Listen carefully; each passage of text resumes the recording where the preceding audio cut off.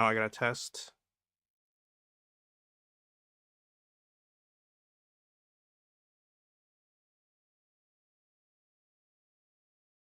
If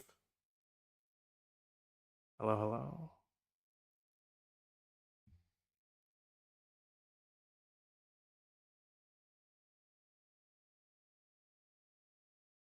Let's load something.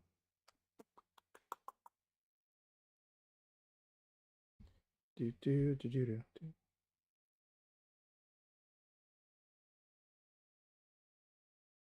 Hello, hello. 1, 2, 3. Load something. Okay, it's coming through. So hey, I mean, I'm gonna be honest. Anyone who's watching this is probably watching the VOD because it's a very sudden, last minute thing. But I promised I would try to stream more. Although school's gonna start up for me soon, so but I decided to try to ease myself into it. So I'm gonna do a shorter stream this time. Um, so let me talk about the color pie and stuff. How do I want to explain this? So I'm gonna be doing a shorter stream this time because one, it's really late. I probably the stream might be going until like midnight or 11 if the stream goes on for an hour. But I'm gonna try to keep it relatively short because what I'm gonna be doing is instead I'm going to be looking at some of the kind of older now Magic the Gathering news about Reality Fracture and the new upcoming set, like the Zhalfir set and stuff. I'm keeping it simple. I'm gonna be touching on the color pie, obviously, but I'm keeping it a bit simple here instead of like reading through like an entire Planeswalker's guide for now because I'm trying to just do a little bit of troubleshooting. Ugh, I gotta talk slower. I'm trying to do a little bit of troubleshooting just to make sure everything works. And I'm also trying to ease myself back into streaming. So instead of like streaming for like a couple of hours, I'm just gonna stream for like an hour today. I might stream for like a couple hours tomorrow. Um, so as far as like color pie analysis of like the universes beyond sets, I usually won't be doing those. Um, Partially because lack of interest. I know I did one for like Avatar, but partially because lack of interest, but also because a lot of the properties I'm not super familiar with. Like I've seen some episodes of Star Trek, but obviously I don't know a ton about Star Trek. Um, I still have to read The Hobbit at some point. So when it comes to like explaining that stuff from like a color pie angle, I just don't really see the point because I can't really do it justice. Like anything, like if you wanted me to do a Final Fantasy one, it would literally be me just looking up stuff and then going like, well, I guess the Wikipedia says that, so that's probably the reason. So I'm not going to be focusing on like the upcoming Hobbit set in terms of like color pie. Maybe art, but even then, like I feel like with art, I'd still want to read like the Hobbit to understand like where it's coming from or like what they're adapting a little bit. But so right now, so I'm just gonna focus like in universe magic sets, that kind of color pie stuff, that kind of art analysis. Um, and I'm gonna keep it short for this one by going over like this, this like trail of news right here, and like my opening thoughts on it. So I actually have seen this before. I kind of wish maybe I saved this for like my first reaction because I did have some funny reactions. But I'm going to basically like go through this thread of like the 1 month old news information and explain like where my thought like my where my what my thoughts are, where what the angle I think is they're going for, etc. So Magic the Gathering, and I don't think we have any.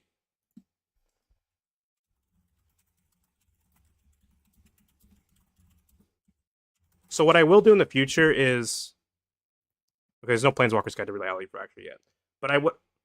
But what I will do in the future is I will probably before Reality Fracture comes out, I'm going to try to read the Strixhaven Planeswalkers guide. There's two of them. There's like the first Strixhaven one and the Secrets of Strixhaven Planeswalkers guide. I'm gonna read those, explore the houses a little bit, and then maybe that'll give us a better idea of like what angle they're going for with the schools here. Because there's a very interesting color pie thing going on, which I might have talked about. Hold on. It might be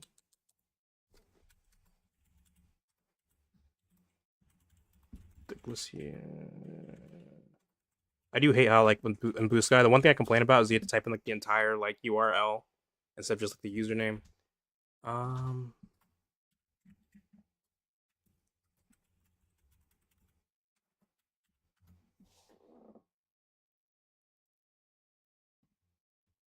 okay, I got some stuff here. I'm just gonna copy and paste this over here just so we can go over it.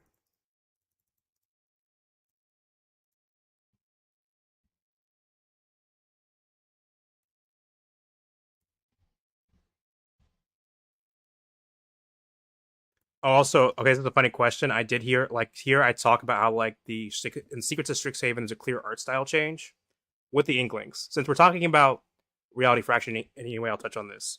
So, also, since I haven't seen anyone explicitly mention it, the evolution of the Inklings goes from just blobs of ink to something more stylized, to a more stylized two-dimensional to something more stylized two-dimensional in appearance. Despite the fact that they're still three-dimensional, I presume, really tickles my artist brain. So here we have, so here's like the classic like original Inklings from Strixhaven. They're clearly just like a glob of like ink, but here they're less like just like a glob of random like ink spots and more like hold on, more like two-dimensional like drawings brought to life. Like this one is literally coming out of a piece of paper. Like these are 2D words and then they're given like a 3D form. So this is just like literally like I spilled some ink. I had like an ink and quill like to my right. I turned around, spilled it all over my fucking table, and it came to life. And this one is like, oh, I this has like more intention. Like, oh, I painted a drawing and it came to life. Um, Also, they're starting to more often resemble specific things like animals, as opposed to more ambiguous anthropomorphic blobs with a face and two arms. Obviously, this mostly comes down to a stylistic choice, which I do appreciate, but the Planeswalker's guide does technically give an universe answer. If you still want an excuse for an, if you it does technically give an in-universe answer, if you still want an excuse to have an OC with the classic blobs. Blah. Been a while since I've talked like this. Not that the answer matters really, but I wonder what kind of spells could cause a change like this. Through a long, so here's like the clip from Secrets of Strixhaven, not the clip, the bit. Through a long-standing academic institution, Strixhaven strives to be on the cutting edge of magical research. The forms of each school's magic have been known to shift and adapt as new spells and techniques are discovered and refined. These changes can also be seen outside the sphere of magic, from new student uniforms to extracurricular activities. So obviously, Strixhaven's a school on the plane of Arcavios, so it's going to change over time. But someone actually did get back to me and answer on Discord. I think I dropped this question on Discord, and the answer, apparently, I think it's in the Omens of Chaos book. The reason they aren't blobs anymore is because basically the Phyrexian has traumatized everyone, and so like because this could easily be like, oh, it's a blob of Phyrexian oil. So everyone's like, let's not make it look like a blob of like glistening oil, basically. Maybe I should pull that up. So basically, everyone's traumatized by the Phyrexians, and they're like, I don't want to like get flashbacks every time I look at a fucking blob of ink. Um, so we do have a canonical answer as to why that happened, and it is kind of funny like that people go like, oh, the Phyrexian. Well, okay, I'm not saying there isn't like a fair critique that like certain kinds of like maybe there's like certain places where there could have been more impact, but people act like sometimes they act like the Phyrexian, like after the Phyrexian invasion happened, everyone just like in the universe just stopped talking about it. But like to like this to like this day, there's still characters who are still traumatized and actively thinking about and talking about the Phyrexian invasion like all the time. It's just that usually I think it's more so in like the short stories and the stories because they can't always like have a place to fit it in on the cards. But the Phyrexians still have an impact, still kind of looming large in the minds of like a lot of people. So anyway, what do we got here? So I'm gonna sit here, read through this thread, talk about my thoughts, maybe some of the lore from as I understand it. And then there's also like they also have some YouTube videos. So if you haven't seen like some of the YouTube trailers, I'd recommend watching those first if you haven't already, because I'm probably gonna be pausing. Maybe I'll just watch them one time in full and then do the whole pause and come back to them thing. Anyway, here we go. Live from the Mana stage of Mick Amsterdam. Okay, I don't know why I said like Mick Amsterdam like it's a McDonald's. Okay, comes the preview panel hosted by broadcaster extraordinaire and avid Magic fan Jack Saunders. We dive further into Reality Fracture before taking you on a journey of where Magic will go in 2027. So I guess maybe I should title the stream like my reaction to Magic the Gathering 2027.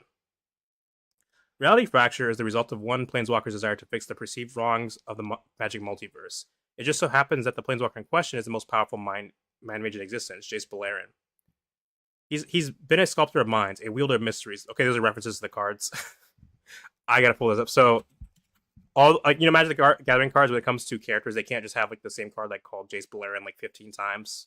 because of how Magic the Gathering rules works in terms of like naming. So what they do to get around that is they put Jace, Arcane Strategist, Jace, Architect of Thought. They put these little epithets or titles to them, so that way they can have like multiple Jace cards and not just the one Jace Balerion card in all existence. I also like, I guess, technically a Planeswalker type, kind of weird, but makes sense.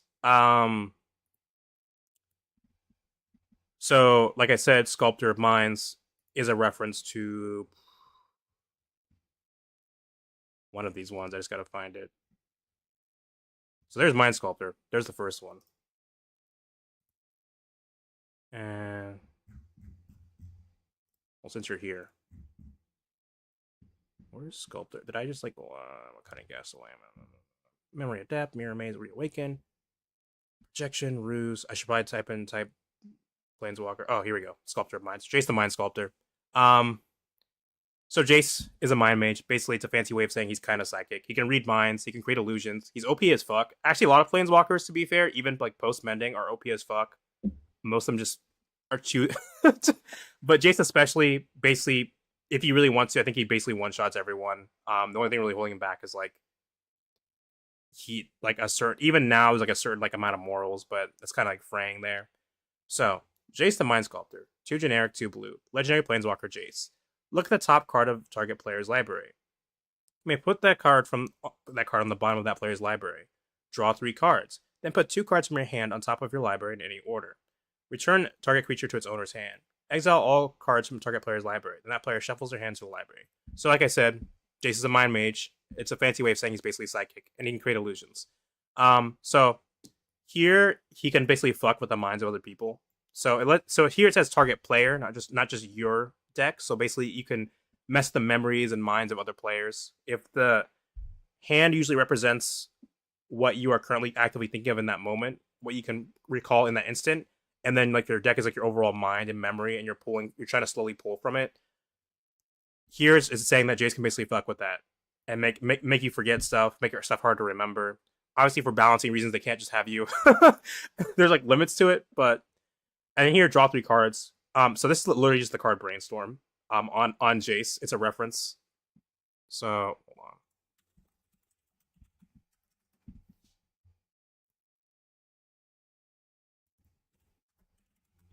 Brainstorm. So it's a classic card. This is the Avatar version, but there's other Spider-Man version. Wow. Okay, so it's classic. Despite this being from Duskmourn, this is I think Guild Mage. So Brainstorm, draw 3 cards and put 2 cards from your hand on top of your library in any order. This is the classic card. Classic blue card, and it just represents, in the case of Jace, just information. He's able to like pull information out of, to help you think if he's on your side, put stuff away, etc. Return target creature its owner's hand. I don't really know what that represents. It's just a thing that blue does. Like mechanically for blue represents the idea of like kind of outsmarting something and stalling for time, as opposed to just trying to destroy it. In the case of Jace, I suppose it's like he can mess with your mind, so he's basically forcing your creature to return to you. If not using some sort of illusion, so you thought the creature was there, but it actually isn't. And then exile all cards from target player's library, then that player shuffles their hand into the library. Again, just fucking with your mind, so he can make you... So basically he's making you forget he's basically just mind wiping you. He's exiling all the cards from your library, and then you put... you put the only thing you have in your mind just in your library, so you basically have like 7 cards or whatever, like max, usually. Can't believe I opened that twice. And then... Sorry, did I open the same one twice? Wielder of Mysteries. Okay, where is Wielder of Mysteries?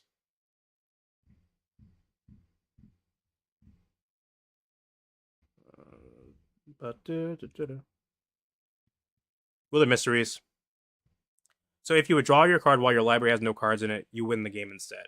So that's kind of a cute little ability. In blue, it just represents the idea that blue is all about it's perfection through knowledge. Is my night shift turning on? I don't know. It's about trying to achieve perfection through knowledge. And the idea is that blue is like, hey, you should try to, head over heart, think before you act, so that way you can make the most optimal, perfect decision and then live the most fulfilling life using that method, to put it shortly. I mean, all the color pie has like a bunch of like nuance I could go into, but I'm keeping it short. So here's like a kind of cute like little twist on that, where normally if you draw a card when your library has no cards in it, you lose the game because basically the idea is that you've run out of like spells or ideas, so you just lose. But in this case, the idea is that blue basically is rewarding you for basically like gathering all this knowledge. So if you've gone through your entire library, blue is like, hey, you found some sort of answer because we care about knowledge. Um, is effectively rewarding you for going through your library. And ironically, I guess this also works with mill, which is like, which I think the idea is like usually you draw a card and then you win the game. Well, I guess specifically here you want to draw a card. You don't win if it mills. So specifically, if you draw a card, you figure out some like you have some epiphany, and you win the game. Um, but target player mills 2 cards, draw a card, so he can erase memories, and then he gives you more like he can like communicate in your head, give you more knowledge, and then draw 7 cards. If your library has no cards in it, you win the game. So this is like just an extrapolation of this, where he gives you information, and then if you have all the information, you win. Um,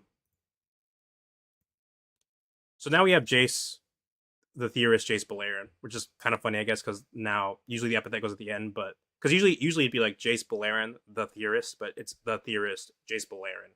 So this could represent like a bit of like a characterization where like maybe Jace is losing like a bit of his sense of self in a way, because like we see here, it's Jace, wielder of mysteries. Also, we have a reference to like the original like card. Like it's been a while since we just had a card called Jace Balerion. It's like all the way back here.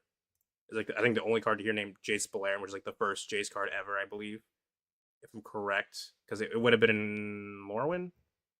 Oh, that's cute. Would have been in Lauren, yeah. So he's won the Lauren 5. This is the first Jace card ever.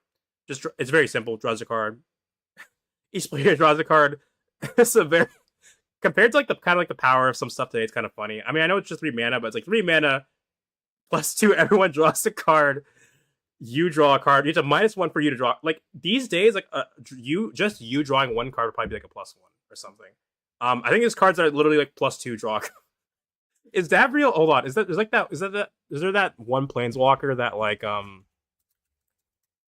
Witherbloom color equals BG? So this one does. I mean, this one loses you a life, but it's draw a card for 0. Jason's making you -1 to draw a card. Oh, I gotta see this. I'm pretty sure like they're like Tammy. Well, I guess Tammy has like a hoop to jump through, but we Planeswalker draw. You did not do at all what I wanted.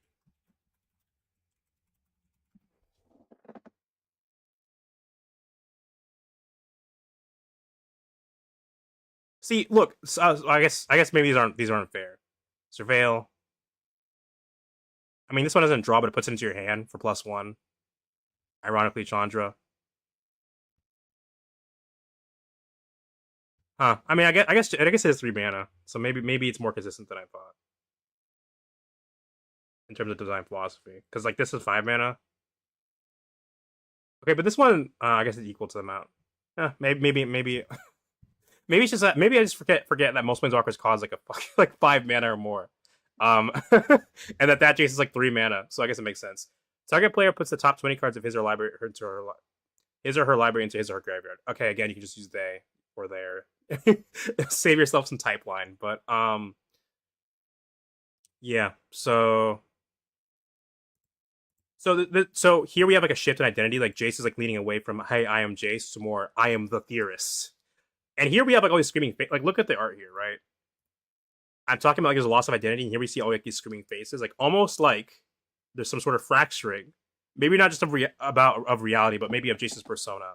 Because so what he's doing currently is that Jace made a copy of the multiverse. Basically, he was doing pretty well mentally, and then he went through some shit with the Phyrexians.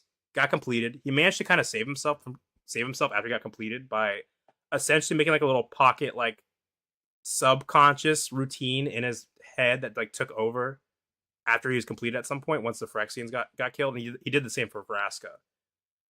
My understanding, if I had to explain what happened, is basically that he's basically mind controlling his own body to give himself control. Because like normally what happens is when the Phyrexians die, or once so the way Elish Norn set things up is that Elstorn set it up so that when she dies, all the Phyrexians basically go inert because she was like the locus of power. Um, so what should have happened when that happened is that Jace and Vraska should have basically just gone like catatonic, if not dead.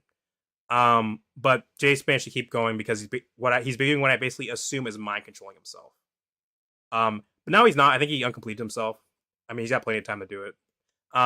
So anyway, here we see the theorist Jace Balerion, like I said, a point to maybe something like going on with his sense of identity, especially like these faces, and we just see like Jace maybe not having a great time mentally. You have all these screaming faces, so he's either torturing you or he himself is tortured with these illusions. Also, his clothing has changed. He has now gone from primarily blue to primarily white, which his color identity hasn't changed here, but we do have like a 4-color Jace somewhere in one of the commander sets, the commander sets for Reality Fracture. So could be something going on with the color identity or just his presentation. It's almost like he's inverted, basically. Like that's kind of like Jace normally is primarily blue. I mean, I like that art, but it's like a little gritty, so I want to be able to clearly see the color. Jace's character is primarily blue with white highlights. I guess I just didn't open this tab. So he's primarily a shade of blue with white highlights, like here. But here the colors are inverted, which is a pretty on the nose way of basically saying that like he's gone from like the protagonist slash person you're kind of usually rooting for. I mean, Jace has a complicated history. He's been an asshole before, but he was getting better. So he's gone from like, hey, so they're basically saying that Jace is basically flipped in both color palette and like naming scheme. Legendary Planeswalker, Jace, 2 generic, 2 blue. At the beginning of each opponent's draw step, you draw a card. Create a 1/1 blue illusion creature token. So makes sense. Jace can create illusions, and also blue is no stranger to illusions because it's the idea that like mind is stronger than matter. I can fuck with you, mess with reality as long as I have information. That's one thing that all the colors are kind of interesting in, is that you would think that like if blue cares about information so much, why would it fuck with it so much? And the reason why is because blue is coming from the angle that information is the most important thing. So of course, if you want to attack someone, you're going to attack their information. In the same way that like, if white wants to dethrone someone, it's probably going to aim for like a wider structural attack, like going wide, because it's easier for the colors to default to conceptualizing things that way within their philosophy. So if knowledge is power, then of course to depower you, I'm gonna fuck with you. And part of the way blue can do this with magic is by creating like illusions, stuff that isn't really there, but maybe stuff that feels real, or you can feel the pain even though it's not actually there, to mess with your senses, to mess with like your intake of information. The -2, for each opponent, return up to 1 target artifact or creature that player controls to its owner's hand. So I think, I already, anything I said about like the other Jace being able to bounce stuff applies here. Although it's interesting that it says artifacts too. I think that maybe because there might be a bit of an artifact theme a little bit, because this card, for example, Woodwork Prodigy, creates a Heartwood token. That's a red and green artifact, which I guess Strixhaven, like the Prismari, work with Treasures, but so this would be that counterpart. -6. Also, the artist is Ekaterina Burmark. -6. Draw 3 cards, then put X +1/+1 counters on each creature you control, where X is the number of cards in your hand. So, I mean, I kind of would have thought, well, I guess it's each creature, so maybe if you go wide in like a blue-white deck, you could do something. I just think it's like a little general. I expect a bit more from an alt, but it's -6. So blue. Another thing blue does: you draw a card, put a +1/+1 counter on something.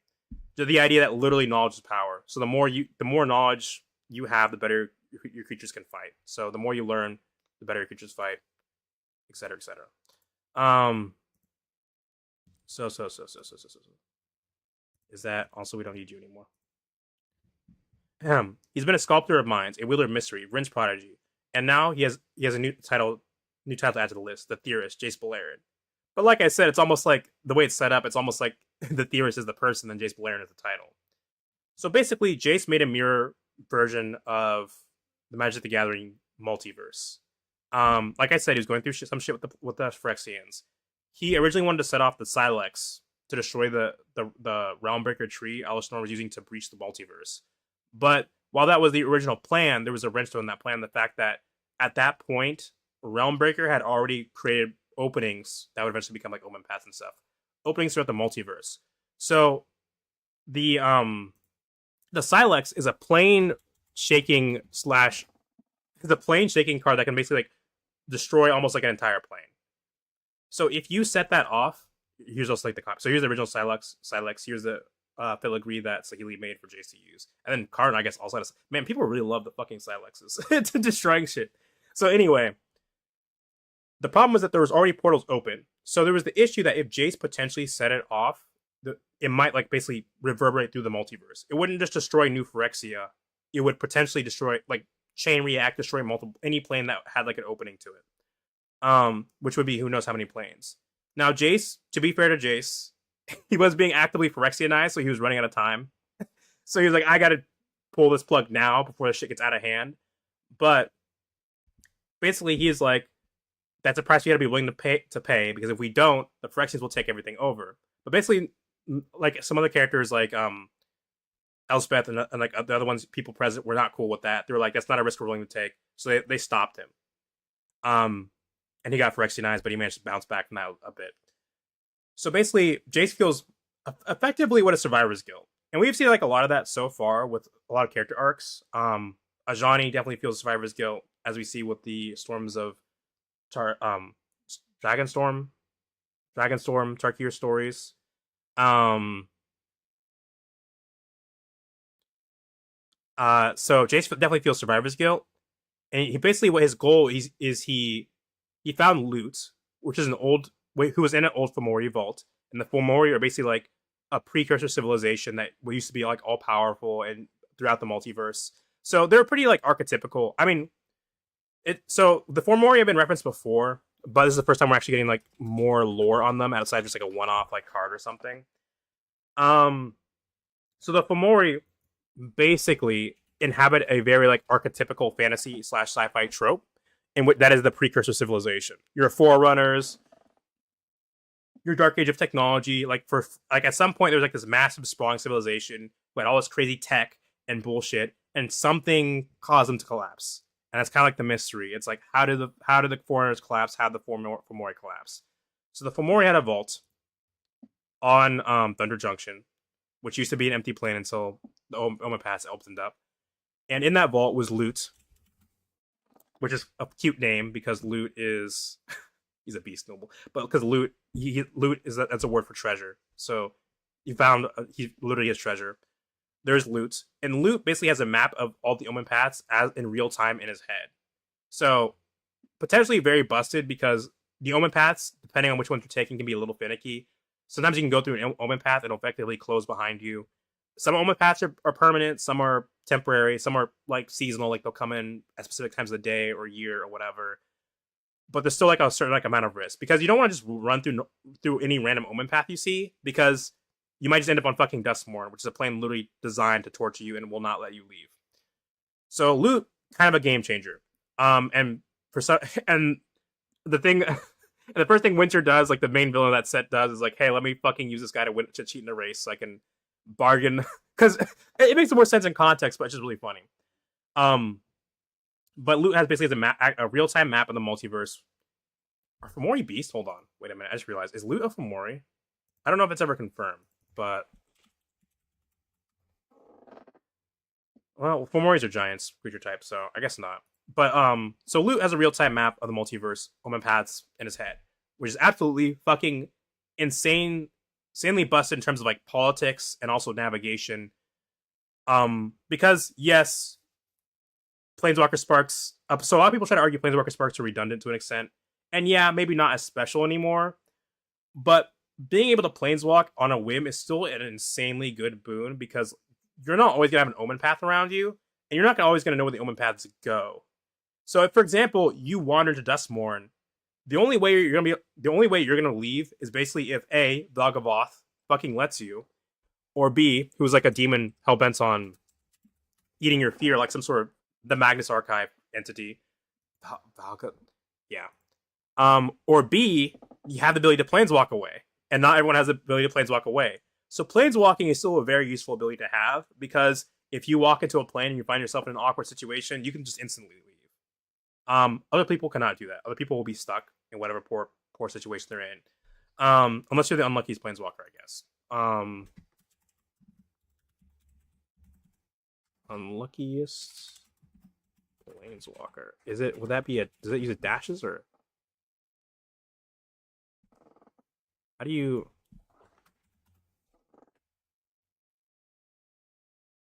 Okay, well, he's on curses.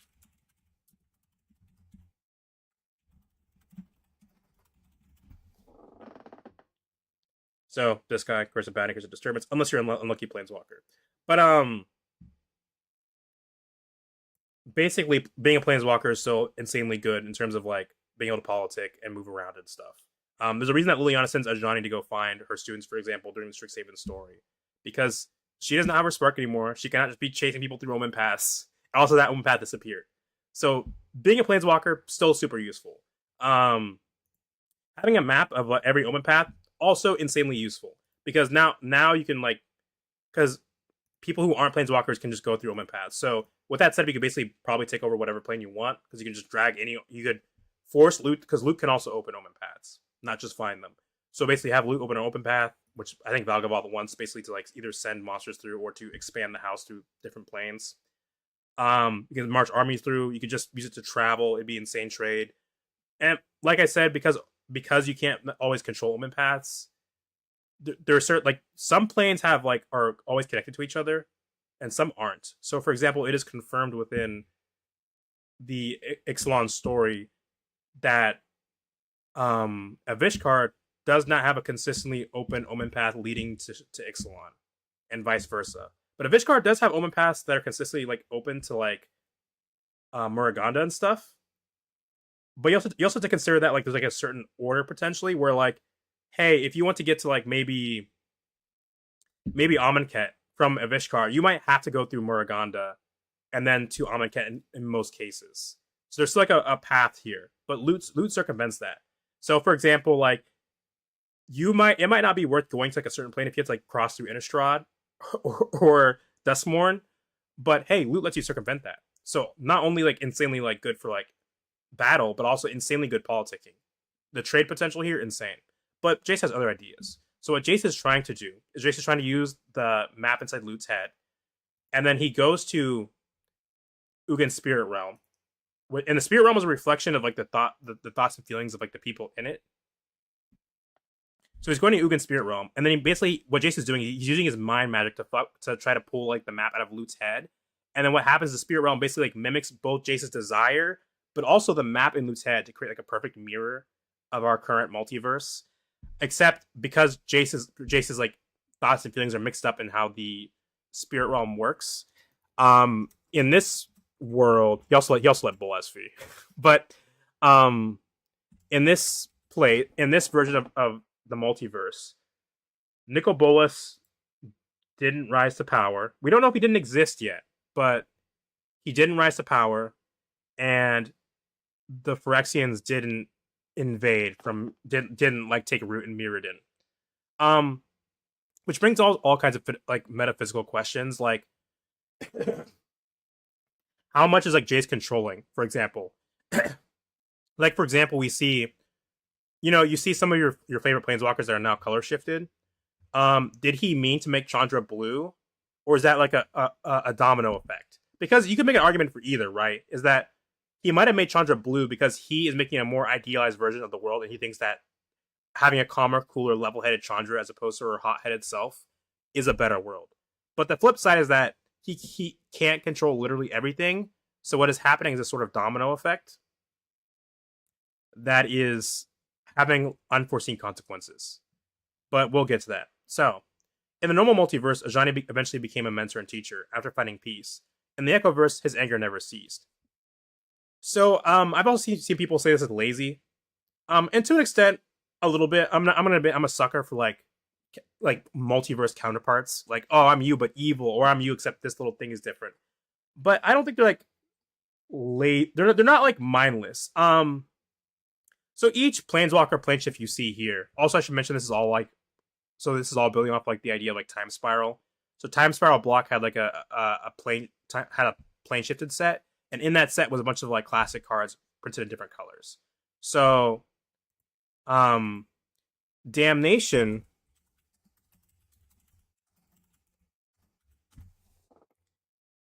Damnation is intentionally a color shifted version of Wrath of God. So they're both two generic, two color, and they both destroy all creatures and they can't be regenerated. And Damnation's like a classic card now. So basically, what happened with that says they basically sat down and said, okay. So first of all, there was like some weird time fucky wucky stuff. I'm not getting to that shit right now. That's for another time. But basically, the timeline was being shifted. Characters were having different histories. So like someone who was a vampire in normal Magic was like not a vampire, and like someone else who would have not been one, like the roles were swapped and shit. So this also extended to some of the cards. Where basically the creators like the designers like Mark Rosera sat down and asked themselves, what would the color pie look like if altered a little bit? They went, in their opinion, this is not my opinion, in their opinion, they went too far and made some color pie breaks. Damnation is not one of them. Damnation's a slam dunk. But basically, they were like, what is something that the other colors could do more of, but they don't? And one of that is like black at the time was like black could do more board wipes. White does symmetrical board wipes because it's like the idea of like fairness and like equality. So I'm gonna set the slate clean. We're gonna start from like round one. And black is like I'm doing whatever it takes to win. If it means I destroy my own troops, so be it. And actually, there's like a nice little mirror between them because like the original Damnation art is like pulsing. So you can tell these are mirroring each other because Wrath of God, a white orb pulsating outward and disintegrating everything. Damnation, black orb sucking everything in.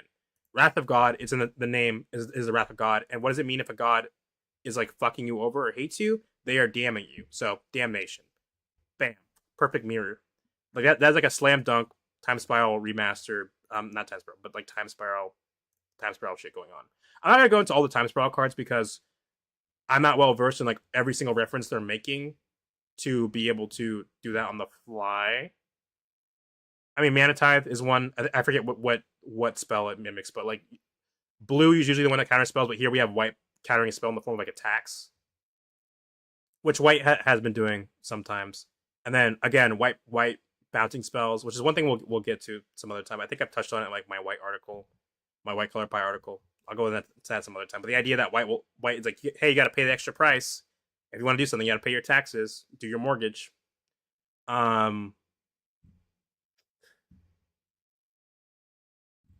Is Pocket Pie is not a no. Beast Within is like more than one mana, right?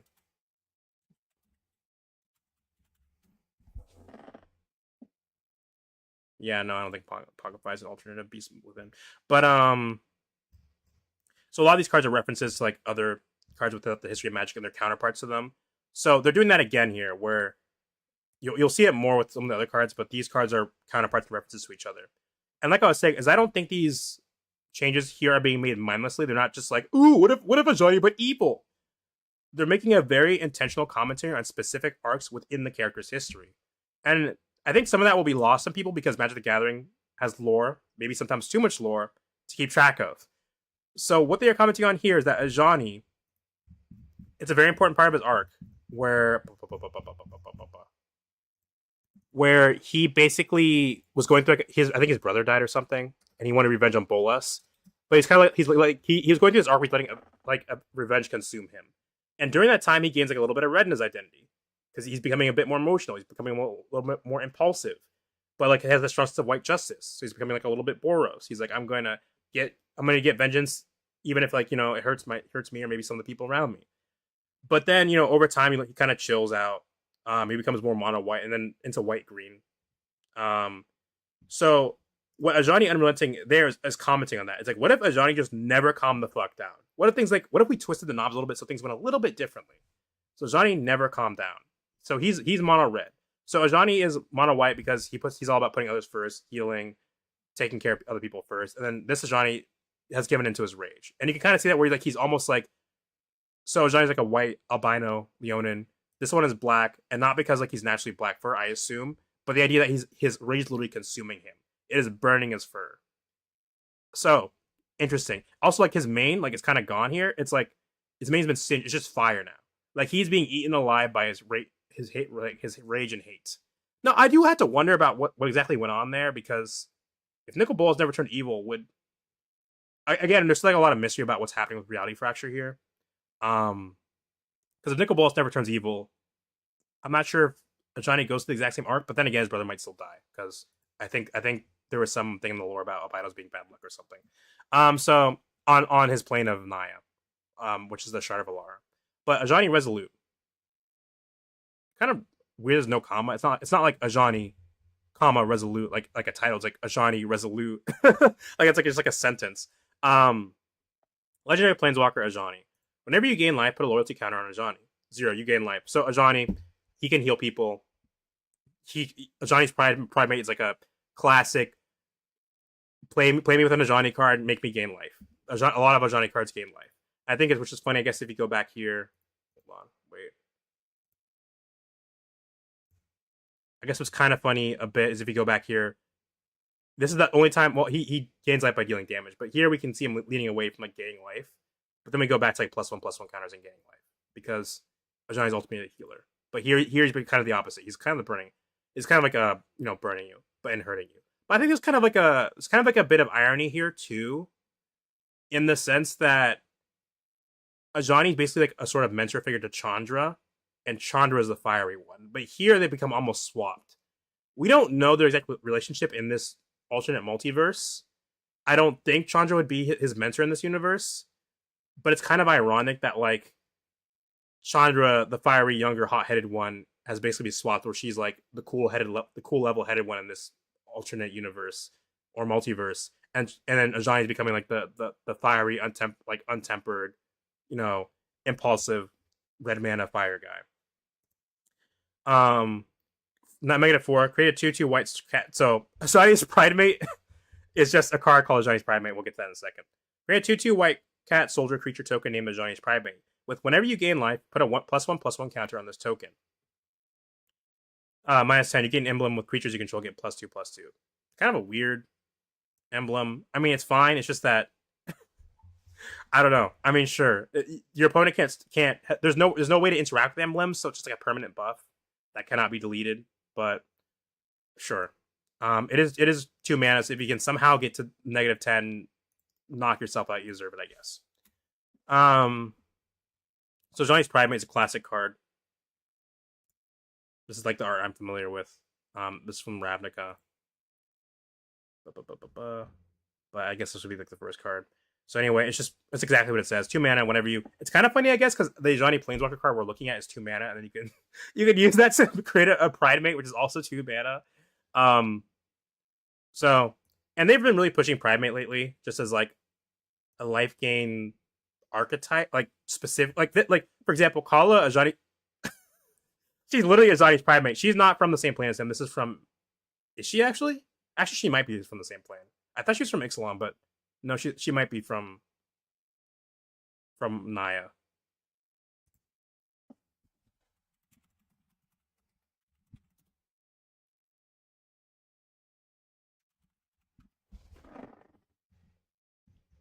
Yeah, she's from Naya, I guess.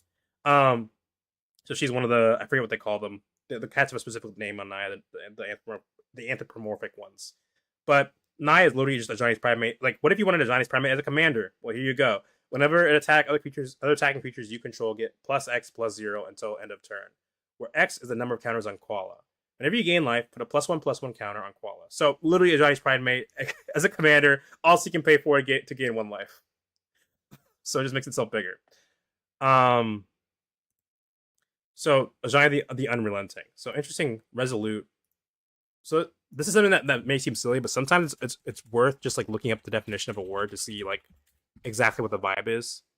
So they're kind of synonyms, right? If resolute is purposefully determined and unwavering, then unrelenting would also be a form of purposely unwavering. So there's a mirror there. Yeah, not yielding in strength. So not yielding in strength, severity, or determination. But there's like a little bit there where it's like unrelenting has this aspect of like severity too, where like resolute might hold back, right? But someone who's unrelenting probably won't. Probably like more merciless. So here we have a giant unrelenting who's way more mana. 4 generic, 2 red. Legendary Planeswalker, Ajani. Whenever you activate a loyalty ability, create a 2/2 colorless wizard soldier token named Cadet. Uh, I don't know. Is it Cadet just like a generic? I think if Ajani's Primate is a generic card, then Cadet would be. Is this a reference to something? Cloak Cadet, Eager Cadet, I guess. But so this mirrors. This kind of mirrors Ajani Resolute, where if you activate his -4 to create a Primate, this would also, or if you activate any loyalty ability, you would be going wide. So that's one thing white and red both kind of do, is that white does it more, but white likes to go wide, and then red makes like a bunch of like little guys that swing in fast. So when you combine that, you usually get like um a kind of like really aggro. I'm gonna make like a billion of the small guys and swing in like immediately with most Boros strategies.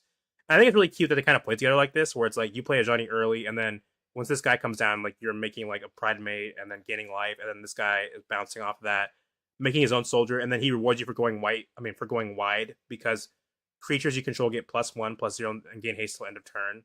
So if you have a Johnny, you make a Pride Mate or gain a life, creates a Cadet, helps you go wide, +1/+0, activate, give them haste.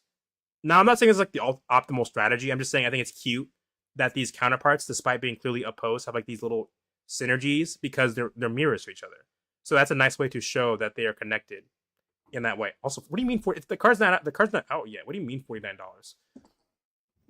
Um. So I think here also is like a nice kind of parallel. Where this Ajani like kind of helps you by healing. This one basically helps like amps you up, gets you moving forward. This one also like a chain. So I guess he's like. So also that's another thing within. So here in this art, it's just kind of like a staff, double bladed like staff axe thing, or glaive. I suppose it would be. It'd be a glaive. In here, the glaive is connected to like a chain. So it's almost like a Jean. This version of a Jean is like a prisoner. Like there's something chaining him down and weighing him down as a character. Um. Discard your hand, then draw a card for each creature you control. So again, okay, first of all, this is a very interesting effect for red. I don't think we've ever seen red care like in that way. Type. I mean, maybe like for we've seen it draw a card for like each red creature you control. Hold on, I don't remember this exact syntax for this. Draw a card for each creature. Color red. And when I say red here, I mean mono red. Obviously, like blue red could obviously draw more cards. So this is a pretty interesting effect for red, where you're drawing a card for each creature you control. Because I don't really remember seeing that as like a red ability. Because this one you have to pay blue, right? You have to pay blue green to draw a card for each creature you control, power 4 or greater. But this one is just a mono red card that draws you a card for each creature you control. Now it does discard your hand, so red has like this looting effect, which represents kind of like the impulsiveness. Red is all about following your heart, freedom through action. You know, do what your body says, and then that. So red. So where the other colors kind of like delineate between like emotional what you want and what you need. Red is like what you want is a need. It is an emotional need, and you have to fulfill those needs by following your heart. And that can look like acting kind of impulsive sometimes. It's for better or worse. So that's reflected in its card draw, where red is trying to get you to, if Magic represents a fight in most cases, and the point of the fight is to win, red is like the most direct, straightforward way. It's like harness your emotion. You have to act now. So kind of like blue wants to strategize, it wants to sit there, it wants to wait, it wants to draw cards, build up its resources. Same with white, so that way it can find the perfect answer to defeat you. But red is like, everyone's got a plan to get punched in the face, right? So this is reflected in red's like abilities, where red rewards you for going fast, but kind of like chugs out usually like later in the game, which is kind of why it can often be a little rough in Commander. But this is also reflected in how it draws cards, where it has looting, where it discards first and then draws a card. So like looting is like a very kind of like, hey, I don't know exactly, like I don't want what's in my hand, so I'm just gonna toss it, just draw cards. Figure it out later, or think on our feet. Blue would draw cards first and then discard, because blue's like, you need to think first, look at what you want, and then discard cards. But red's like, nah, dump the hand, we're moving. And another form of card advantage red also has is red has impulse draw, which is that effect when it's like, exile the top card of your library until your next turn or this turn, you may play that card.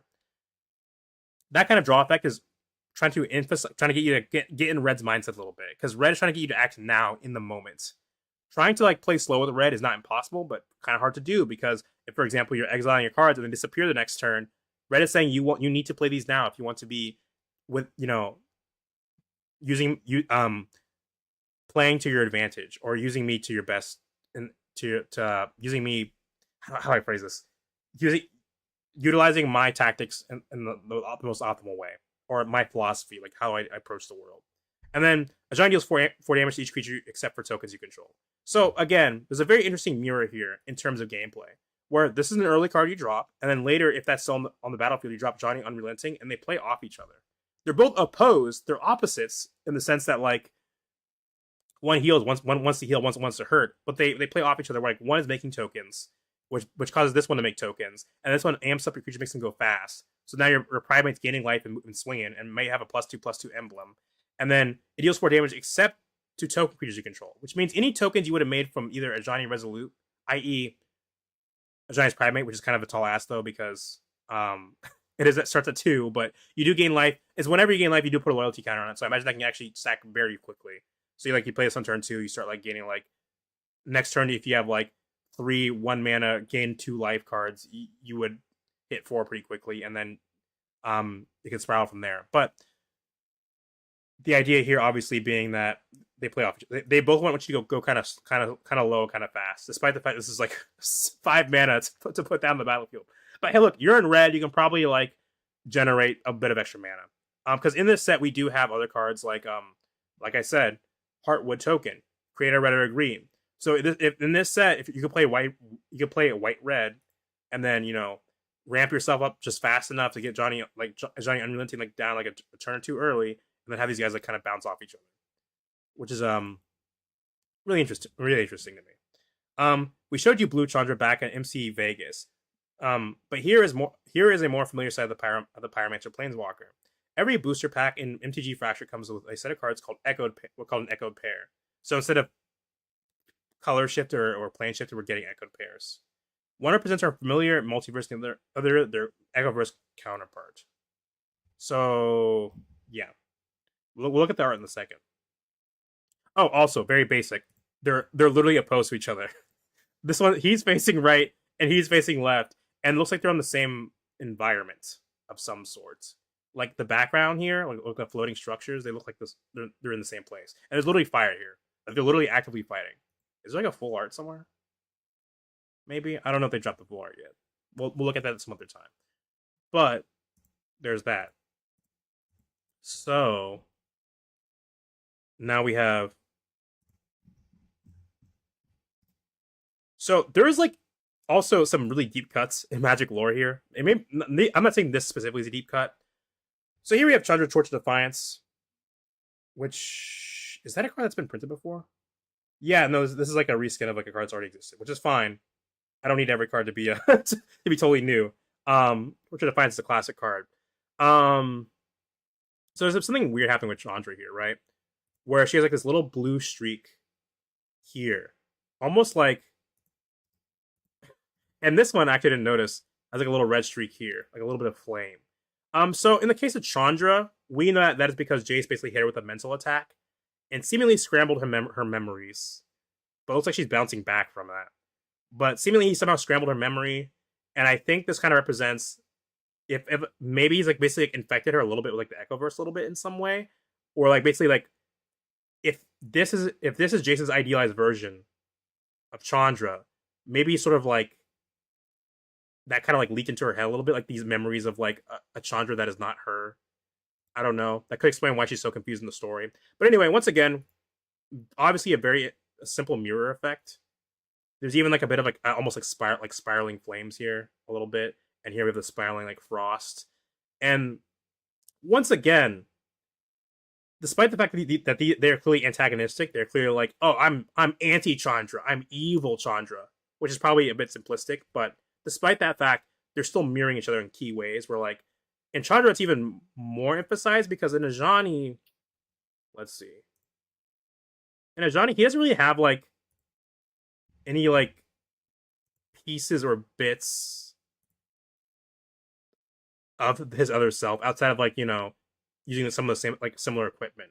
But Chandra literally has like a streak of like her other self's hair, like half her goggle, and this one has like a bit of that Chandra's flame despite using ice, and then like a little bit of red to her goggle, almost like they're and then like also like that same kind of like scar weird shatter effect, almost like they're being shattered through reality. But anyway, so I think also, oh, I forgot to mention, I didn't realize this for a long time. This took me stupidly long time to get.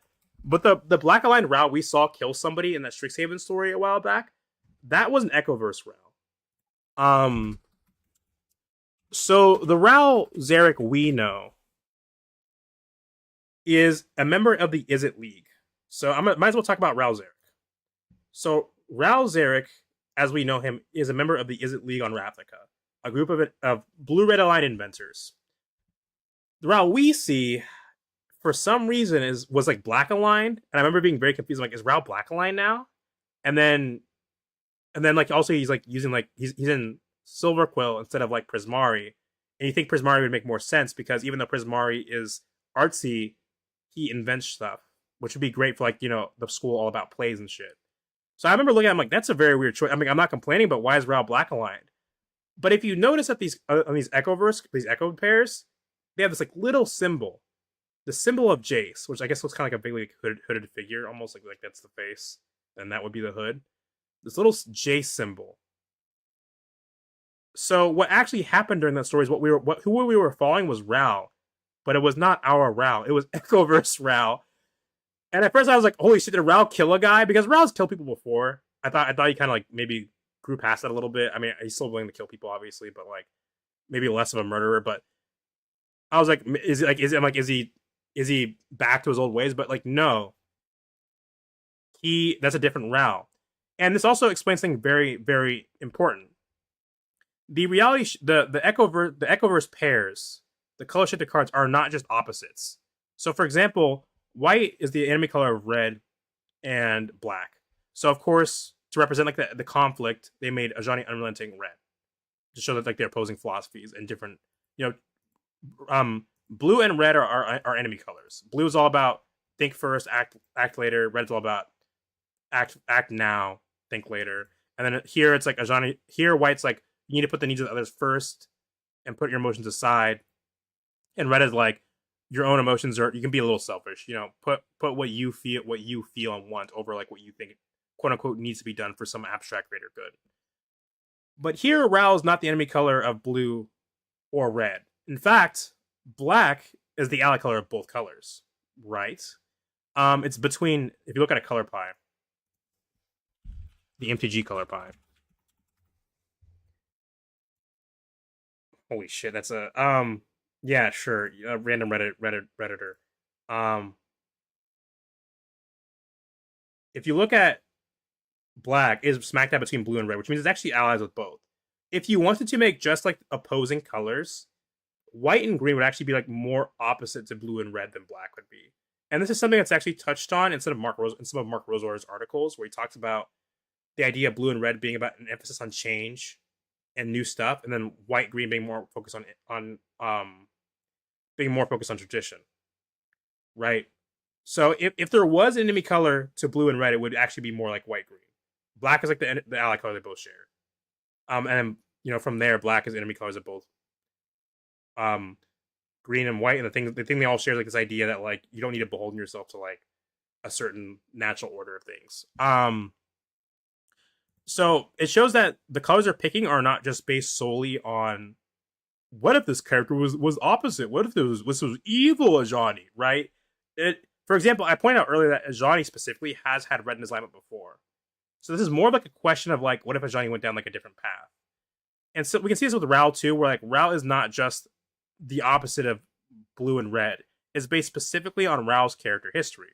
What is Rao's character history? Well, if you don't know, Rao at one point was actually a part of the Orzhov, i.e. a white-black Ravnican faction, which would explain the black alignment and also why he's suddenly really good with like like all these ledgers and writing and stuff. Because Orzhov is a bank, they have like a lot of accounting and stuff. Rao was specifically, he wasn't like super high rank. He was like just like their water boy. So basically Rao has the ability to conjure storms on his own. They're not very powerful. That's why he needs like all the machines. Is that his storms are very weak on their own. But hey, he makes like a good like gardener because he can like water your plants. So the Orzhov kept him around for that. But then eventually he you know sparked and planeswalked away, came back, joined the Izzet. He was placed in the Izzet by Bolas as a because Bolas wanted him basically to usurp Niv Mizzet and take over the Izzet. But Rao basically just said fuck Bolas and did his own thing. Same thing with Kaya. But so here we see basically Rao. I think the idea is that he climbed up the ranks of the Orzhov. And again, I still have questions about what's happening here because how does well I guess okay. This is actually very interesting because like I said, Rao characters like Rao and Kaya and Dovin Bond and Domri. There's one for half the guilds, but half the guilds basically had like were being infiltrated by Bolas. And what he was doing is he was putting in people that were meant to climb the ranks and then take over the guild. So the goal was that they basically be double agents, like they take over the guild and then those guilds would be aligned with Bolas.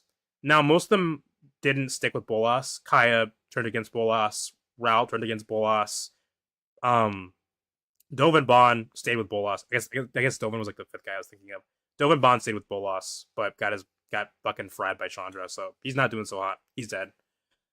So here's the idea, I guess, where since Bolas never like took power in this universe, Rao never joined the Izzet because Rao never gets placed into the Izzet. So he sparks, because I think his husband cheated on him or something. He sparks. He comes back, and he just keeps climbing up the Orzhov, and that's why he's here. Also, so interesting character, and also these poses are mirroring each other.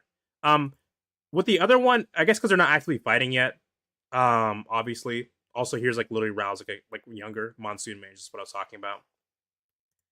But here they also the poses also literally mirror each other, right? Confident, looking down, hands like kind of on the holding his nipples or caressing his nipples. I think this is like the first maybe so like this is the first Rao card, so it's mirroring the first Rao card. And once again, we're having like these parallels, these echoes to the characters like as they originally were. So Rao's Eric, 2 generic, 1 blue, 1 red. Tap target permanent, then untap another target permanent. That's just a classic blue red ability. It's like energizing somebody else and stopping another one. Deal 3 damage. He can shoot lightning. So and flip 5 coins. I don't have time to think about what this could represent. I mean, he's a fucking inventor. He's probably fucked with time before. So here we have.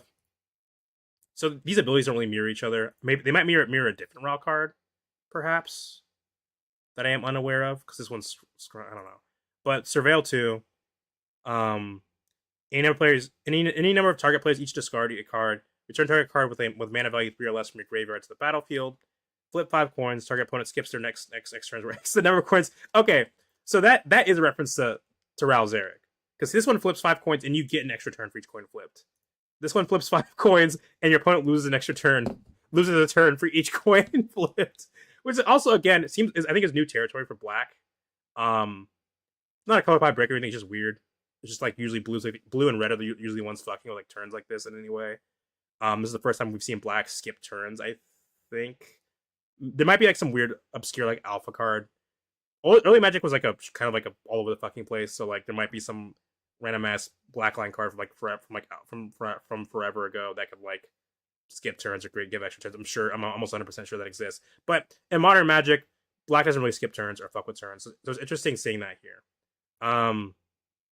It's interesting that it only mirrors the ultimate and nothing else. Like they're both -7, almost the same mana cost. So this one's 4 mana with 4 loyalty. This one's 3 mana with 3 loyalty. 2 colored pips. So yeah, I might come back to this like later when the actual set comes out. But again, we have like these cool 2-dimensional. Oh, also Planeswalker effect. So Planeswalkers, they have like effects that go out of the frame. And once again, I've talked about this ad nauseum. The idea that Planeswalkers have the ability to literally leave the scene they're in a way other characters or players do not. So like because Rao can literally Planeswalk, he can literally leave the world, i.e. the scene/picture he is in a way that other characters cannot.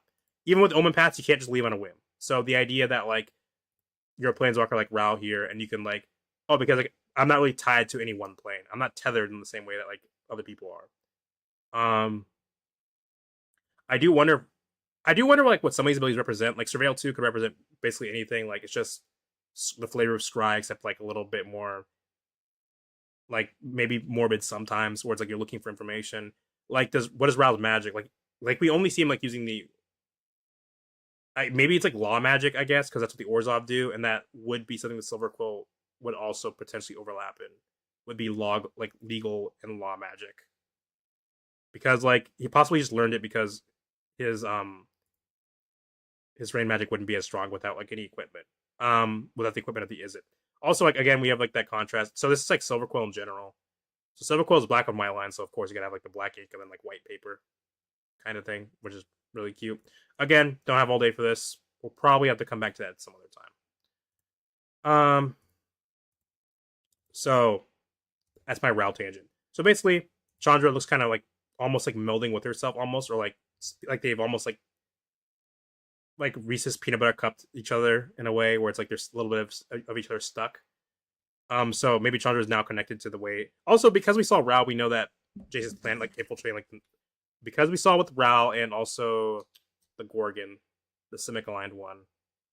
We know Jace has like some plan for like the main multiverse. I don't know if he's like invading it or something, but I'm getting off topic. So Chandra, Torch of Defiance. 2 generic, 2 blue. Do I have any water? I do. Give me a second. I did not know I had water. I'm in pain. 2 generic, 2 red. Did I say blue? Jesus. So I'm just looking more. So explosion, fire, everything from feet, ice from feet. Anyway. Legendary Planeswalker Chandra. I know the top 2 cards of your library. You may cast that card. If you don't, Chandra deals 2 damage to each opponent. +1, add 2 red. -3, Chandra deals 4 damage to target creature. -7, you get an emblem with whenever you cast a spell, this emblem deals 5 damage to any target. So again, there's like a bit of mirroring here. Again, 4 for 4, 3 for 3. Surveil 1. If you put a non-creature landlocked card into your graveyard this way, put it into your hand. So this is like a cute way to sort of have the impulse draw effect, except like in a way for blue, where it's like, so red here will draw the card, and then if you don't cast the card, it goes away. Blue looks at the card and goes like, if I want this card and takes it, or if it can't use it, it gets thrown in the trash. So add blue, spend this mana only to cast non-creature spell. I do think there's a missed out opportunity to like mirror this a bit more with like with 2 blue or something, but I understand it's only 3 mana. So because this one's 1 mana less, it gets like 1 less of a pip. So that's fine. But they like again, there's like a mirroring going on here where it's like card advantage, blue mana. Turn deals 4 damage to target creature. Tap target extra artifact creature. Tap target artifact creature. Put X stun counters on it. So again, this kind of mirrors each other a little bit, way less than these two. But there's like a mirror going on here where red can deal damage, blue cannot deal damage, but it can put stun counters on shit now. So instead of being able to deal like 4 damage, for example, you could like pay 4 and then put like 4 stun counters on something to basically like keep it out of the game for like a little bit, while red will just like shoot it until it's dead. You get an emblem with whenever you cast a spell, draw a card. So again, these are clearly aimed as like opposites, even down to like the color identity. They're literally like poised against each other. So I'm looking at their posing more. Just thinking about that. So they're literally framed as opposites, but the cards want you to play them together. Like if you're running like an Izzet blue-red Prismari deck, this is not a bad like kind of like synergy and like limited. Like if you're drafting or something, right? Because this one surveils, and then like surveil. Oh, I can't or can't play this card. Then I'm gonna like exile, or you can make like a shit ton of mana because this one could +1 blue, +2 red for 3 floating, and then you cast like a non-creature spell with that, right? And also their emblems also work together well, where it's like, so both of them can be used to cast non-creature spells or just cast a spell. So for example, let's say in a world where you've managed to, for some godforsaken reason, your opponent fucking let you cast 2 fucking alts in a game. I don't think that ever happened, but by some fucking miracle, you got that shit to work. These like basically like, pop off together, right? Because now you have this emblem. I spend blue. I +1 for blue, +1 for 2 red, 3 floating. I spend that to cast like fucking any non-creature spell. And then when I do, I draw a card, right? And then whenever I cast a spell, I also deal 5 damage. So I deal 5 damage and I draw a card. So I classic is it draw a card, deal damage or something. Also there are says Kyrian Yanner. So one thing I also want to talk about here, once again, okay, so these people actually look like they could be in a different scene, but there's clearly ice here. So I assume they're just like this is just like a building that our Chandra Chill of Compliance is in, and then this Chandra is outside, which again creates more of a juxtaposition. Which might be the point, right? Because like I said, this Ajani probably might have more similarities to the red Ajani than this Chandra has with blue Chandra, because Chandra has never had the blue alignment in her identity. Ajani has been red aligned before, so it might be a point in which like he actually there is like some stuff going on in the art here. Hold on. So like if you look at the background, there's like those shattered like towers, right? But in red Ajani, it's clearly more chaotic. Like look at like this glowing bit. They're like diagonal. Like these are all upright. There's like a sense of structure, despite the fact they're all like crumbling. But these are all diagonal. So there's like a bit of juxtaposition going on here. Also, it's like dawn, so it's like really cute. It's like a little bit of yellow and red. So it's like white in Magic is often represented by like gold or yellow too, just because using literally sheer white on everything is kind of makes everything blend together sometimes. So here we have that juxtaposition. This Chandra, her pose is different. She's kind of like hunched over, so it's like more chaotic, more impulsive, almost quote unquote feral. But this Chandra is by the book. She's straight up. Her spine is straight, proper posture, inside some sort of building or that's collapsing or something. While this Chandra is clearly outside like that structure. And also their clothes, like Chandra looks like more like steampunk slapped together. Like also the shapes are also smoother, the more quote unquote organic, which means to say the more smoother, a bit more irregular. This Chandra is like almost all geometric shapes, like more hard edges. Her shoulder pads end in points, even though these like this Chandra's shoulder pads are more rounded. This one has gold, but this one has silver. And also the name Chill Compliance, I think, is a reference to Baral, Chief of Compliance, who was a part of the consulate. So the idea here is, I think, in this universe, this timeline, Chandra either would have planeswalked later or something, or her relationship with her father and parents would have been different. So that way she would have been a part of the consulate instead of like Baral. She would have been in Baral's place instead of as a rebel fighting against the consulate. And it does make me wonder more about the differences between the Echoverse and the multiverse, because is the idea, because like the idea of the console is that they were kind of overbearing. Maybe they're going like I think they don't do the best job of portraying like exactly what the consulate stands for exactly. But I think the idea is the consulate's kind of like blue and white. They're blue and white villains. Where like they're kind of overbearing. They're trying to control everything. They mean well, but they're trying to control everything, and they're kind of like arguably a bit fascist. I think might be what they're going for. Like they're kind of like leaning into fascism, right? But in Jace's universe, are the consulate better, or is Chandra just that different, right? Because how much of say is Jace having over this universe? In Jace's ideal universe, is the consulate like this beacon of structure and like order and not corrupt, or is it just that Chandra has changed so much that the consulate's still corrupt, but she's just a part of it? And also, we do have like a little bit also something interesting going on here, where this Chandra does have like a little bit of red of this Chandra here, but this Chandra doesn't have like the blue. So kind of interesting. Also, obviously ice and fire opposites. Even down to like the color representations, like red usually gets fire because fire represents emotion and passion. People usually get hot when they're angry or feel strong emotion. And if someone's blood is boiling, they're feeling a strong emotion. If someone gives you the cold shoulder, they're coming off as emotionless. They're coming off as having less emotion. And people sometimes make the mistake of these like sorry, I'm just looking at their boots too. Even their boots are almost different. Like this one divots in and this one pops out on the front. But anyway, people make the mistake of saying blue doesn't have emotions, and that's not true. Blue is just saying that emotions are like your wants and needs are different, and your emotions should be like on the back burner to what you think needs to be done, like what you think needs to be done for like the bigger picture. and red's kind of like the opposite. Red is like my emotions are the bigger picture and the only picture that matters, or the picture that comes first. Um, so blue gets ice because it's kind of blue gets ice to represent this idea of like not like kind of like a metaphorical lack of emotion, even though blue doesn't literally have no emotion, but more like the idea of that like being calm, collected, having your head on straight, not letting your emotions get the control of you and burn out of control. Also, like even here, there's like a little glowing blue pipe here, which I think is probably Aether. Probably. I still wonder how Chandra has ice powers.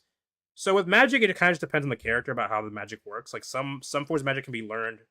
Some forms of magic you have to be kind of born with. I think Chandra was born with pyromancy because on Ivishkar, which at that point would have been Kaladesh, um, people would be born pyromancers, and people would like, but the aether they use as a power source is very flammable, so people were very scared of pyromancers, and that led to like discrimination. And some of Chandra's equipment was to help her um control her flames, and she also has like this weird like pipe on her shoulder. So I guess the idea is that maybe Chandra's using the aether here to like channel it to like, make this ice if it's some sort of tech. I'm not really sure. I feel like if it's tech, that would be like bulkier. It'd be like a gauntlet or something. If she was using that to make her ice. And if it is like an artificial means of using ice, that would also fit with blue philosophy very well. Like this idea that of nurture over nature, that you can like decide what you are. So it's like, I'm going to choose not to be a pyromancer. I'm going to actually use artificial means to change what kind of magic I can use. I also do wonder, that makes me also wonder if with here and here, like we know that this is probably because Jace like fucked with Chandra's mind, and maybe like a little echo verse got in there.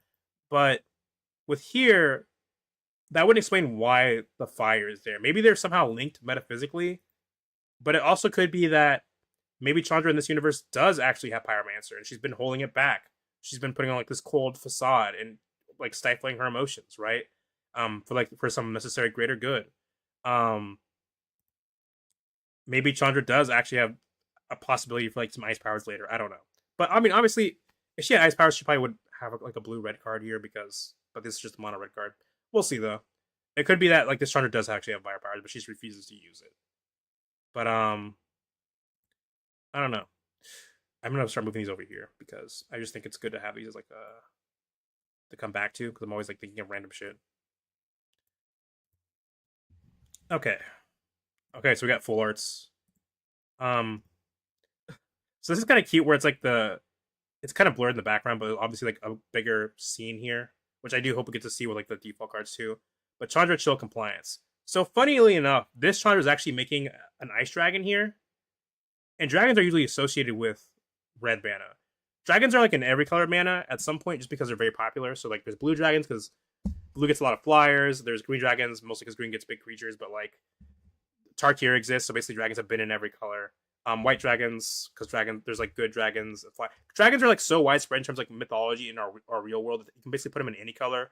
Like, hey, I want like a fire-breathing feral dragon that's like impulsive and acts on emotions. That's a red dragon. I want a wise, thoughtful dragon. That's a blue dragon, which you might get on like on Eldraine. I want a dragon that's like represents like a sort of like that believes like a strong sense of morality, like almost like maybe like more like Eastern. Well, I'm not sure if I can say that they're whatever. Like I want like a holy, more like good aligned, stereotypical dragon, white aligned dragon. I want generic quote unquote evil dragon, greedy dragon, black or red aligned dragon, so on and so forth. So it's interesting here that this Chandra is still making like a dragon, which is normally associated with like the red alignment and fire, even in Magic. Although this one she doesn't have the flame in her hair, and this one doesn't have the ice.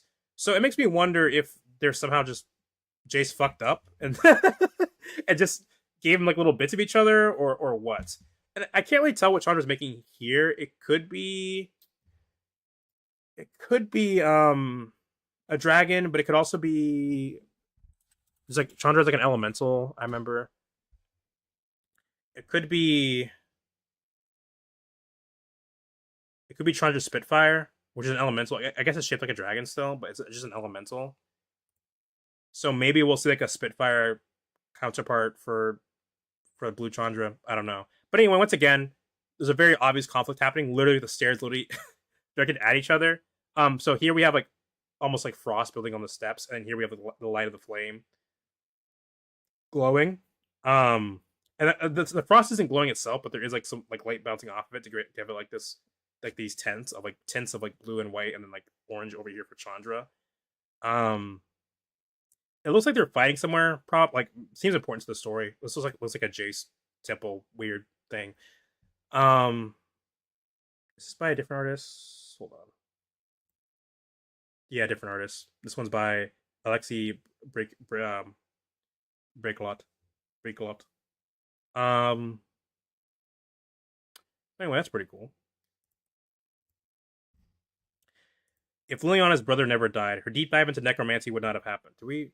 Okay, they actually. It's kind of weird explaining what the difference is between this Liliana, but not like any of the other guys. But whatever. You need like a little bit of bait, just like people will read the story, right? I'm dying over here. If Liliana's brother had never died, her deep dive into necromancy would not have happened. This leaves her as a healer, though healer through and through in the Echoverse, whether you want to be healed or not. Ominous. But basically, so Liliana's story, her downfall, is that her brother got sick, right? And she was looking for every way to cure him. And then so like there's like this demon, a very shady demon. He's like, "Yo, I think it was a demon. Or was it the demon or the Raven Man? I forget. Somebody I think it was a demon was like, "Yo, I can cook up a mean potion to save your brother from death." And Strider was like, and Leonard's like, "Fuck it, I'm out of options. I'll do whatever. I'll do that." Right? She gives brother the potion. He comes back as a fucked up zombie. She got fucking ripped the hell off. And I think the tragedy from that caused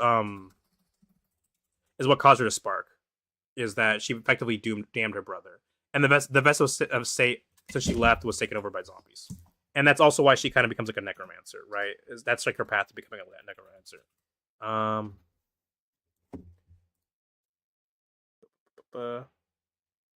so Liliana has since lost her spark because of the Omen Path mending shit, but do I will say Liliana is a very interesting character, but we can't get into that now.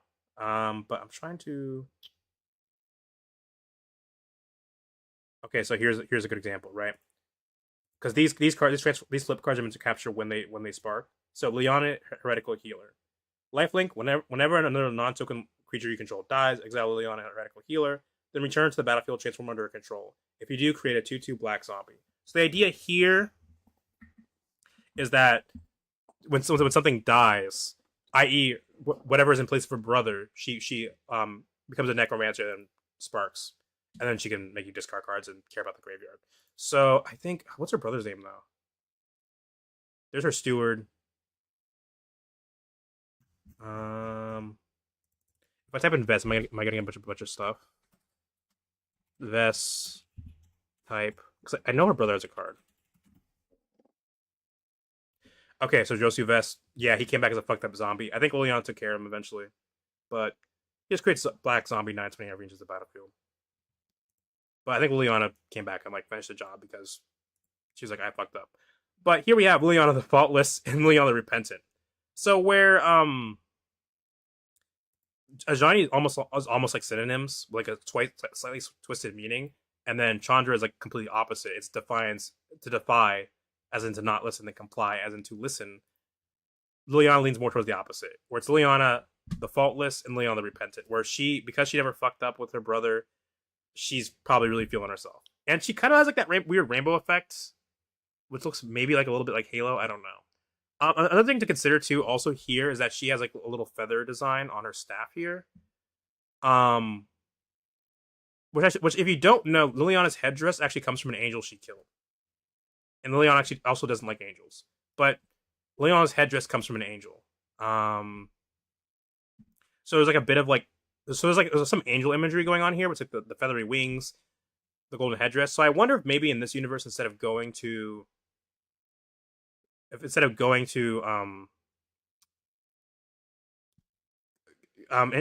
accidentally turning a necromancer, there's a lot of rats. Man, she's got a fuck ton of rats there. Instead of going to like, instead of like going to the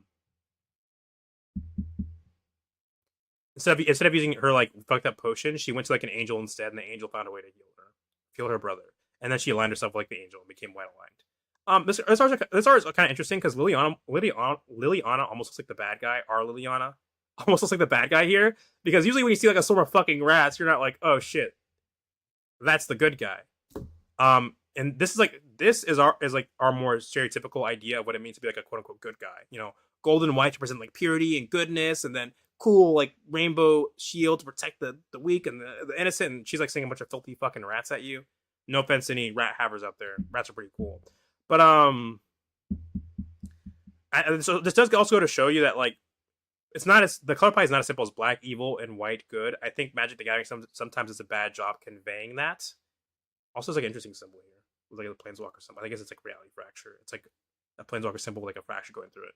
But the color palette is not as simple as white good, black evil. The colors just have different perspectives on what they're doing. Every color kind of thinks of the good guy in their own way.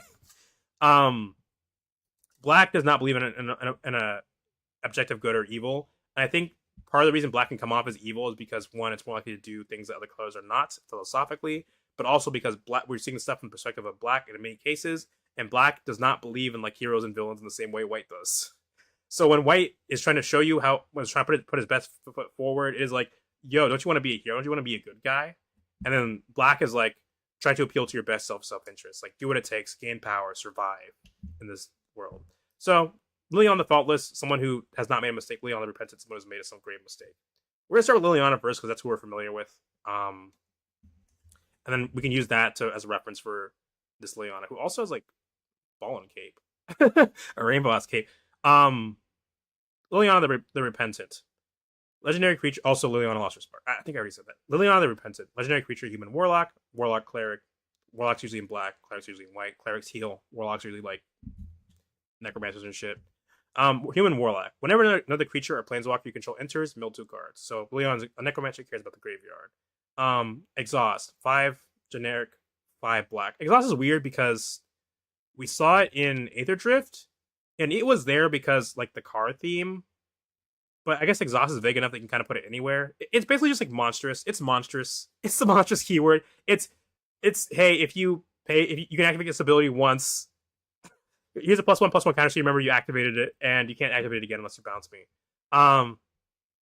Return target creature or planeswalker from your graveyard to the battlefield. Put a +1/+1 counter on Liliana. Activate only as a sorcery. My mistakes are mine to fix. Whenever another creature or planeswalker you control enters, you gain 1 life. So okay, so again, we're seeing that sort of like parallel where these cards are meant to be played. They mirror each other, despite the fact that they're literally fighting on the card.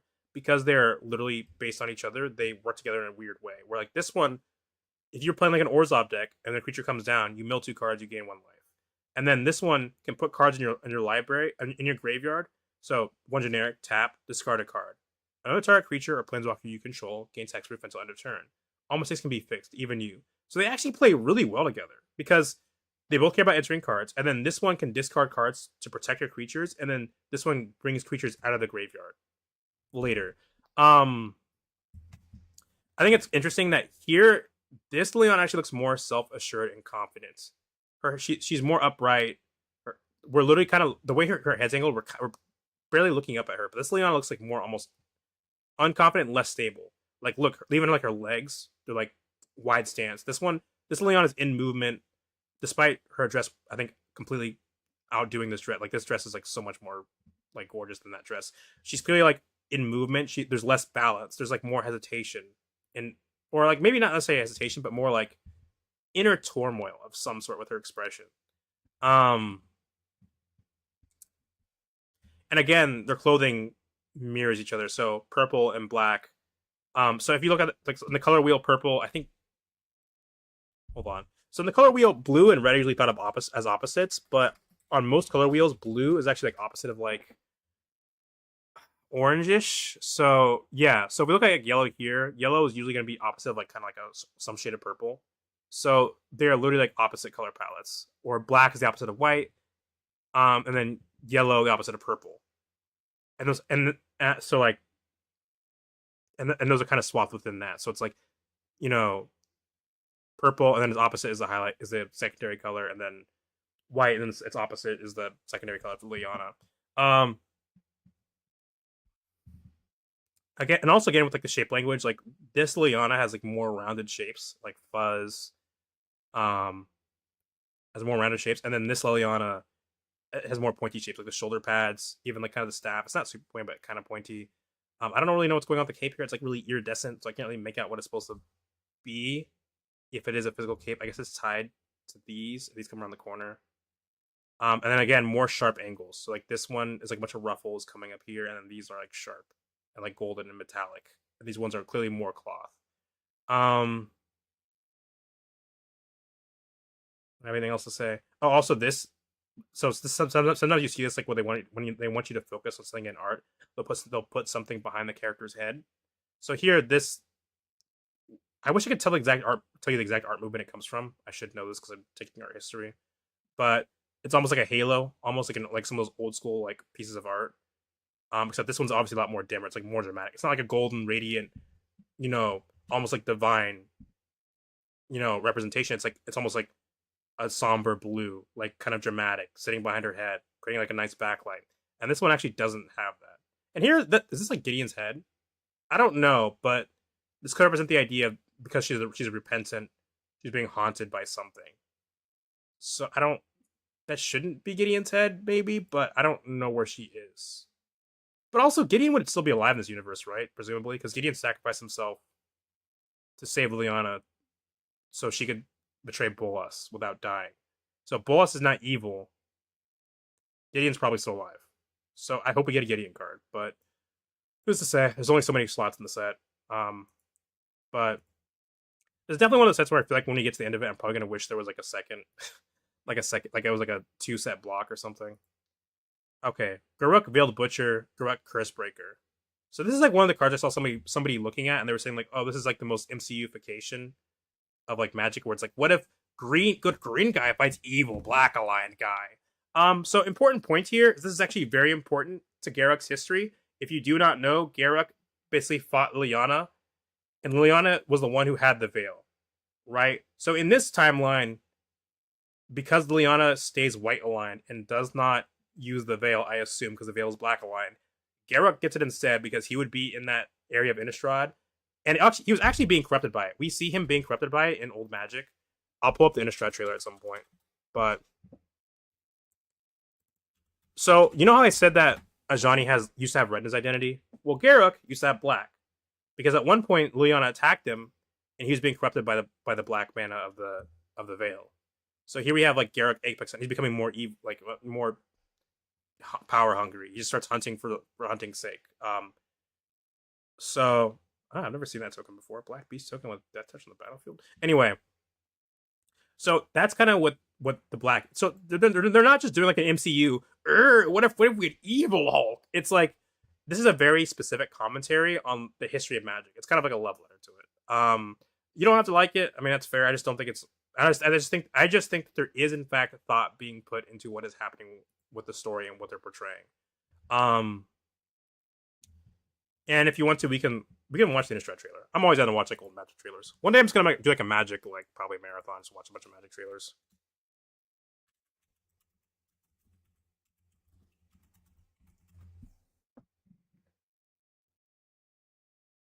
Here it is. It's one of the trailers that really sticks in my head despite how old it is. I have entered an accursed plane. Where even death I do miss some of like the style of some of this old like edited art trailers. They have been bringing that back for like the MTG Arena. They have like these special trailers that are only on Arena. Like they'll go to your mailbox and they're like these old styles, like these old Magic the Gathering trailers.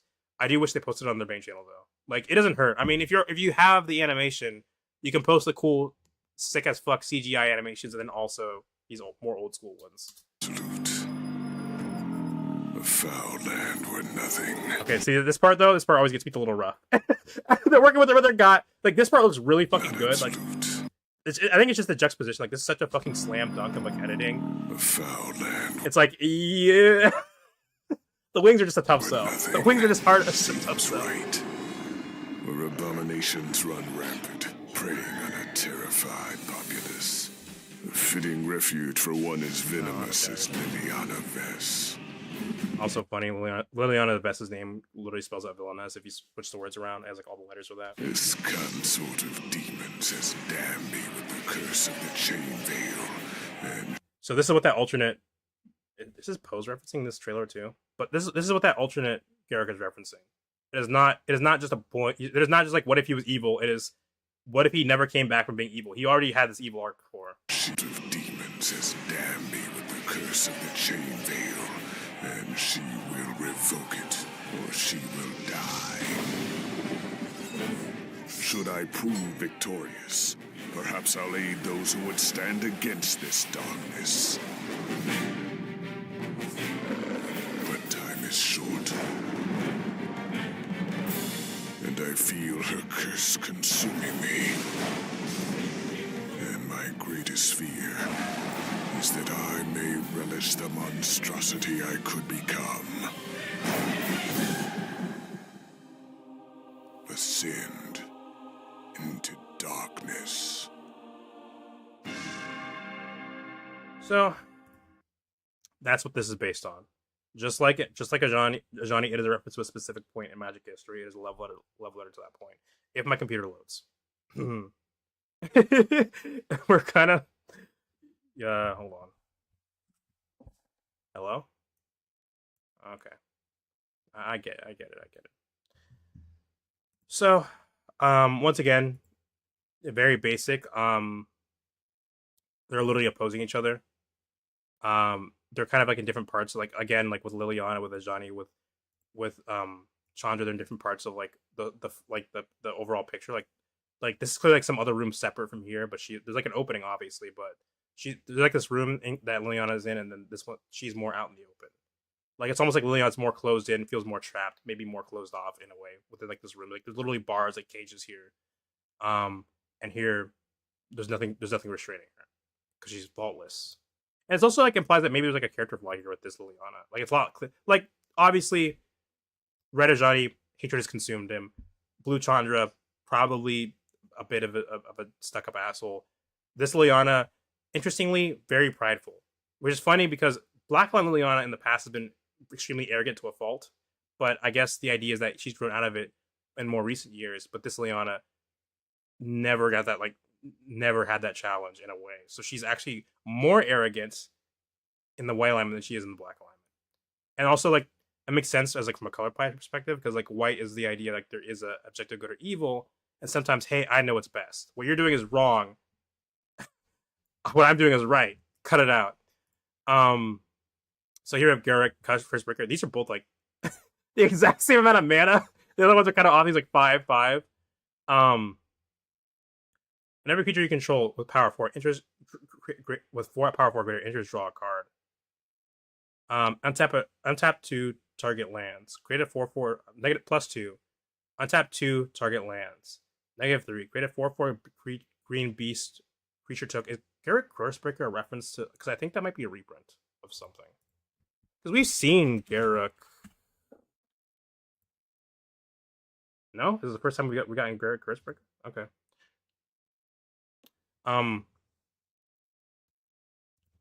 We'll look at the full art. If they post the full art in the thread, we'll look at it. But if they don't, I'm not gonna. We're like, it's almost gonna be like 1 a.m. for me.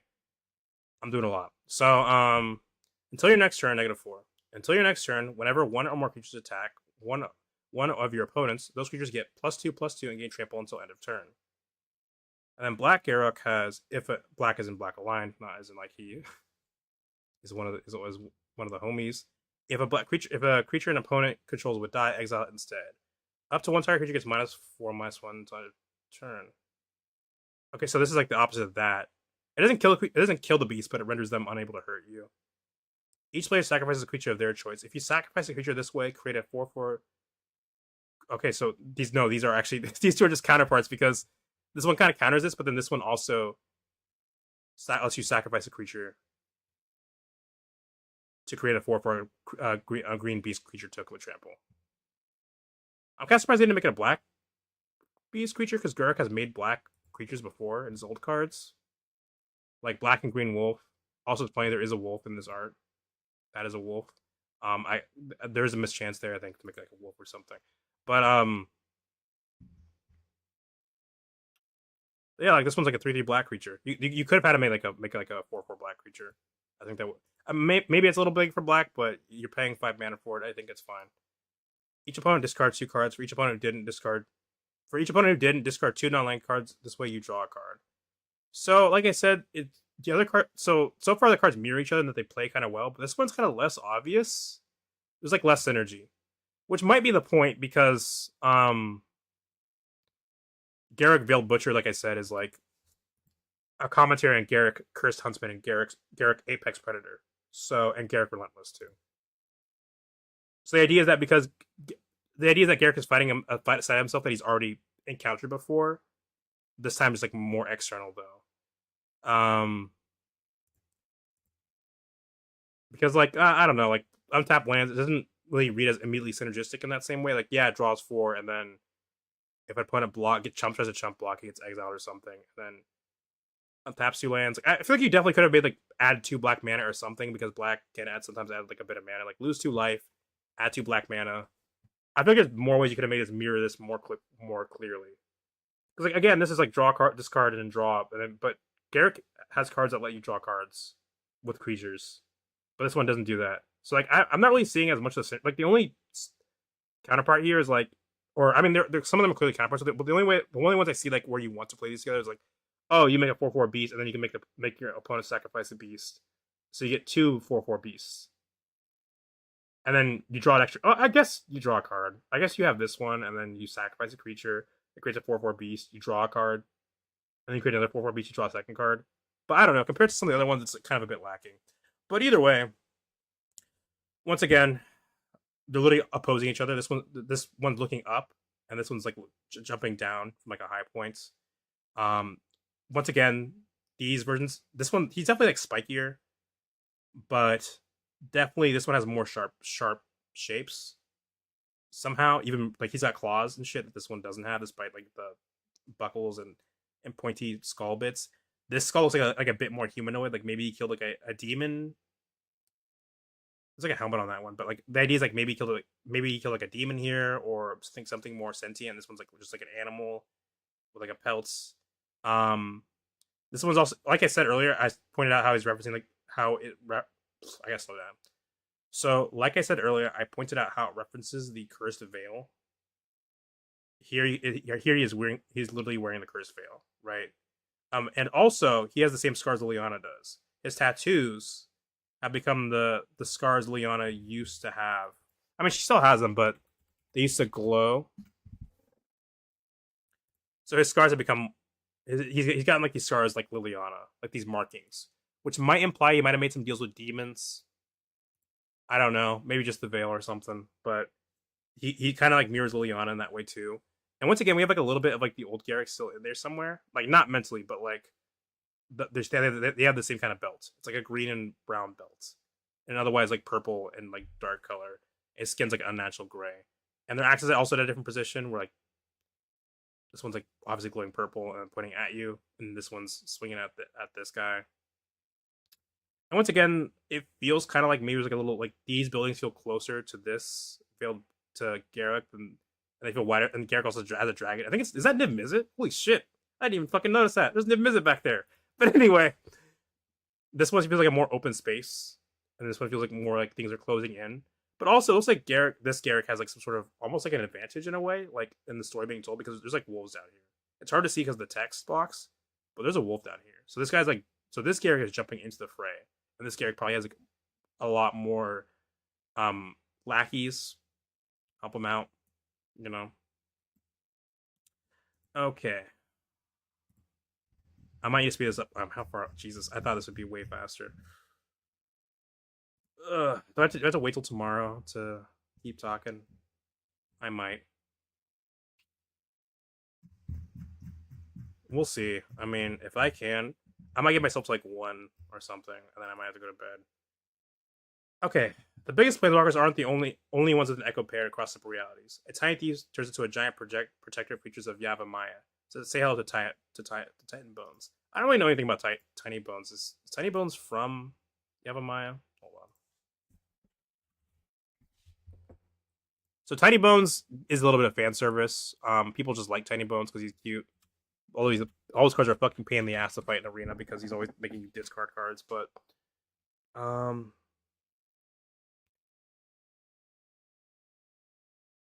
Urborg, is he from Dominaria? Oh, so I guess Yapamai is a place in Dominaria, so I guess they're both on average of Dominaria.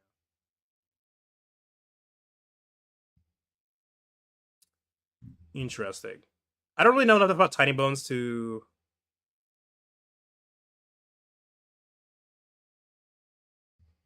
say exactly what it's referencing. If anything, it might just be like, hey, black's enemy color green, let's make it big. So Tiny Bones, Pocket Nuisance. Legendary creature, Skeleton Rogue. When Tiny Bone enters, each opponent discards cards. So Tiny Bones, most of his cards care about discarding cards. Yeah, joins up, makes you discard. Tiny Bones Pickpocket. When you have deal damage, you can steal a card from the graveyard. Bobble Burglar, discard a card. So at the beginning of each step, if opponent discarded a card, your turn, you draw a card. So Tiny Bones, the idea is that he's a thief. So he rewards you for stealing stuff from your opponent by making them discard cards or taking stuff from their library. Um, is that flesh? Tiny Bones is like a complete skeleton, right? Am I mad? I guess that is bones, just weird bones. I never really thought about it. Um, whenever a player discards one or more cards, Tiny Bone deals one damage to each opponent. No score is too small, no coin purse too big. Tiny Bones, Towering Heart.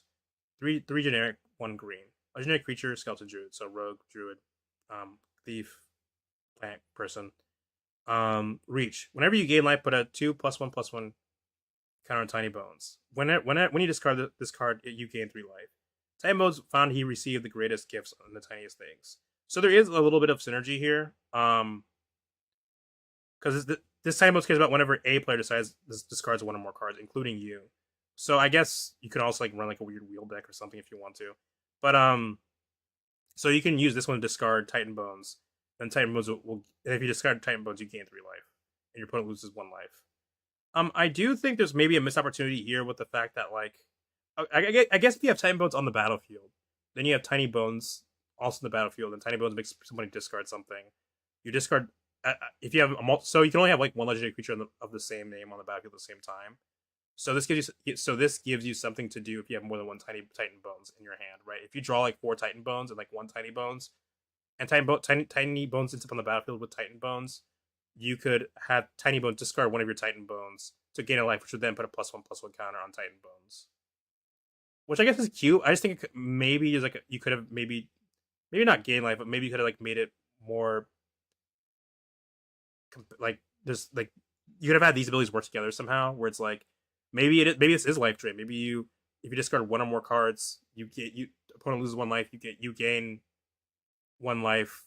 This activates Titan Bones Towering Heart. But maybe that's too powerful. This card is probably already going to be really fucking annoying for me to deal with. I just know it. So, but once again, there's still that same logic that applies to the Planeswalkers. Also, that symbol, the J symbol, so you know which one's the Echo version. So this one's like in a really cramped, claustrophobic place.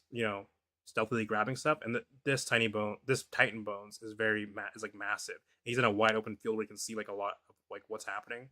There's also like this weird glow. I don't know if that means anything, but I'm once like I think their cloak might also both be green. It's kind of hard to tell. This is like kind of like a bluish green.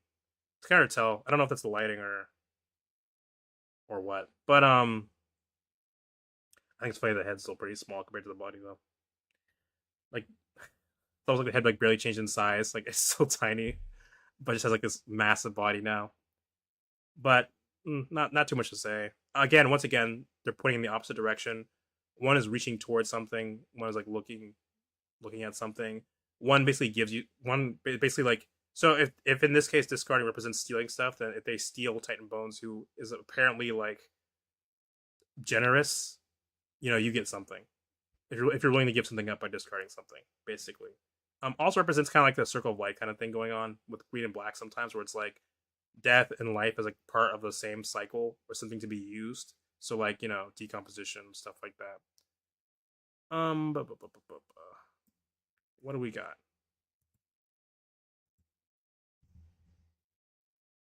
So Hexhaven. Oh, fuck, where do I begin? This might be like a wait till tomorrow kind of thing, but I'll try. So Hexhaven is the center of the nexus of Jace's Echoverse, powered by the finest cadets and their magic. So I guess that's what Red or Johnny's referencing is they have cadets instead of soldiers. And I guess cadets is this would that imply it's like a military instead of no, they're schools though. No? Sorry. I guess that would imply that the cadets that Jace is like more of like a police or army academy of some sort. It is a ruthless pressure cooker where the strong thrive and the weak are left behind. Nice. So we have our five schools. So in Strixhaven, there are five colleges. And how Strixhaven works is that in their plane, opposite colors actually track more than allied colors because of how the plane works. Like two planes used to be there used to be two separate planes, they merged, which created these snarls. And in most places within the multiverse, allied colors are tracked because like metaphorically the philosophies are more synergistic. But in Strixhaven, enemy colors are tracked. And where a color like Ravnica is kind of focusing a bit more on what the colors have in common, Strixhaven, the idea is that even though they're working together, they're emphasizing the philosophical conflicts. So, for example, um, I don't know why I'm blanking. So Prismari, right? Blue, red. They do have things in common, but in the case of Prismari, the idea is that how should we approach art? Should we use our head? So there's Blue's idea is like we should use our head. We should learn all the theory and like the techniques, and then Red's like art should be from like the heart, right? It should just be like a stream of consciousness, whatever you're feeling, not just whatever you're thinking. But Blue is like art should have like deep meaning and thought, and you should be very careful and considerate. Red's like whatever, just create, create, create. Um, for example, so this is important because this could mean that the so all the colleges basically represent like a sort of like academic disagreement on like what the meaning of like each major is. Like what is the point of art? Is the point of art to make you think or is it to make you feel? Right? If you look at I don't know why hold on. I gotta sorry. I just can't sit here thinking about like what each college's name is. We're just gonna look at a list. No, I need to. Okay, so we talked about Prismatic. So Lowerhold. Lowerhold is a college of history. It is red and white. So the red side is like, hey, we can also see this with like the deans, I think. The red side is like, hey, history is chaos, and it is defined by people acting irrationally based on their own needs and wants. And white is basically saying, no, history is actually a larger ecosystem of interconnected events that happen with like structure, and it is in fact you know uh like a bigger picture everything's working towards, and not just like a bunch of chaotic individual people just happening to behave a certain way or bouncing off each other. Now it's important to understand that like I think each color is correct in their own way. I think each color is partially right. I think the true answer is probably like a combination of both at the end of the day. But it is a very fun exercise, and like color pie, and like just thinking about like what does stuff mean to you. Um Sorry, I haven't at all checked if anyone's commented. I don't think anyone has. Yeah. Okay. Anyway, what was I saying? So, and we see this in the first Strixhaven, like the deans. The deans are each like opposite colors, and they like basically they're kind of disagree with each other for the most part. Like they might be friends or on good terms, but the idea is that like each of them have like different ideas of like what their philosophy represents. I'm not gonna get into the deans right now because one day I'll make a Strixhaven video. It'll be in there. But so then we have Silver Quill. The idea of Silver Quill is the college of like basically it's basically like language, English literature. And it's the idea is like, what is the point of language? Is language used to uplift and help and communicate with others, or is language used primarily for your own gain? Is language used to get people to do what you want them to do? Is it used to gain power, to climb the social ladder? Is it to expose the truth, or is it to tell lies? Stuff like that. Quandrix, the College of Math. So the idea is basically like blue is coming up with the idea that math is an artificial construct. We created math, as a way to understand the world around us. And green is arguing that math already exists. What math is it basically is just like we're kind of discovering what already exists in nature and putting a name to it. Like math is just a part of nature in its own way. Um, so it's idea did we come up with math, or is math something that we came up with, or is math just describing purely what already exists, and does math already exist in that way? And then the I don't know why I'm blanking, bro. I don't know. It's really late. Wither bloom. So the idea of like biology. What is more important, life or death? Things being like living things, or is like things dying to feed the ecosystem? And the answer is obviously both, because life feeds into death and vice versa. But that kind of deal. Um, so here we have Hexhaven. So the question is, does that theme carry through Hexhaven? Because Hexhaven is described as like a ruthless pressure cooker. So like, is that conflict between ally colors going to be played up, right? Where in other sets we see what ally colors have in common. Are we going to emphasize what they have separately? So white blue is Fate Hold, which is the counterparts of Lore Hold. Theorix would be the blue black, and then the counterpart to Quandrix. Stinger Quill, which is a hell of a name. Like you don't hear Stinger Quill and think you're gonna have a fucking good time. Let me tell you what. Stinger Quill, black red. Counterpart to Silver Quill. Constrari, counterpart to I don't know, I'm blanking. Counterpart to Prismari, and then Bigger Bloom is a counterpart to Wither Bloom. And as you can see, each color actually shares one color with their counterpart, so they're not complete opposites. So Fate Hold and Lore Hold both have white. Theorix and Quandrix both have blue. Stinger Quill, Silver Quill both have black. Constrari and Prismari both have red. Bigger Bloom and Wither Bloom both have green. So it's like a nice little rotation, and the idea that like they're mirroring each other. They're opposed, but they're also mirroring in an interesting way. So what are some of the things I think that maybe could represent the? I think I might have typed this somewhere else. Did I talk about this? Yeah. So I did wonder about this. So okay. So considering that one of the gimmicks of Strixhaven is the color players present have different play styles than usual. Okay. So what I mean by this is that, for example, is usually spell slingers, and that usually cares about casting a bunch of small spell, like small instant sorceries and stuff like that, to build up. But for Prismari, it's ramping. It cares about making a bunch of treasures so I can cast one big spell or creature, which is kind of unusual, but not like out of pie for blue red. And the same thing applies to the other colors, right? So black white is usually aristocrats, which is sacrifice creatures or drain your opponent and stuff. But in Strixhaven, it's like more like Boros. It's aggro. It's pretty much just small creatures and then send them forward. It's like aggressive tokens.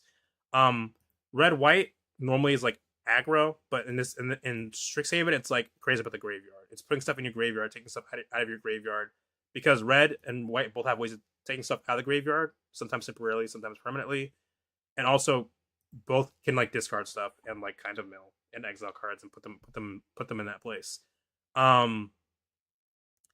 Blue and green is usually ramp, but on Strixhaven it is tokens go wide. It creates a bunch of fractals and then keeps making, instead of putting them all like on one fractal, it could have been like make one fractal, and if you control a fractal, put more +1/+1 counters on it. But how it works is that you're creating more and more fractals, each with their own +1/+1 counters. So like blue and green is no stranger to +1/+1 counters, but the way they use it on Strixhaven is different. Instead of putting it on one thing, you're trying to spread it out as much as possible. And then Witherbloom is aristocrats. It's you sacrifice stuff and then you get some sort of benefit. And usually black and green is, I guess, sacrifice, but like it's usually not like life. Usually doesn't care about gaining life. Like there are, like, don't get me wrong, there's individual cards before that have, for example, been a black card that cares about life, that like gains a +1/+1 counter whenever you gain life. And then there's been a green card that does the same thing. But it's like the first time that we've had like a faction entirely dedicated, like a black green faction like this, dedicated to like exploring that idea. So that's what I mean. I mean, so like for example, white blue is usually like a slow control deck. Will it be more aggro? Will Theorix care about going wide with a bunch of tokens? I don't know. So that's kind of what I'm talking about here with that Blue Sky Boast. Okay. So considering that one of the gimmicks of Strixhaven is the color pairs present, have different playstyles than usual, but still within the color pie, ramp for UR, token aggro for WB, life gain for GB, what do we think the playstyle of Hexhaven factions will be? BR has gotten Spellslinger in the past, so maybe it could go there, or maybe the ally colors will just all mirror the playstyles of the enemy colors. but that doesn't feel as fun if it literally just mirrors the parallel counterpart. And part of what I mean here is that like red green already ramps a fucking ton. Like that's normal red green gameplay.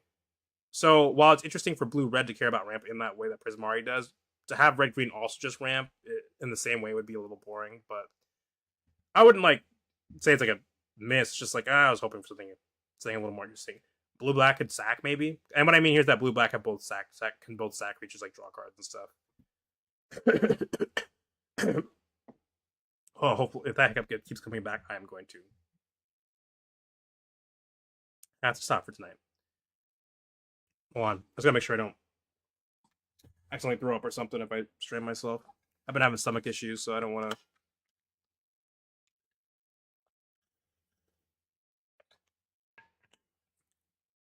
Green white tends to lean a bit more towards going wide with tokens or life gain, but this set could focus on making creatures very big more so, like it's done with some cards in the past. So what I mean here is instead of green white going wide like with Selesnya, you could just have like it could be more about putting +1/+1 counters all on one creature.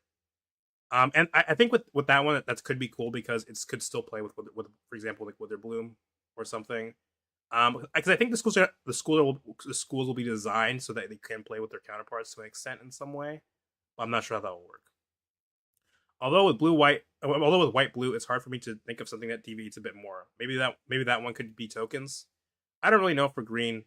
For green red, that could easily also be something like tokens. I guess blue black could be aggro. Black does have things like haste and life drain, and blue doesn't usually play fast to say red, but it can supplement with small early drop creatures and grant evasion. Fuck. I think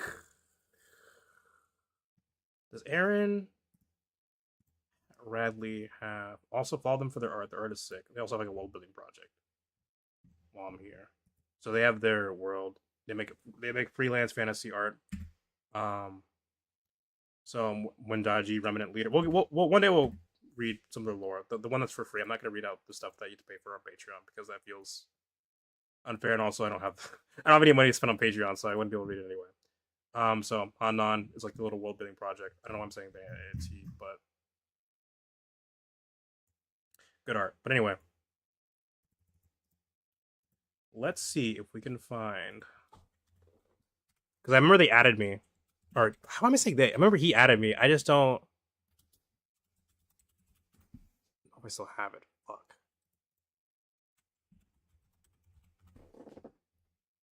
Okay, here we go. So back in the old place, I created my own flip of Strixhaven after noting that it probably wouldn't happen because the Strix schools were a completion of a cycle, not the beginning of one. The Elder Dragons from Khans were part one. Yeah, so yeah, the Strix at the Strixhaven. So I don't think this was always planned. I don't think Hexhaven was meant to be like the complete cycle. So what I imagine the guy having cycle represents is like it represents basically like obviously like kind of like a through line. I get there's two kinds of cycles. There's vertical and horizontal. Vertical is through rarity. So like it'll be like, oh, this card gives you one life in common. This card gives you two life in uncommon. Like it might have like the same art, or like it might have like the character like getting stronger in each of the pieces of art. Horizontal is like color. So sometimes each color will get like their own counterpart for like a spell or of some sort. Like, oh, this is the blue version of that spell. This is the red, all like in the same set within a certain number of sets.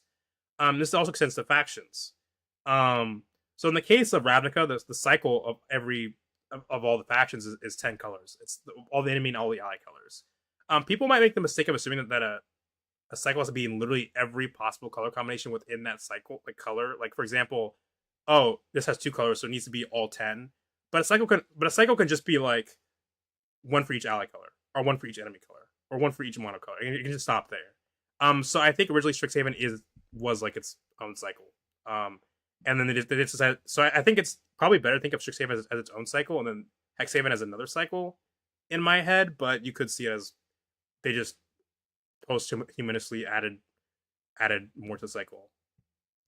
I was actually planning on revamping them with logos for fun, but time got away from me.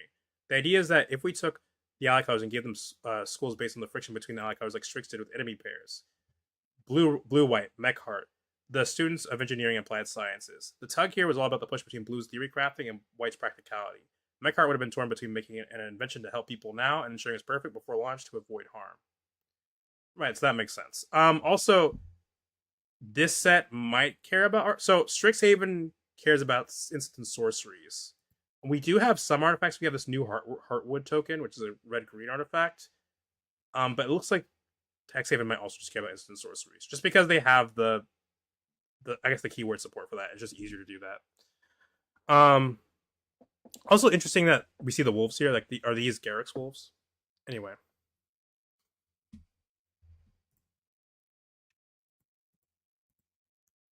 UB Queris, the College of Journalism, Media Studies, and Information Sciences. This was all about the tug between openness and secrecy.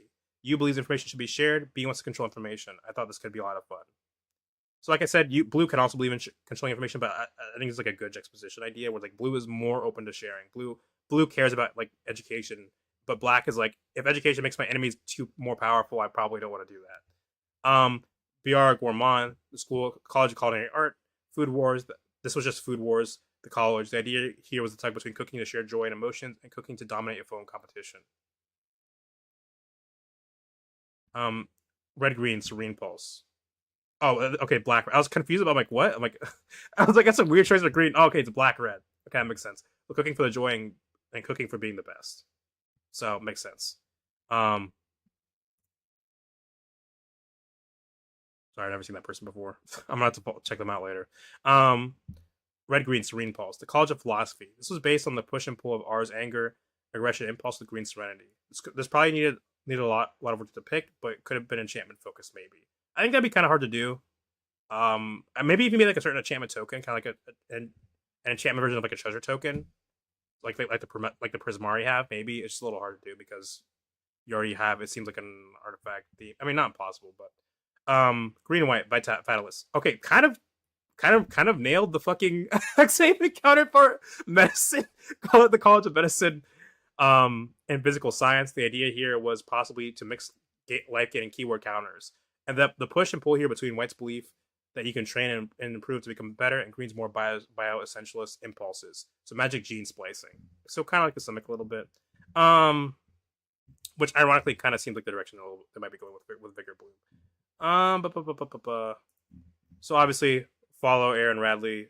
They're good artists. If we make them popular enough, maybe we can get them on the next Magic thing. Maybe we can get them last minute into the Zhalfir set.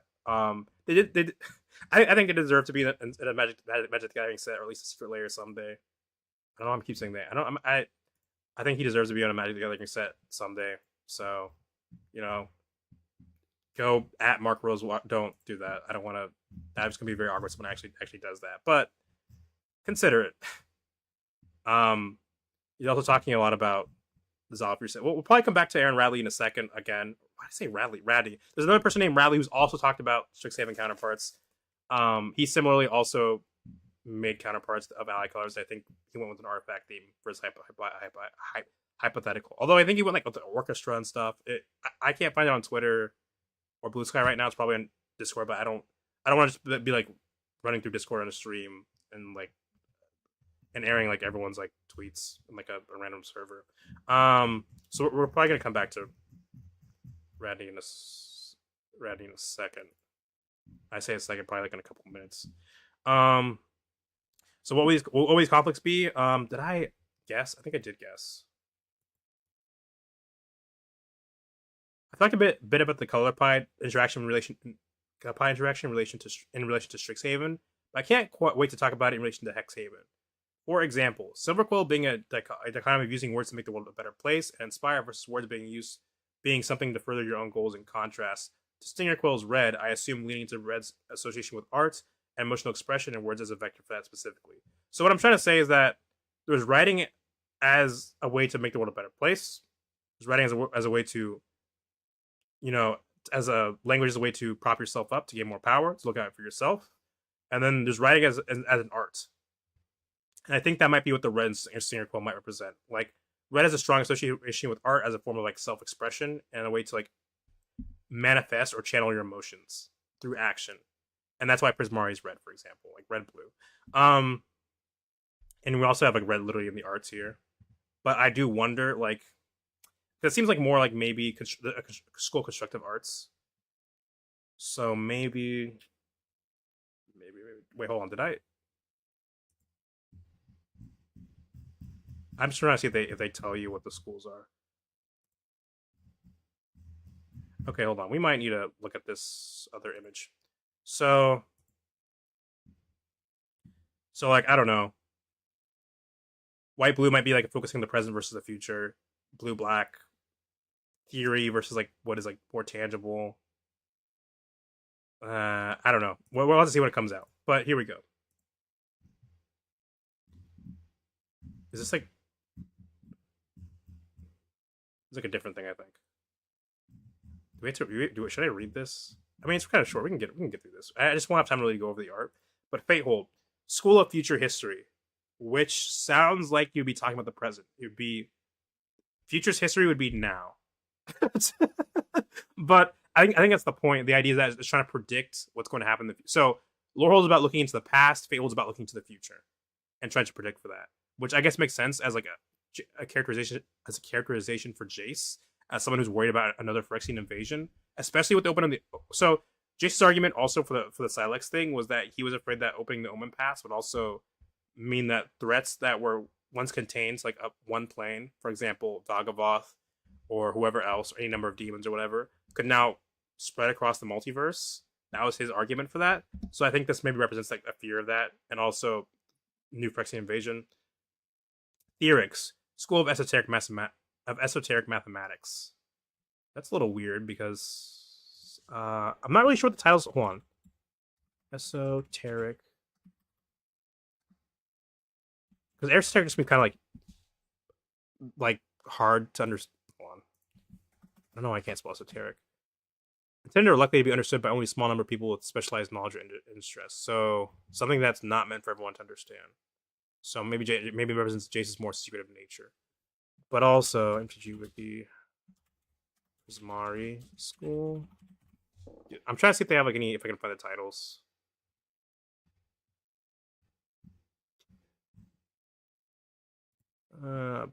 Planeswalkers Guide to Strixhaven. Go away, fandom. Google.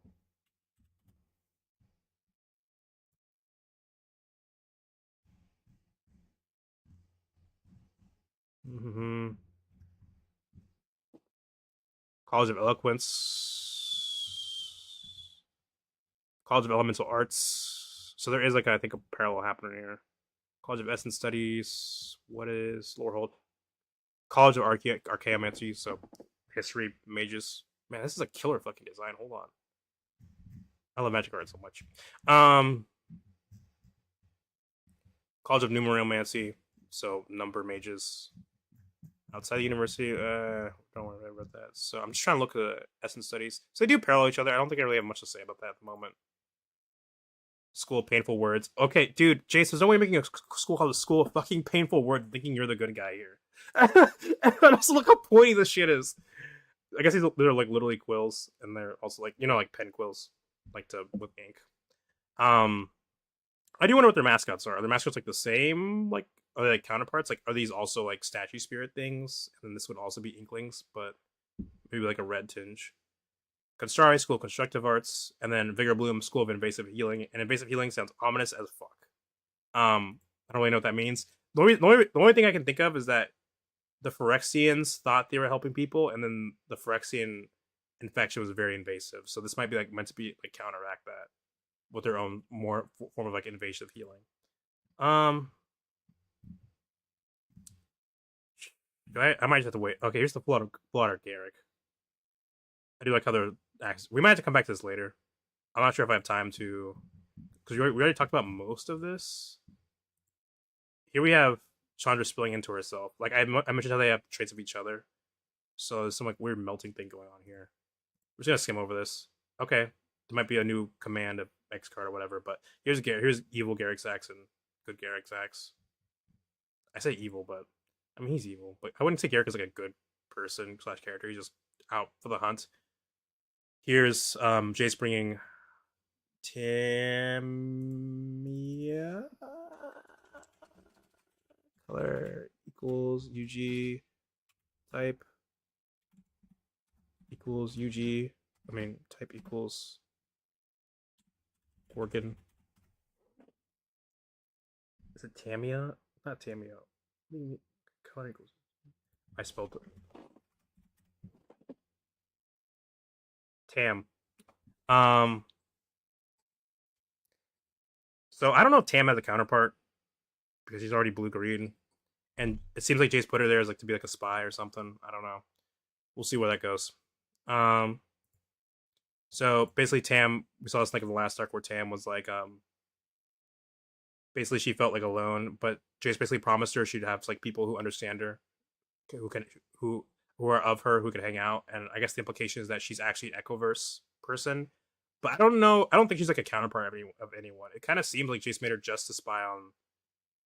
And she's still blue green. Like it's still like blue and green here, so she's probably still blue green. It's just I'm just curious. It seems like she wouldn't have a counterpart. Also, she's a Gorgon, but her hair is not snakes.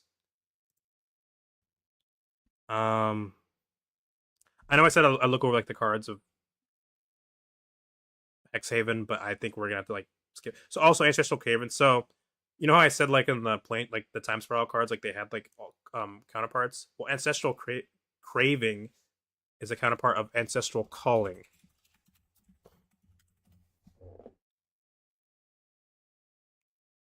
If I can spell anything right, is it Ancestral Recall? Maybe I'm mad.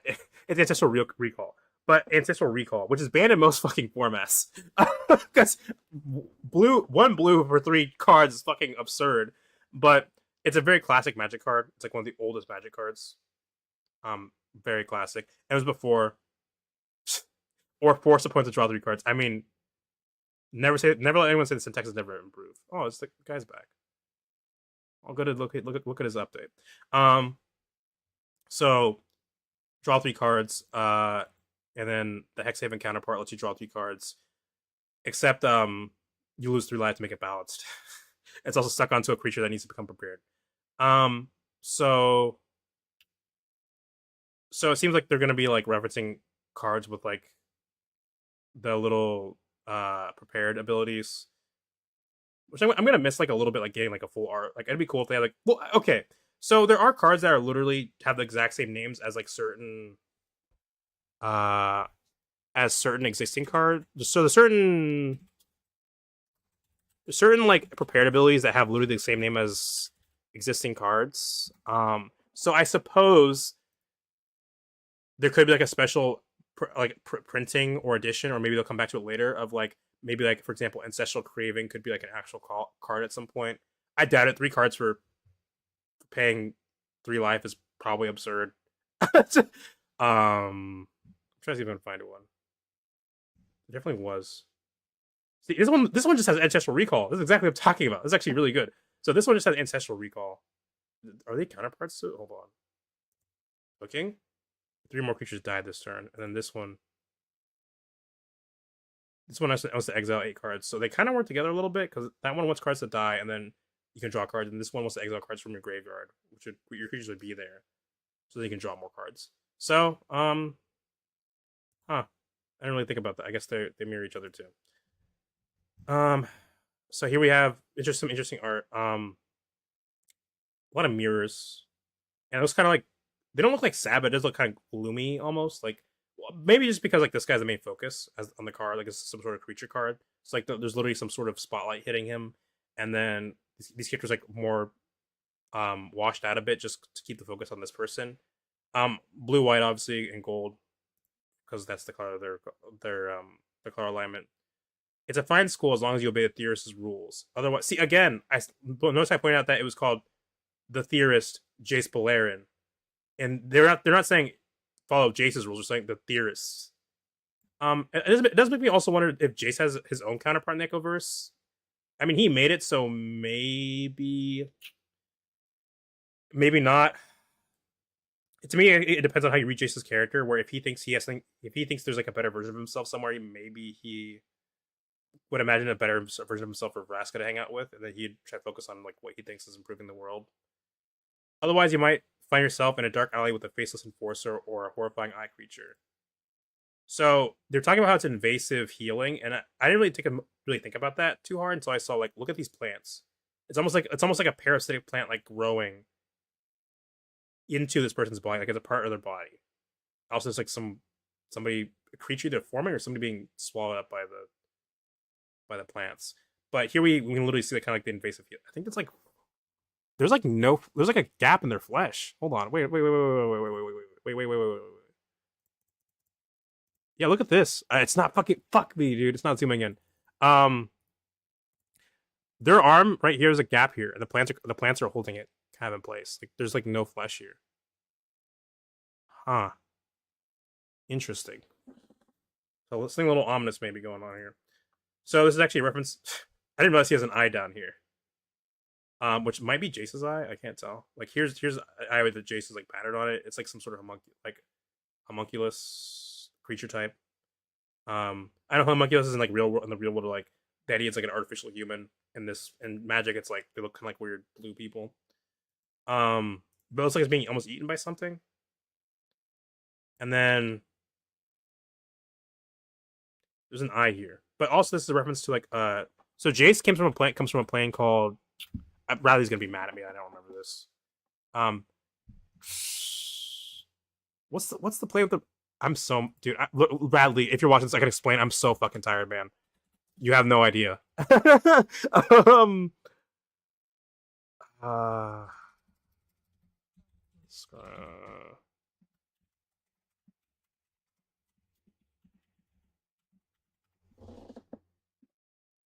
Vryn. Oh my god, dude. Vryn. So Jason's from Vryn, which has like these giant mage rings, and it's a very shitty society because like there's like a class system and people have to like maintain these rings. I think that sends magic through them. I'll get into it some other time. But basically, the bully you see here, the face is based on Jason's like this bully from Jason's childhood. Don't be rude, Balerion. We just want to. Don't be rude, Balerion. We just want to enjoy the view with you. So interesting. Although, what color is its eyes? Is this supposed to be like this guy specifically? His eye? I can't see his eye color from here. Or is it like? Is that supposed to be like Jace's eye in like the little button here? It's also kind of interesting that it doesn't have a face. I don't know if that's intentional on Jace's part, but it could also represent maybe Jace's like memories are a bit fuzzy because like he's got his memory like erased and regained like several times. So I wouldn't be surprised if like maybe it's. I mean, but he saw his mom with Vraska, and his mom gave him his blessing. So I don't know. We have one final card to show up from MTG Fracture. In the Echoverse, it's not just planeswalkers who get a different spin. Say hello to Synccaster Mage, showcasing the Shattered Mirror Booster Fun treatment alongside its Collector Booster exclusive foil facet version. Oh my god, that is so many fucking words. Okay. So once again, plane shifted. So this is a counterpart of Snapcaster Mage.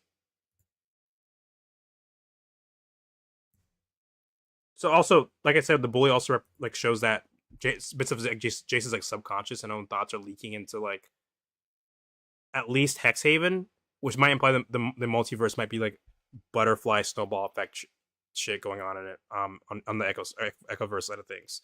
What am I thinking? Yeah, Snapcaster Mage. So Snapcaster Mage, classic card. I think it was made because somebody won a tournament. They got to design a card. Like I think they have like a rule, like they have like a Magic the Gathering tournament sometimes, and if you win, you get to design your own card. And you can usually tell which ones because they make the faces like very clear. It's very obviously like a portrait of someone, so you can tell who they are. So here you can see the kind of like the Snapcaster Mage behind it. And the idea here is like once again exploring that overlap between colors. So Snapcaster Mage has Flash. This color has red doesn't red. I mean, red does have Flash. Red sometimes has Flash. I think they could have literally just given this card Flash. It would have been in pie, but they gave it haste instead. And when this feature enters, target instant or sorcery in your graveyard gains flashback until end of turn. The flashback cost is equal to its mana cost. And then Snapcaster Mage has the exact same thing happening, except it has Flash. So the idea that red and blue both care about instants and sorceries and can like cast them from cast them in the graveyard.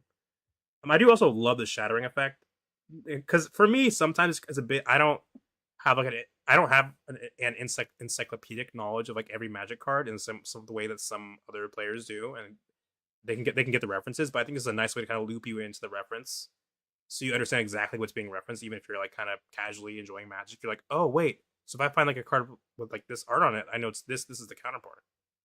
I'm also like a bit of lightning here. So interesting. Like silver quill usually uses like ink and light. Here we have like lightning. I think maybe ink at the end of the quip. It's gonna be hard to tell.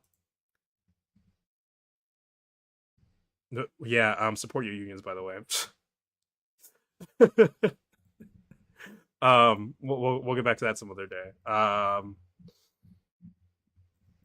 So yeah, I'm not gonna harp too much on that because we already talked about that. Okay, that's like the reality factors. We're gonna skip over most. Okay, so we have some cool stuff here. The School of Future History, Fate Hold. Why bother studying the past when you can just predict the future? I mean, because the future's whatever. This school is focused on scrying and surveilling. I see it on Prudent Fate Seer. Okay, so I was just talking about like what the mechanics are. I completely forgot to kind of show you some of the cards. So let's talk about this. Prepared spells also make a return of energy fracture on a couple of cards for each school. On a couple. So are they not super? I don't know. They make it sound like a couple makes it sound like it's not a lot of cards. So I don't know if Strixhaven naturally has dwarves, but it's accepting people from other planes, so I don't know. I do like in this art how terrified these people look.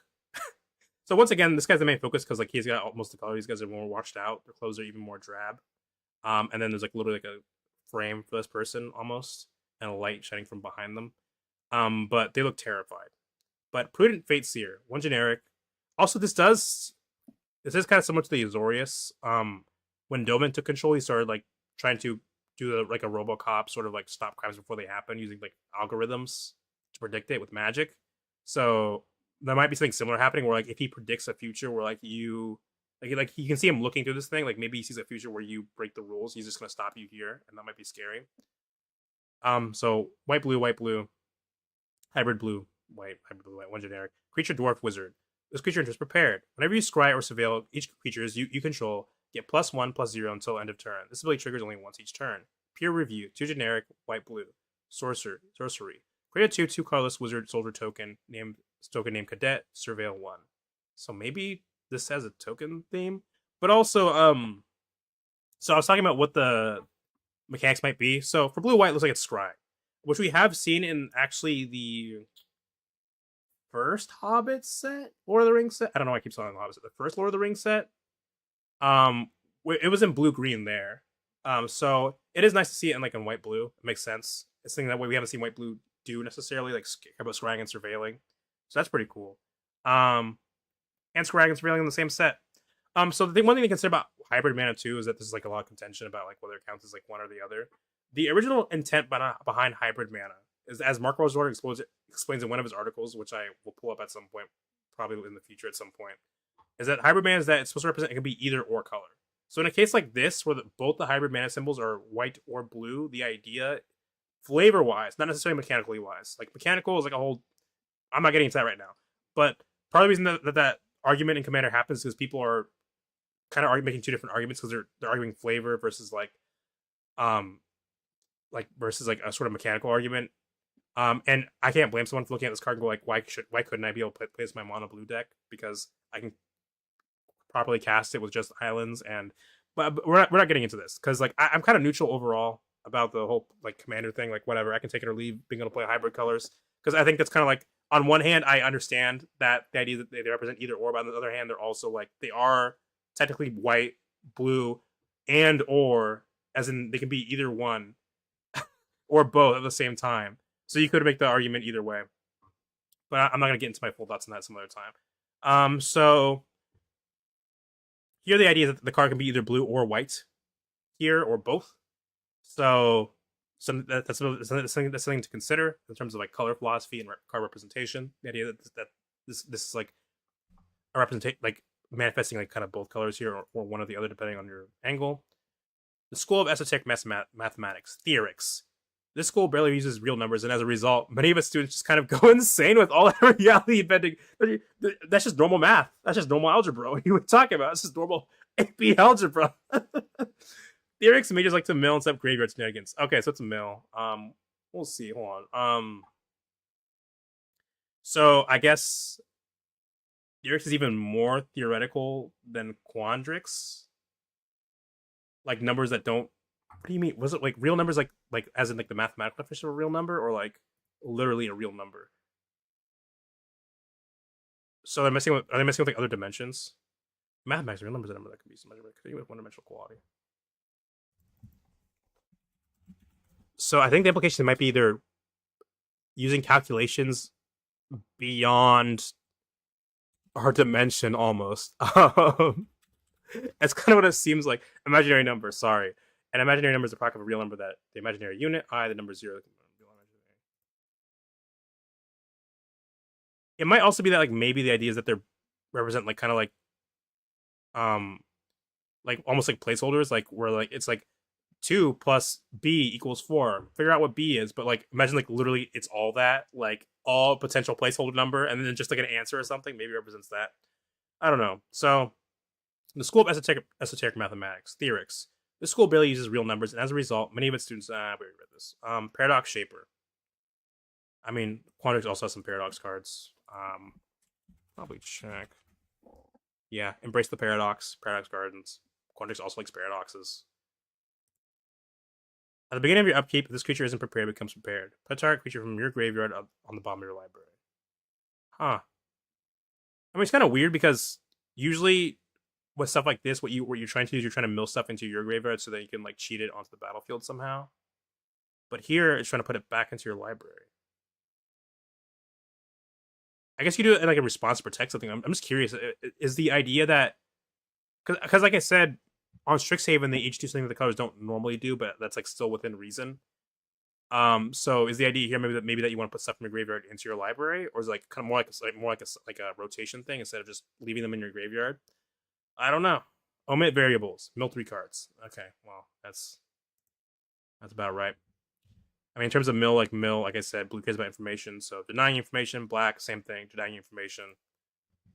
When you do whatever, and then scrying, white and blue are all about patience, thinking before you act, stuff like that. School of Painful Words, Stinger Quill. You won't find the elegance or restraint of Silver Quill here. The vicious verses they speak cut directly to the heart with no mercy. Interesting. I'm trying to see how much farther we gotta go, because I don't think we're fucking. We have a lot of shit, bro. I mean, I feel like once we get past Strixhaven, it's just mostly just like teasers. We don't have a whole lot. That's what I'm thinking. Here's like 1 a.m. Okay. School of Painful Words, Stinger Quill. You won't find the elegance or restraint of Silver Quill here. The vicious verses they speak directly to the heart with no mercy. So again, maybe like emphasis more on emotion there. And like languages and art. There's like the eye signet around the chest, like Jace is watching. Also love their outfits. Singer Quill Voxmancer. Is Vox like okay? I know like Vox. I've heard the word Vox before in like fantasy context. I'm just wondering if like because a Vox is like a thing. It's like a device now. Vocals, voice. Okay. Hybrid black red creature goblin sorcerer. At the beginning of upkeep, this creature isn't prepared, becomes prepared. Vicious Verse. Vicious Verse deals 1 damage to target opponent. So Silver Quill kind of rewards you for targeting your own stuff. In Secrets of Strixhaven. So I'm wondering if this will reward you for like there's like a mechanic called like committing a crime. It's when you target your opponent's stuff or the opponent. So I'm wondering if that may be swapped. So it's like targeting your opponent. His art's sick. Look at this guy's rock. The School of Constructive Arts, Construari, like construction. Okay, I just got that. Who needs art when you can have buildings and puppets? Woodwork Prodigy ramps you to bigger and better creations via its prepared spell. So they're architects, but also I would consider architecture a form of art, but that's besides the point. They're architects, and also I guess they have puppets. They have giant puppets for some reason. Woodwork Prodigy. So I guess their buildings are also puppets. 2 generic, red green hybrid. Creature Cat Druid. At the beginning of your upkeep, if this creature isn't prepared, it becomes prepared. Soul Tether. 2 generic, one red, 1 green. So you can just do this like each turn. You just create a Heartwood, which feels like I guess it's 3 mana. You gotta pay 3 mana again. Create a Heartwood token. It's a red and green artifact with add red or green. So it's kind of like a treasure, but treasures only add like 1. I mean, treasures can add any mana color, and you can only use it once because you gotta sack it. So this one, it also stays in the battlefield. So treasure is like a burst of like ramp where it's like you make a bunch of treasures, you spend it all the treasures are gone. you get something. Here it's like you're slowly building up to it, where it's like it seems kind of slower, but the Heartwood's tokens do not sacrifice themselves whenever you tap them. So you can just keep building up more and more and like casting bigger red and green spells. And it's interesting that the treasure that it might represent like more harmony almost like within the Strixhaven schools, where like if you have a card that makes a treasure, you can spend it on like to cast any other spell of any color, which lets you splash more colors. But here, it only makes red or green colors. So if you're not using it in a school that's red or green, is you're gonna have a harder time using this to do anything. Also, also like the way this person's posed, it's almost like they're the puppet in a way. Like the way they're posed, like strung up almost. Like clearly they're the ones moving it, obviously, but like kind of interesting like juxtaposition. Also, it's like a really blurry thing back there. Like back, this looks like kind of Quandrixy almost. I guess the idea is that they're building mazes and stuff, perhaps. Um, the School of Invasive Healing, Vigor Blue. These healers don't ever let you die. Oh my god. You'll wish you were dead. They fix wounds while making you stronger, strong enough that you might not even recognize yourself. Okay, so earlier I was talking about how we saw the cats. Oops.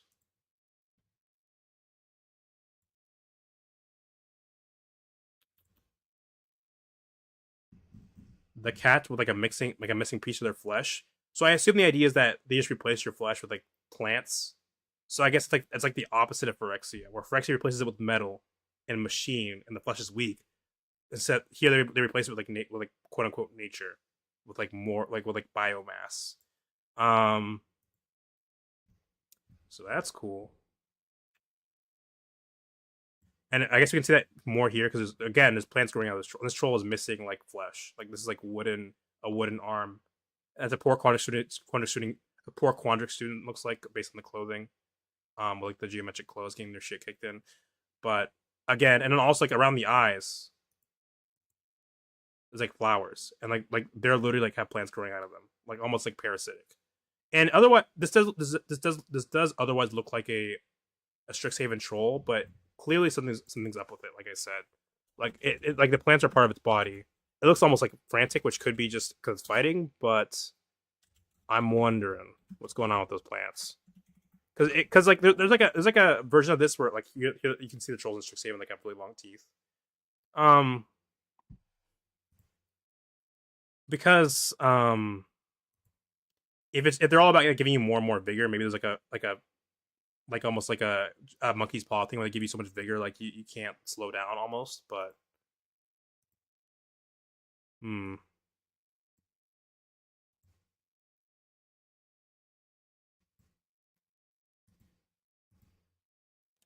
this creature enters prepared. Each creature you control with a +1/+1 counter on it has vigilance. +1 counter on target creature, you gain 1 life. So it kind of seems like maybe my guess earlier, Seeds Tour, might be right, where it's about maybe going bigger. Like white tends to have small creatures, but it can't put a lot of +1/+1 counters and stuff either way. And green just tends to have big creatures and also +1/+1 counters. So I could maybe see it where it's like it's about going big instead of wide, and then you can give that stuff like lifelink and shit. With white, which would gain you a ton of life. Jason's Echo Verse is like a flickering and insubstantial film blanketing the multiverse. It affects everything. So I do wonder about that because like I think the edges of eternity are on the very edge of the multiverse. Like they're like the Rhine. If you think of the multiverse as like an orange, the Echoes I guess would be like the Rhine maybe, and then like the planes and stuff inside would be like the multiverse, which that would be like the orange juice. Then the Blind Eternities would be like the peel maybe. So how is that affecting the Blind Eternities?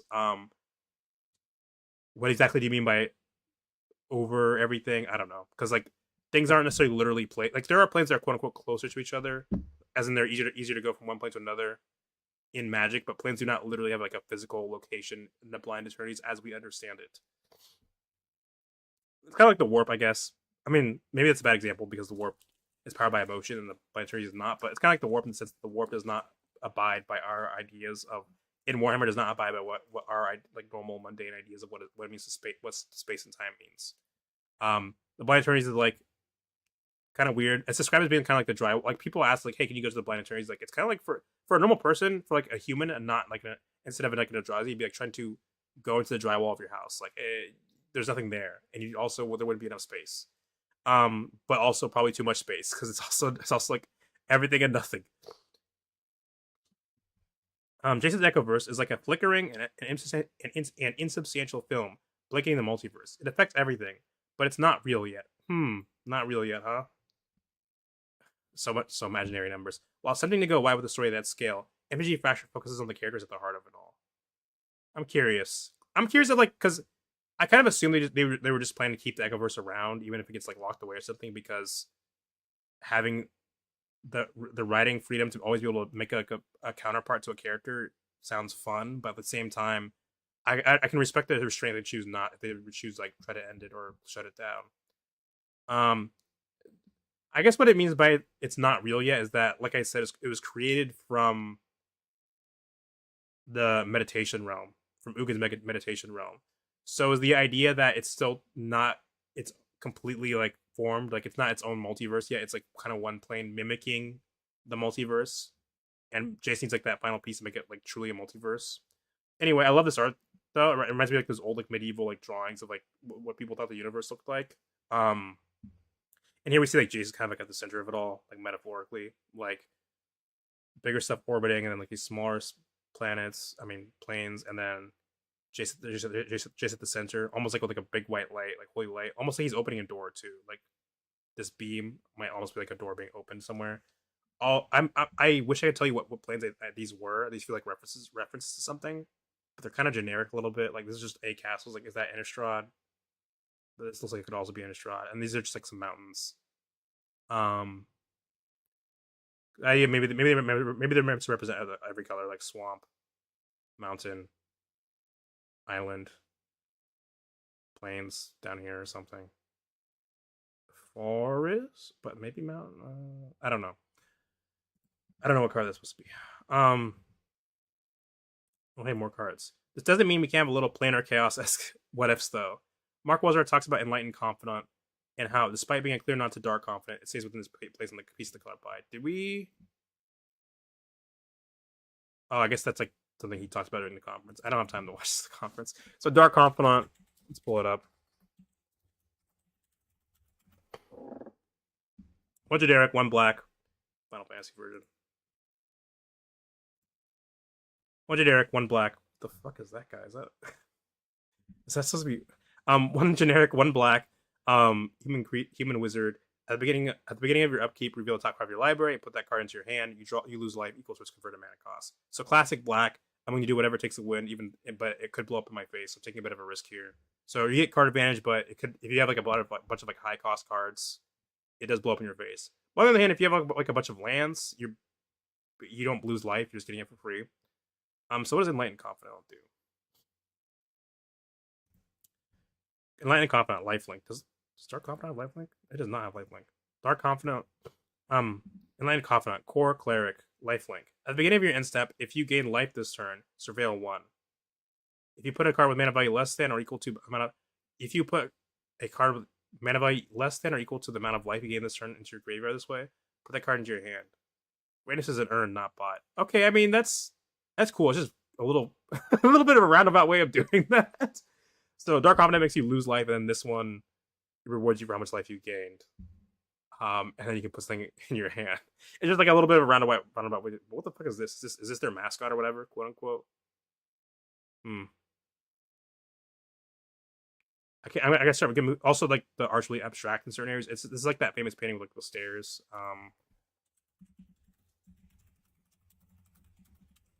Famous crazy stairs painting.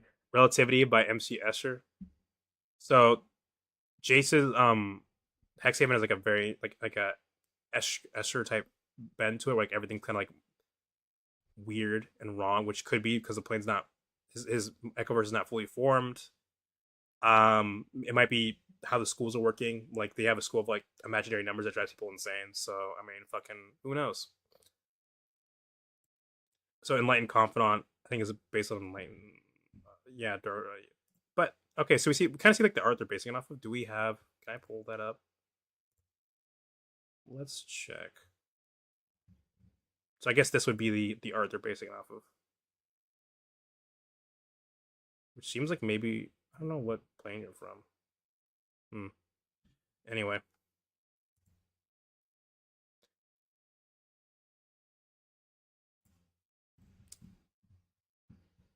So I guess the reason it has lifelink too is to activate its ability. So you can swing with it and then gain 2 life and get a good card. So Creative Colossus is based on Creative Behemoth. I'd be very surprised if you've been playing Magic for like any amount of time and don't know what a fucking Creative Behemoth is. Is like archetypical green.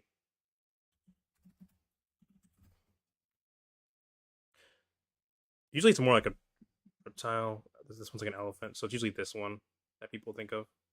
The one from Innistrad. Creative Behemoth. Haste. Whenever this creature enters, creatures you control gain trample and get plus X on the turn where X the number of creatures you control.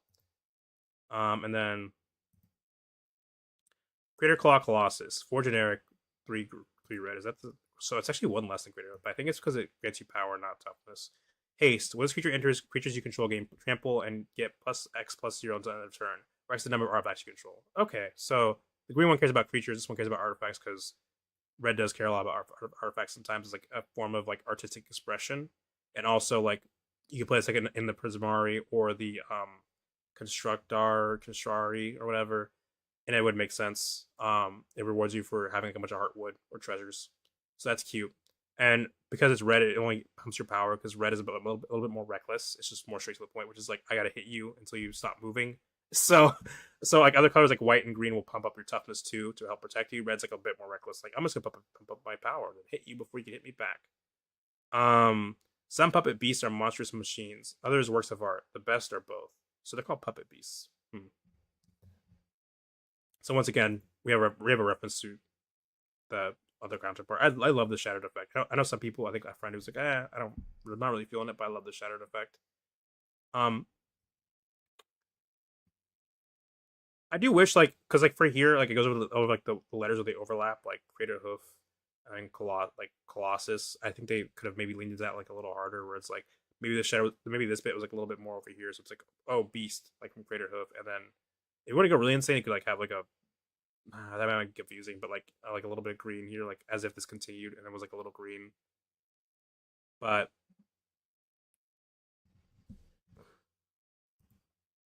new with the MTG Fracture Secret Layer bundles. So I don't really care about the buying stuff. I mean, this looks sick if you want it. That's cute. I got a little dice. Enlightened Confidant. I don't really. This does not look like a creature though. Like if you saw this art, like it's like you think it's a spell. What am I looking at? It's like no, this is not a spell about you being eaten. This is just a guy. I think that's cute. Great hoof Colossus, and then cute the Theorist Chase Balerin. So Magicon. Let's step away from MTG Fracture and start a look forward at what Magic looks like in 2027. That includes the 3 Magic Multiverses sets of the year. Next year's 4 Magic Cons and the next iteration of Mystery Booster. Mystery Booster Commander Edition comes to Magic Con Festival in a box later this year. This is a Commander Draft set featuring 20 card packs, tons of legendary reprints, and 59 new cards designed for Commander play. So I think it's dropped already. I think we do because I know because we got a legendary Nephilim. Everyone was talking about that.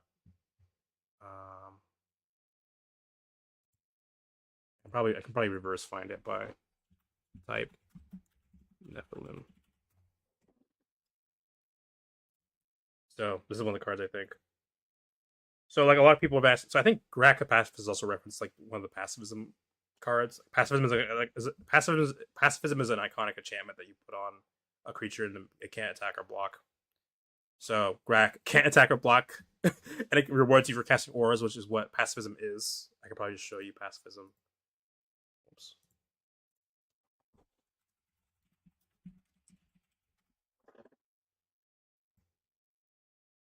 So I believe this is what this might be Grak actually, but yeah, Grak felt a little for the first time in his life. Grak felt a little fuzzy, warm and fuzzy inside. Also, this might be the first time we got in a mono white orc. Anyway, Luma light. So these are like probably a lot. I know Nevia created a chroma. Yeah. So some of these are some deep cuts in terms of lore. Chronicle of Valor. Warzone Protector. Where are you from?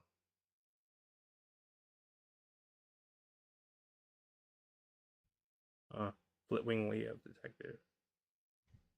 Sorry, I get distracted by magic. Oh, these are actually like these are like from like this is like old like this is like a really deep cut. These are actual characters from like really old magic, like Urza. Or like Urza. Those are canon. Oh, what the hell? They did them dirty with those fucking designs, man. They were actually bugs at some point. Jab is mistress of mockery. Hmm. One day I might go through this set too, but I don't know what the fuck you're playing you're from, but I'm scared. So there's Mercadia, Arzakon, Elda, Faraz, Stifa Grant. Oh, there's your Homorad commander. It's not a really good Homorad commander, but it's a start. It's something. If you want a Homorad that is a command, okay. If you want a commander that is a Homorad, this is as good as it gets, I think.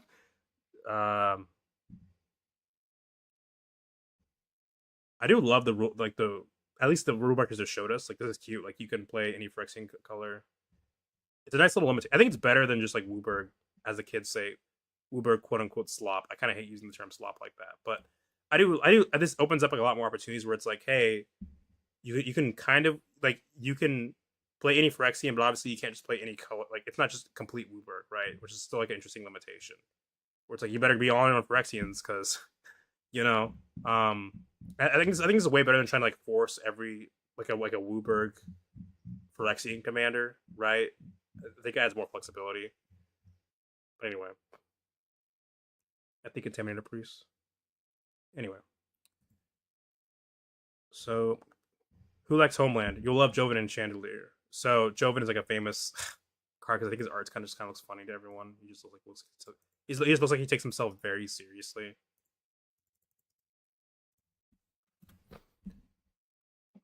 Yeah, so this 3 mana to destroy an arm attack for 5 mana. Dude, old magic is so funny.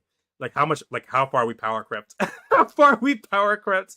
5 mana to tap to get a creature with no haste to then tap it for 3 mana. So if you wanted to three red pips to destroy one non-creature artifact. Not even any artifact, it has to be non-creature.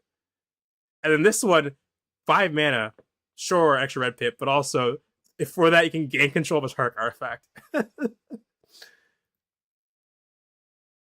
Like imagine traveling back in time and showing someone so like, yeah, this card's okay. It's like, whoa, what's? It's like, well, Chauvin can get +1/+1, and it's okay. You know, it's an okay card. I wouldn't spend 5 mana on it. Chauvin and Chandler, two generic. Hold on, does Chandler have a card? Yo, Chandler. What do you mean? He's the same guy. He's destroyed. Dude, old magic is so funny. What the? He's the same guy. It's a legendary creature. I think he's actually. Joven is just okay. It's also 5 mana. It's the same guy. If you need to run like eight copies of the same guy, I'm gonna find what they should have done. They should have done made this card Joven and Chandler and just three red destroy target. Oh, okay, no, wait. This one destroys target artifact creature. But that's kind of stupid. It's so kind of stupid. So the non-creature artifact and then artifact creature. It's still very narrow. It's such a very narrow. It's still just so insanely narrow. I still think they should have gone Joven and Chandler, destroy target, 3 red pips, tap, just no other abilities, destroy target artifact. Oh, never brag about the latest wonder you created, students. Chandler might be listening. Oh, I guess he's like a piece of shit then. He might destroy it. Joven, you're almost as good as a thief as I, but Aaron hates you even more. Okay, so he's a thief, but he destroys shit. I feel like this is probably a better flavor win if the idea is that they're both thieves. Then this lets you steal shit. Oh my god. Whenever an artifact is put into a graveyard from the battlefield, put a number of +1/+1 counters equal to that artifact's mana value on Joven and Chandler. Pay 3 red, tap, gain control target artifact until end of turn, untap, it gains haste until end of turn. Untap, it gains haste until end of turn. So that's not it's not all deep lore cuts though. Some are just cute, like Tolabo. Is that from Ikoria? I would assume because it's kind of like a hybrid animal, but I don't really know. Tolabo also has Rule Breaker. This new mechanic appears on 8 cards in the set and allows for some wild changes to your deck. All these cards were designed alongside the commander format panel team. So I know some people are gonna complain about Rule Breaker. I think Rule Breaker is, I think it's fun. I think there is a world where if they handle it badly and they start putting like random shit on it, it's gonna be really fucking annoying. But I think as a concept, as a way to like have something like a really like maybe a little like just a little bit of flexibility, but still within theme, and not just like make this not force every like commander to be like Wooburg to try to make it to like, oh yeah, Wooburg spell slinger, like just like, okay, here's blue, you can play, but you're the only like you can have Wooburg non-creature spells, but you can't just play like a green creature. So there's like a little bit of like limitation there. Right? It makes sense because like blue cares about instant sorceries, right? And then like the other guy, the Phyrexian guy, cares about Phyrexians. So it makes sense. Even I think they're paying a lot of attention to.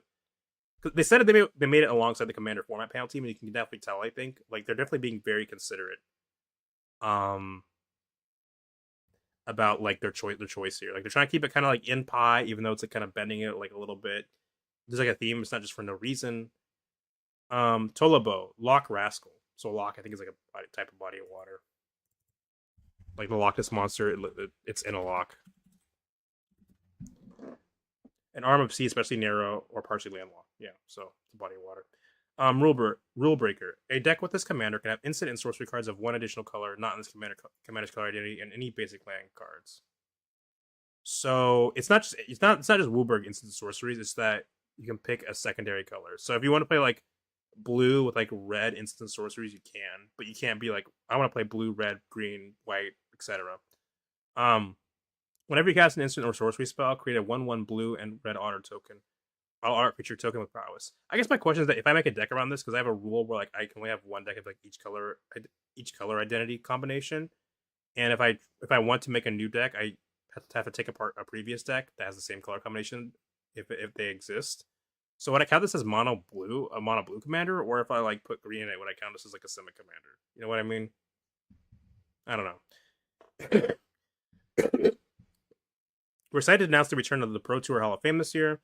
We're sharing more details this Sunday on our Pro Tour stream right after the quarterfinals. That doesn't mean anything else a month ago. So let's watch this trailer. Probably should have paused this. Can we do it on YouTube? I kind of want to make sure it's good quality.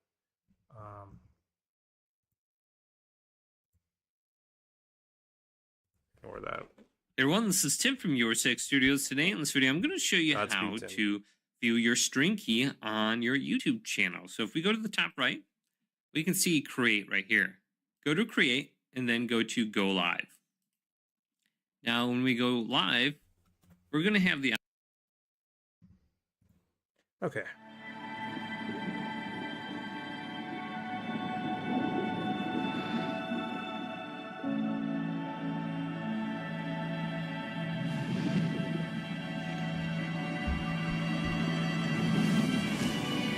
I got a second to process this.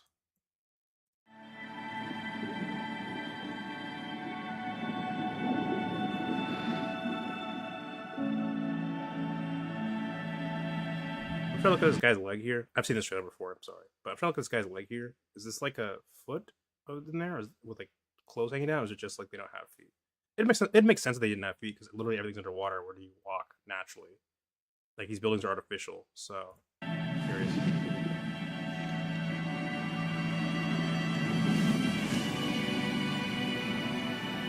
So if you don't know, an underwater plane is this thing that people have been asking for a very long time. It's a very basic idea, but I guess Magic has been taking its time. I assume because it's easy to just say like, oh, we'll just make an underwater plane, but I can tell they're trying to make it so it's not just a generic underwater plane. You know what I mean? Noctis is our very first fully underwater plane. This is something that fans have been asking us for so long. Noctis is a place of merfolk civilizations in their height. It is a place of many different fantasy species all coexisting together. But it is also a place where So what do you mean by many different, like, are there goblins here? Because I don't. They later say that humans aren't naturally from the plane; they come from Omen Path and stuff. So, also we saw Homerid. Different fantasy species all coexisting together. Homerid down here. So when they say fantasy species, I assume like more generic fantasy species, but I don't know. There might be, I don't know if there's like water elves or something. Together, but it is also a place where an apocalyptic danger lurks at the bottom of the ocean. Oh, so, oh my god, I forgot about that. So playing off that like primordial feel of the deep sea of like pure darkness, and these are like kind of whale skeletons. So there's like this thing called like whale fall, I think, in the ocean, where like when a whale dies, it falls like the bottom of the ocean and gets like kind of consumed. So maybe it's playing with the idea with that, like it falls into like the deepest part of the oceans where no one can see it, and then it's picked apart or something's corrupting it. There's like magma here. It's kind of interesting. As far as gameplay elements go, we wanted to really stay grounded in traditional Magic gameplay. So yeah, these elves, because look at their ears. They could be merfolk. They're probably merfolk. Merfolk would be my assumption, but merfolk also, if you're making a complete underwater play, I think you just give them like mermaid tails. But merfolk also, I don't really consider like, when I think merfolk, I don't think pointy ears. You know what I mean? Like pointy ears is like an elf thing, and these people all have like green color palettes. Play is all the familiar things that you'd expect. Whoa. All the things you expect. Yeah, of course. Who wouldn't expect that? Praying mantis, underwater praying mantis thing. Grounded in traditional Magic gameplay is all the familiar things that you'd expect, plus this bubble biomes. Okay, that's cute. Awesome environment, all these cool creatures. Me for real. That's like a swordfish. I don't know, some sort of eel maybe. A gulper eel here. A lot of eels in this one. And that's a sea turtle though. Features that you can see and huge visual spectacles as well. So when they say this is completely underwater, there's clearly like light coming from somewhere, and I would think this would imply there's like ripples here, which imply surface. But later they'll reveal there's no flying in the set. So does this plane have no surface actually? Because like this, I guess this could be just be like a bubble of air, right? Actually, and not like a sky. Penguins, no, holy shit. Features that you can see Fuck, and I gotta huge stop visual pausing. spectacles as well.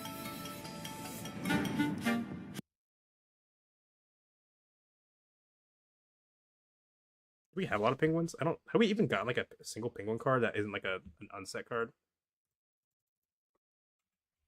Well, I guess penguins have a type. They'd be bird. They'd just be birds. So. We have literally like 0 canon penguins though. Like we have, yeah, obviously there's playable ones, which is 2 avatar cards, but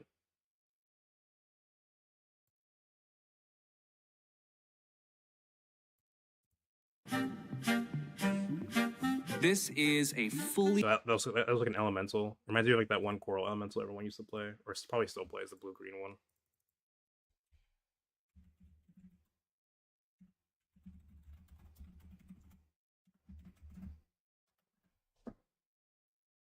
Yeah, Risen Reef. So cute. Is a fully featured, deep, layered, high fantasy world, bursting with color and cultures. Beyond the merfolk, Ooh, our set is populated with tons of other I don't different think we know if the sharks that were in Aether Drift are from this plane. They don't look just the same. I think the sharks we saw from that are like more Pacific Islander inspired, but I'm not an expert on this. Like that weapon could be a some sort of weapon I'm not aware of. The merfolk, our set is populated Homerids, with probably. tons of other different creatures. That's a new one. Is that a cephalid, or is that like a new, like just a squid? Flying flowing clothes create squid shape.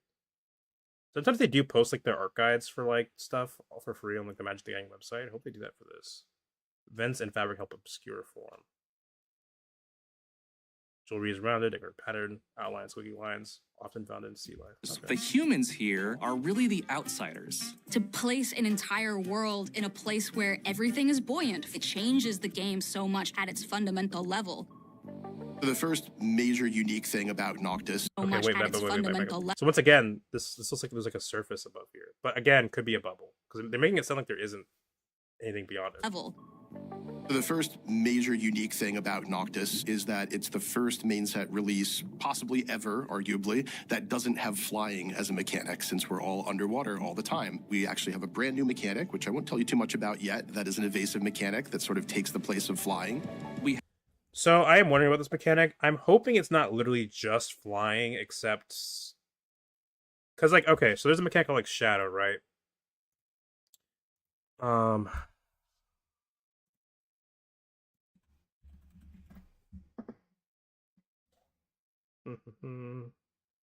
So, flying is a mechanic that reads, this creature can only be blocked or be blocked by a creature with flying, right?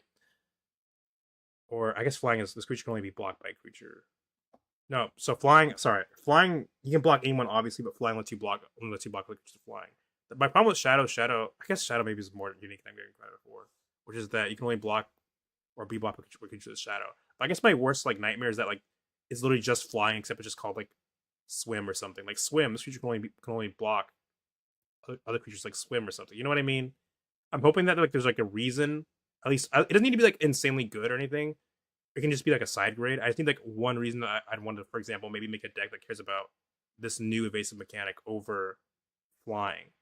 Because if it's literally just flying, except like with like a different word or like the serial numbers filed off, I'll be a little disappointed. You know, sort of takes the place of flying. I do love the suits the humans are wearing here. Like the deep diving suits, like they're sick. Mechanic, which I won't tell you too much about yet. That is an evasive mechanic. It does look like the sword is propelling this character. Like there's like a little spinny thing here, and if you look here, it looks like the sword is what's propelling this character. I'm looking at here, and like here, this is almost like a vent or like a fan of some sort. New mechanic, which I won't tell you too much about yet. That is an evasive mechanic that sort of takes the place of flying. We have 5 distinct colors that we have to pay off, so it can't be a mono blue set. I think it would have been really fucking fun. No, they could never do that. But if they dropped that for April Fools, and like it was just like there's like 5 lands, and they're all just different pictures of an island, and every color, everything was blue. So part of the mistake people do is they take the elemental associations colors have a little too literally. So the reason blue gets water a lot is because it's a metaphorical representation of its philosophy of like the idea that anyone can change into anything. Water's flexible. In the classical elemental system of like Greece and like Europe and like alchemy, water's like a higher element focused like more on the thought and the mind and the soul over like the body and like base emotions. So that's why blue usually gets water. Then ice like represents like, you know, putting your emotions aside and stuff. And then steam or cloud, flight, like evasion, you know, obscuring vision or whatever. So I think people take that too literally where they go like, oh, so it has water. I like swimming, so I must be blue aligned. As opposed to like, you know, sometimes the reason it's there is more symbolic. Like fish in reality, I don't think most fish would be blue because I think the reason fish are blue in Magic is just because it's a metaphorical representation. And fish also, like, from our perspective as land dwellers, are kind of like slippery, hard to grasp, kind of tricky, you know. It's kind of like why black has like zombies. Like zombies themselves don't usually have a coherent philosophy in most fiction. They're just like shambling corpses. But they're black aligned because black is like the color most likely to like idolize them or lean into certain traits that they have or use zombies. So I think that's part of it. It's like people just look at it, they're like, ooh, fire, that's red. And it's like, kinda, but no, it's not literally always red. It's metaphorical. It's a representation. Which, to be fair, is partially on magic. As far as association goes, like maybe you could do a better job, like showing more blue characters that are pyromancers or use fire, which I guess they do have like that really old like there's like that one like old like time shifted pyromancer card.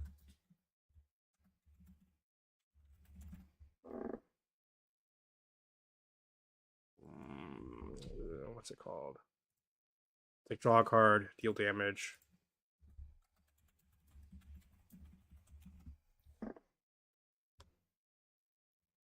Okay, maybe I need to be a bit more specific. You draw a card, deal damage.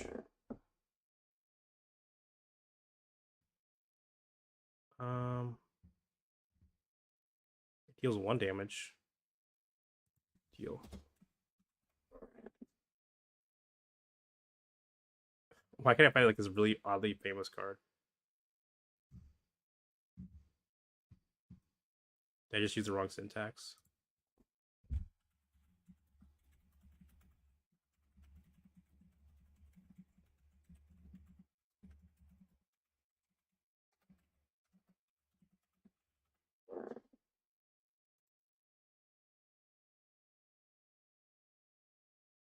I mean, there's Psionic Blast. That one deals damage. Deals 4. That is really just a really funny card.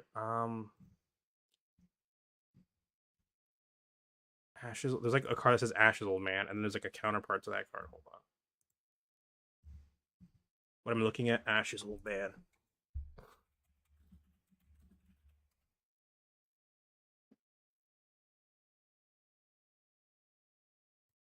How did I?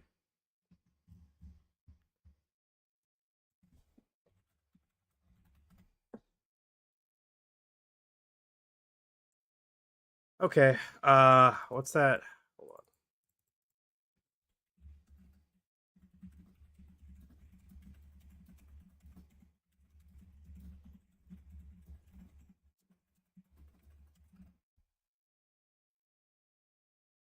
Time shift.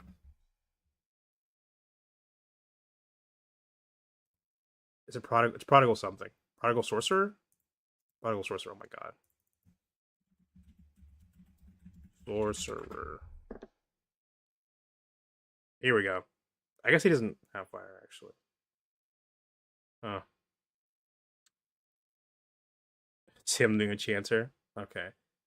But I don't know. Maybe Magic could do a better job like mixing up the elemental associations every once in a while. But at the same time, Magic kind of needs to be simple in certain aspects, just so people aren't confused. It can latch on very quickly. Quite a bit of diversity and variety down in the ocean. We have kelp forests for green, and we have the dark abyss, and we have whale falls, graveyards of bones. In the end, we have an experience that's much more similar to a traditional Magic set from a color balance perspective than you might initially expect. It looks like we have whales or leviathans. They're either whales or they're leviathans in every color, which is cool. We actually have gotten green leviathans relatively recently, and Edges of Eternity, which is like the first time we got in mono green. There's a huge sense of mystery. What are all the things that I could discover here? It is so different, but that is what makes it so exciting. The set is just a ton of fun.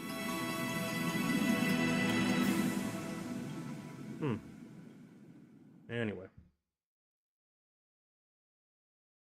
We will get to Kamigawa type in a second. Chill. So, Noctis is a vast underwater world that stretches from the welcoming shallows to the deep abyss. So there's shallows. Does that mean there's like a sky? I know it's like stupid because like you'd be like, of course there's a sky, but you gotta remember that planes don't always work by like conventional logic. Some of them are more abstract, and some of them are like this plane is like a flat world, like a flat plane. This plane has a solar system. This plane is just endless. But how's it endless? Because it's like, well, because it doesn't follow our logic always. Countless mysteries await beneath the waves, and we can't wait to share how the different colors of mana function of the sea. Of course. Okay, look, I like how they're giving green some love, because usually what happens is because there's 5 colors, it goes like white, blue, black, red in that order, then green gets cut out. I respect them for going blue, black, for giving green a little, cutting, white's had it good for too long. Like chill, give it to green this time. So I guess this would be an island. This would be a swamp, probably. I don't really know. I guess I don't know how swamps work underwater. This is weird. This is like an artificial structure. Are these like old buildings or something, or is this like something someone built? Some sort of furnace. I guess these are mountains or something, and this would be like kelp forest. I'm not gonna get into the art right now because I am super tired and we don't really have time to like linger on all this shit. It's really beautiful, but when the set comes out, I'll probably talk about it if I'm not dying from the demons. Merfolk, Sharkfolk, Squidfolk. Okay, I remember who's that YouTuber? Spice 8 Rack made this point. It is really funny looking at old Magic, like planes that are older in Magic. They clearly have like more unique names, and then newer planes just like Merfolk, Sharkfolk, Squidfolk. Like that's okay. It's a little elf. It's a little repetitive, okay? And it's a little unfair that like elf and human and all these get like specific words, and then Sharkfolk, Squidfolk, blah blah blah. you think there's like a plane where like they call humans like man folk or something, or like human folk, or like I don't know. Merfolk, shark folk, squid folk, and even some air breathers in some wild looking diving suits. Noctis marks the beginning of the next story arc of Magic and releases on February 5th, 2027. Okay, well, that is chic. Get walruses and seals. I think we have like one walrus. Sorry, I know that guy isn't a walrus, but I think we have like one walrus magic card.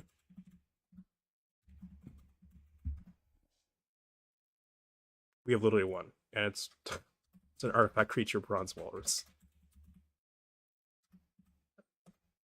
We have seal, and we have.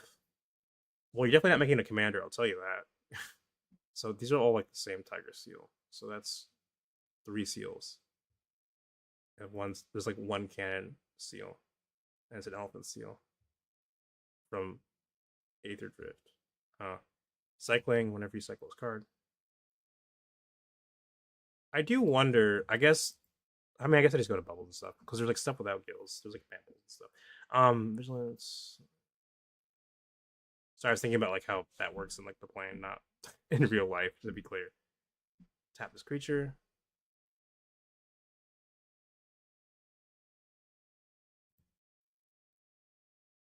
Card of Seals Vigilance. Okay. I mean, so here we have the cool mess. These are like old timey deep diving suits. I kind of want to say they're steampunk, but I don't think that's quite right.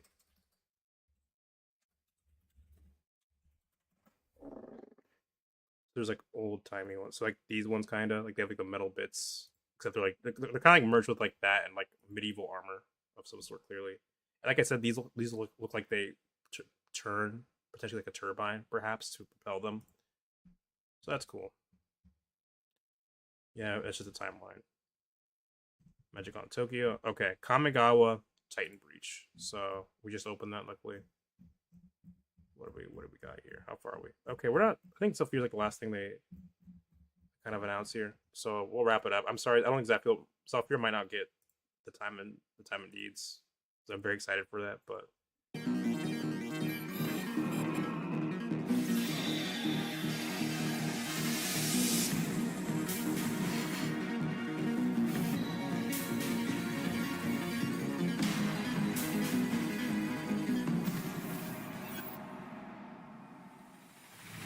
It's just a day like any other on Kamigawa, and then bam, the sky opens up and out falls of all things Ikoria. You've got giant monsters, weird creatures, nightmares, elementals, and literally the land itself falling out of the sky. Kamigawa Titan Breach is a set that takes 2 fan-favorite planes and crashes them together. On the one hand, we've got Kamigawa. Okay, I don't think anyone hates Ikoria as like a plane conceptually. I just remember Mutate being kind of broken. And people complaining about that. I don't know if people. I don't know. I just met more Kamigawa shooters than I met Ikoria shooters. I don't think I've really met anyone who's like Ikoria is like their favorite plane. I mean, I would be surprised. Ikoria is a fun plane. I'm not gonna knock Ikoria. I just haven't met as many people. You know, a long-standing Magic plane with a. So these are all like actual pieces of art from like the cards. That's like legendary lands. I forget what that one's is. I'm not gonna look for them all right now. Nostalgia. On the other hand, we've got Ikoria, much newer, but very quickly beloved by fans. And each of these sets is coming together to clash in a classic mechs versus monsters conflict. So, question for all the students: why Kamigawa and Ikoria? Well, the reason's kind of obvious. It's because Kamigawa is based on Japan, and Ikoria is massive, what are essentially kaiju. so it's a very classic like Godzilla setup where these giant monsters are invading Japan, Japan adjacent places. And last time we went to Ikoria, we literally had the like a Godzilla like special like cards. They were like so nowadays we have like Universes Beyond like their own cards, but back then it was like a reskin of an existing card that was in play like that Godzilla. Godzilla was like a skin basically of a different card that like existed in canon. I will say it is really fucking funny to be like, you know, let's just put the Japanese plane and the big monster plane. It makes sense though, and also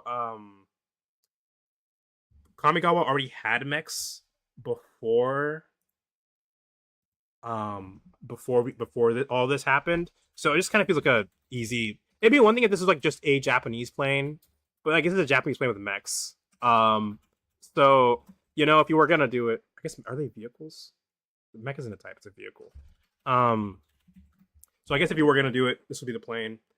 Um, I do think this also opens up conceptually a lot of new avenues for Magic the Gathering, because there are certain planes that I think individually. So first of all, it seems like either Kamigawa and Ikoria are Kamigawa and Ikoria are merging. If not merging, then they're just kind of like there's like a massive omen path causing bits of each other to fall into each other, or at least Ikoria to fall into Kamigawa. So this is like a new threat created by the omen paths, which is kind of interesting. Like the idea that because like earlier I was talking about how certain planes are metaphysically closer to each other. So I'm wondering if certain planes are just like metaphysically like basically right on top of each other. But it's just never been a problem because they've never had omen paths before. But they're open now. Also, certain planes move through the multiverse, so you might ask like, why did this happen during like back in old Magic with the old walkers? They might be because planes can move through the planetaries, quote unquote.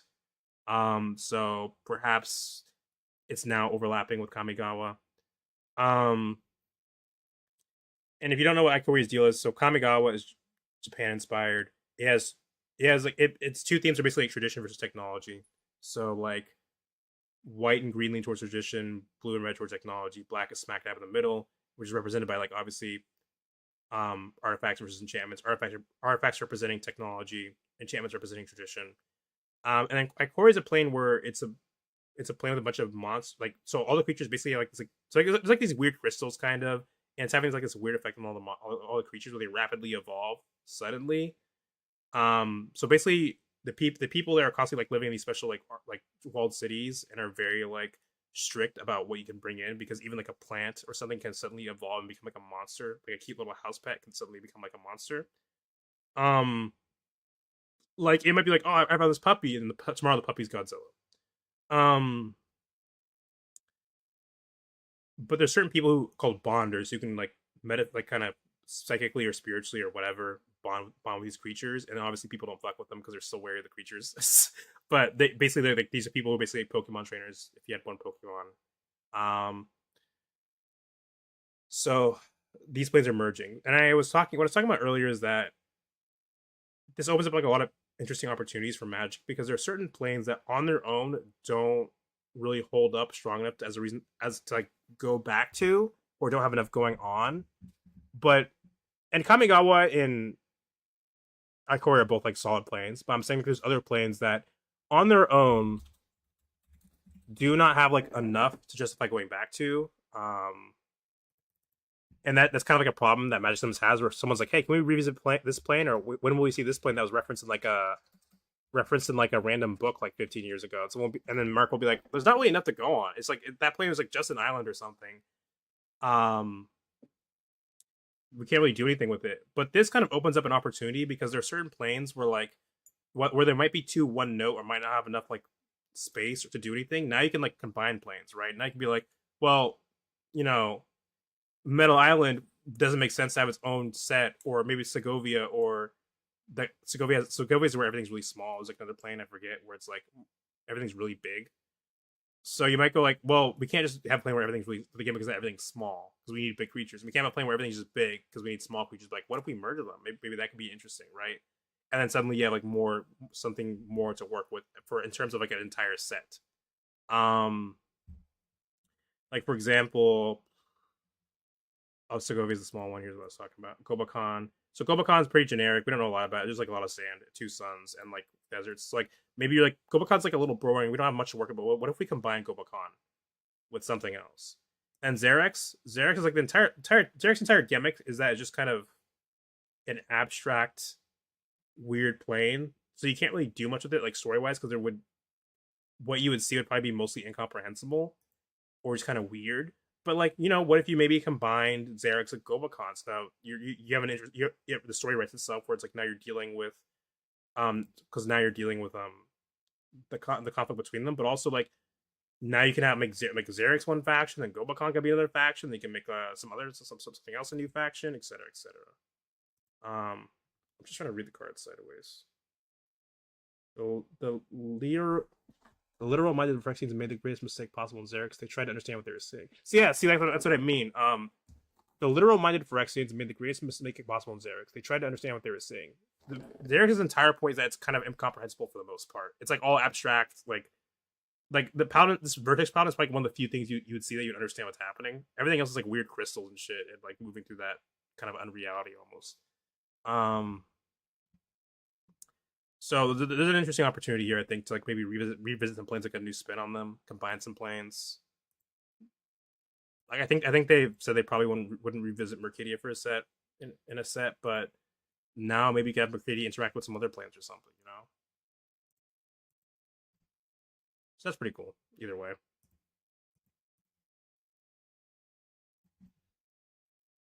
I'm just admiring Magic the Gathering art as always. What plane is Bellin on? Hold on. Sorry, what? Sorry, I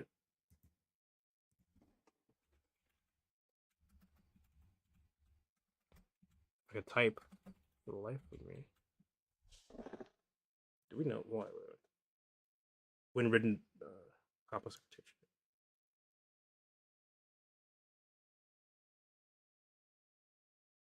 What the fuck is going on here? Why is what? There's like two different vibes. You got like, I guess they have like a machinery or something. Bellinon is an animal humanoid plane where all creatures some kind of animal person except for planes. Oh, that's like worse. That's like I think like several of the planes are also that description, but whatever. The three shown in art are Loxodon, Effet, and Roxa. People believe in a concept called the Secret Winds. Many of them organized in nightly orders. One of them is the Royal Knight of Bellinon, an organization equally practicing courtesy as well as combat. So anyway, there might be stuff that like maybe they don't have enough lore yet, or perhaps the plan is just too one note, and now you can you can merge them, and now you get more to work with, right? I think the reason they're doing it with like they're starting with like Kamigawa, not like two less popular planes or something, is probably because it's a safer bet to see where it goes. Like they're already well liked, so if this bombs, like don't go any further with it, kind of thing.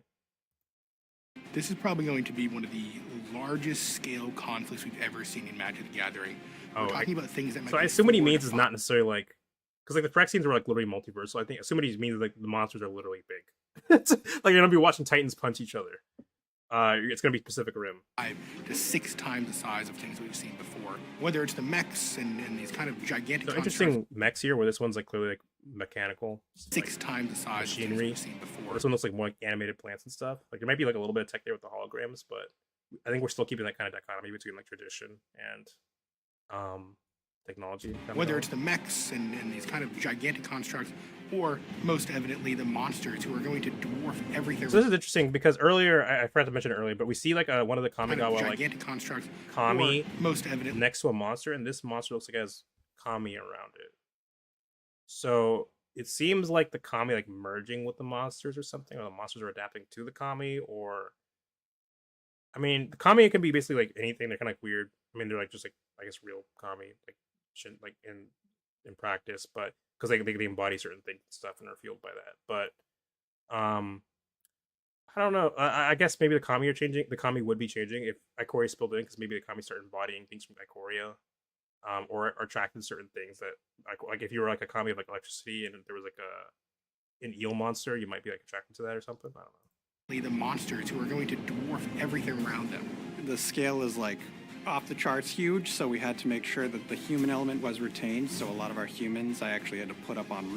So this is like a trick that you see in a lot of art, where if they want to give you a sense of scale, they'll put like someone or something that usually a human, but something that's really easy to get a general size of, to show you how big or small something is. Rooftops, just to make sure that they were within eyesight of like these giant monsters that are rampaging through the city.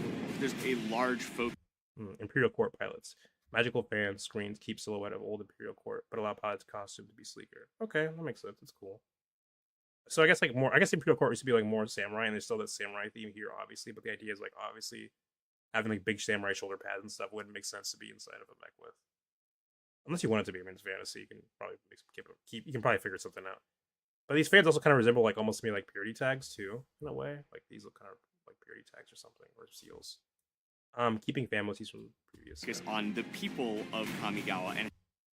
So in case you don't know, I think the main factions on Kamigawa are the Imperial Court, the Reckoners, there's like the Red faction. Hold on. Hold on.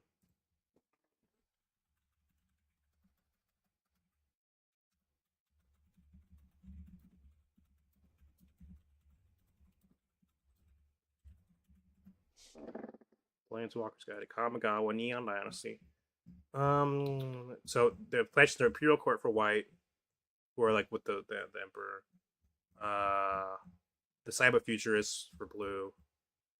The Reckoners, who are basically the Yakuza / that kind of gangs, for black. Asari Uprisers, who are like rebels, rebelling against the Emperor, basically. The Order of Jukai, who are like for green. I do wonder also like how these factions will work with each other. Like, will they fight each other with the mechs in addition to the monsters, or will like be forced to work together? I don't know.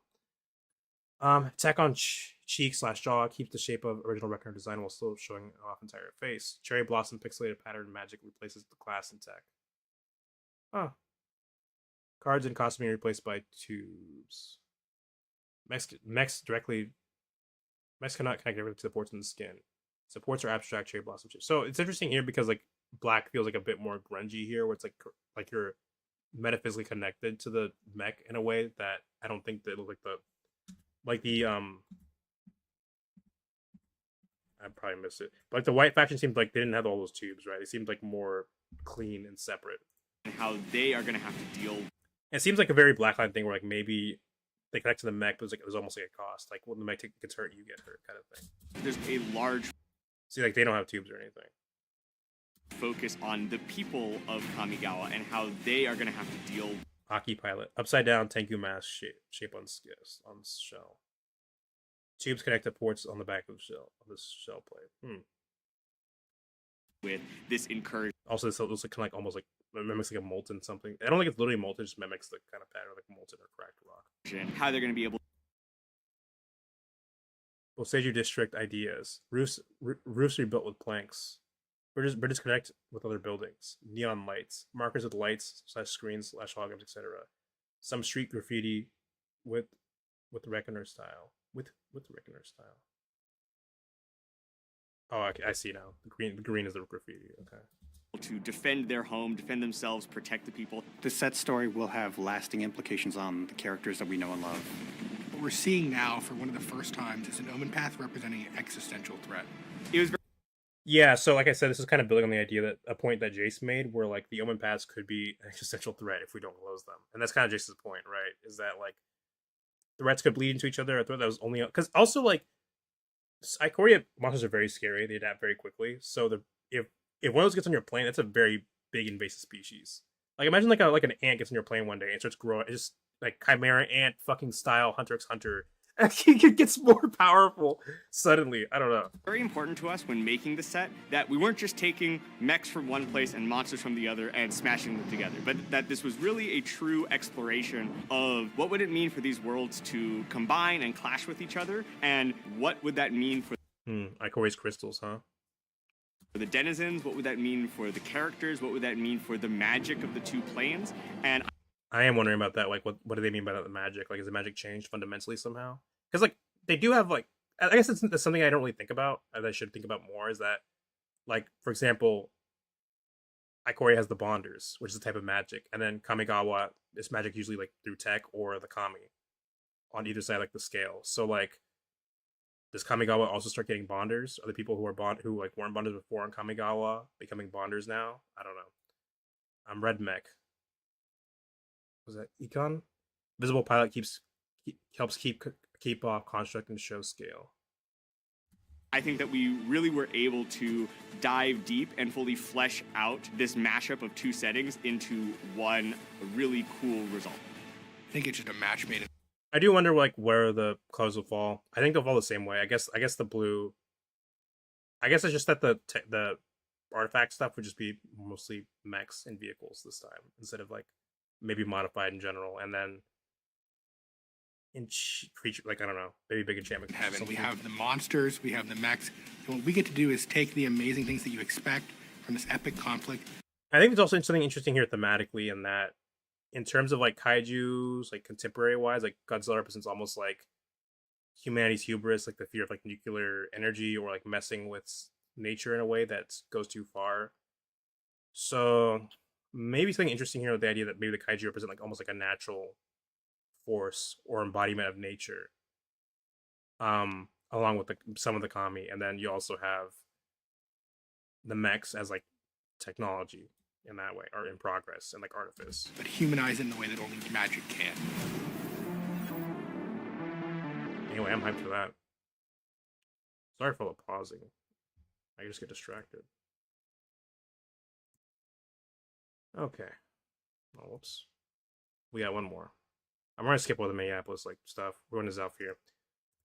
So I've seen a little bit of confusion about this. So Zhalfir was originally a part of Dominaria. It was like a continent on Dominaria. So what happened is Zhalfir was super advanced, and Urza, who's a jackass and asshole, but had the powers of God at the time because all planeswalkers were godlike at the time, was like, yo, you guys have some sick magic. So here's what we're gonna do. You're gonna be my frontline fighters for the Phyrexians. And Teferi, who's from Zhalfir, Teferi, who you might know, was like, fuck no, we're gonna get our shit stomped, or there's no way, even if we win, there's no way to come out of that. You're just using it as like you're just using us basically as like as foot soldiers to get shit on by the Phyrexians, and we're not coming back from that, okay? Because we're gonna get a bunch of people gonna get completed.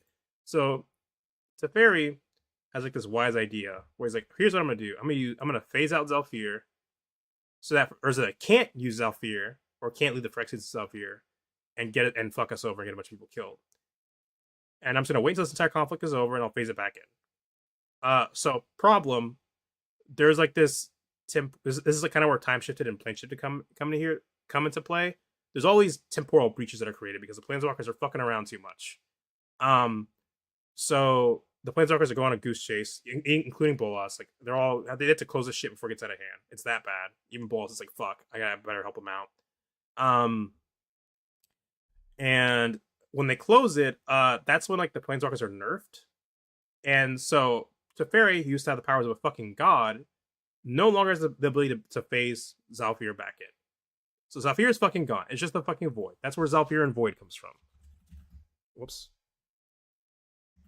So where the continent is, there's just a giant fucking crater. Hold on. Let's see. So that's just a giant fucking crater. The wind whispers, come home, but I cannot. So Teferi's really feeling really bad about that because he didn't give his people like a really good choice. He just phased them out to try to protect them. And now he's never gonna see that shit again because they're literally outside of like existence. So then blah blah blah. Skip over. Phyrexians invade Mirrodin. Mirrodin happens, and then Mirrodin fights. So Teferi has like this plot to time travel. It's a long story. The time travel gets kind of like fucked up a little bit, and Teferi ends up outside of like time and space. He ends up in Zhalfir because Zhalfir is also outside of time and space. And basically, he's like talking with the people in Zhalfir. Meanwhile, Realmbreaker is shattering through, basically running rampant through the multiverse, punching a bunch of holes where there shouldn't be holes. Ren takes control of Zhalfir of Realmbreaker and uses it to basically swap Zhalfir and New Phyrexia metaphysically. So this prevents the spread of Phyrexia by basically putting it where Zhalfir used to be within the Blind Eternities, which is cut off from time and space. And now where Mirrodin used to be, Zhalfir is. So now Zhalfir is its own plane. Zhalfir used to be a part of Dominaria. Now it is its own plane. And there is a question about what that means metaphysically, because Zhalfir now has 5 sons, like Mirrodin. We'll learn that in the video. It now has Mirrodin's 5 sons, which each one corresponds to a color of mana. But I also wonder, like, what does that mean for the plane? Because, like, is the so like Mirrodin was like a planet. Obviously, it's not like it wasn't like a solar system per se, but it was kind of like more like a planet. So it was like Zhalfir bigger than before, or is Zhalfir still like a continent-sized plane? Which I guess is still pretty big. If we assume Zhalfir is like a stand for like Africa, that's still pretty fucking massive. But I don't know. And like I'm also curious, will we see like other creatures from Mirrodin there? Because I know Koth, last time we saw him, he would have been on what we now know is Zhalfir. So will we see for example, Mir? I'm gonna be very sad if Mir is kind of gone for like the foreseeable future because they were all on Mirrodin, but I hope we get to see some Mir or something, or maybe some um some Mirrodin people. But we'll see.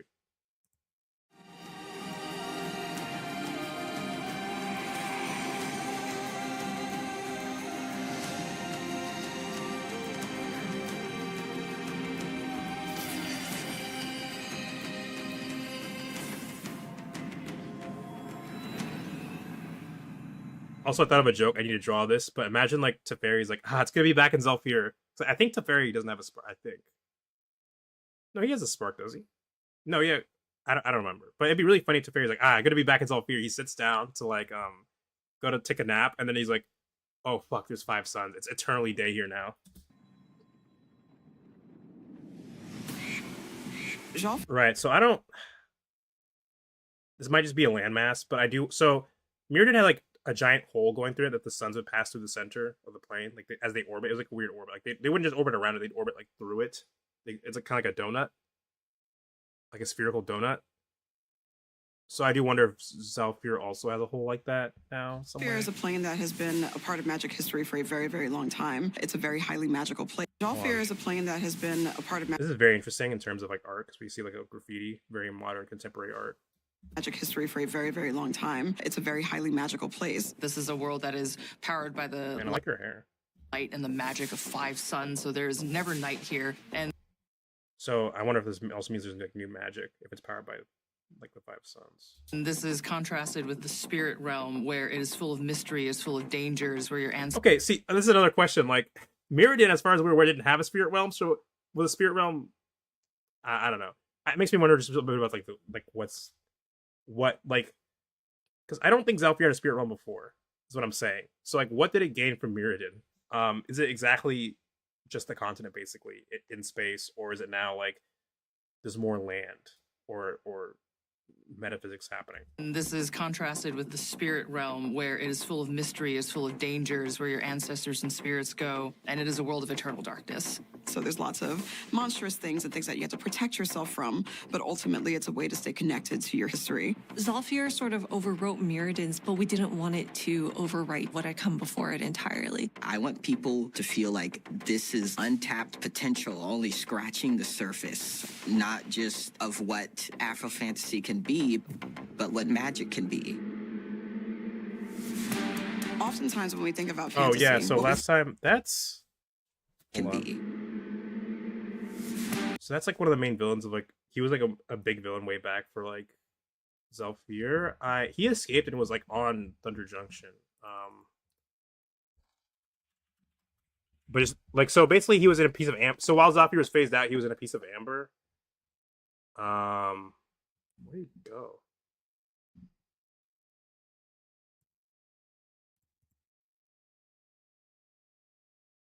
I forget what his name is.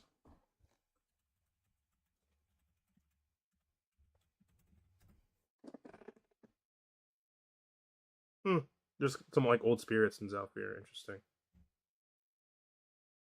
But anyway, I can't remember his name. What? Why am I blanking the name? Hold on. We're just gonna have to go.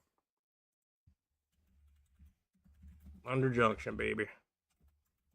He was like, so he escaped out of Zhalfir and found the Amber, and then last time we saw him at like the end of March of the Machines, they're like, we don't know what the fuck he is. That's bad. Turns out he was chilling on Thunder Junction for some reason, and I guess he's back. Where? I can probably get a bit more specific. Also, this is sick. This is sick art. Holy shit. That was fucking gorgeous, dude. Sorry.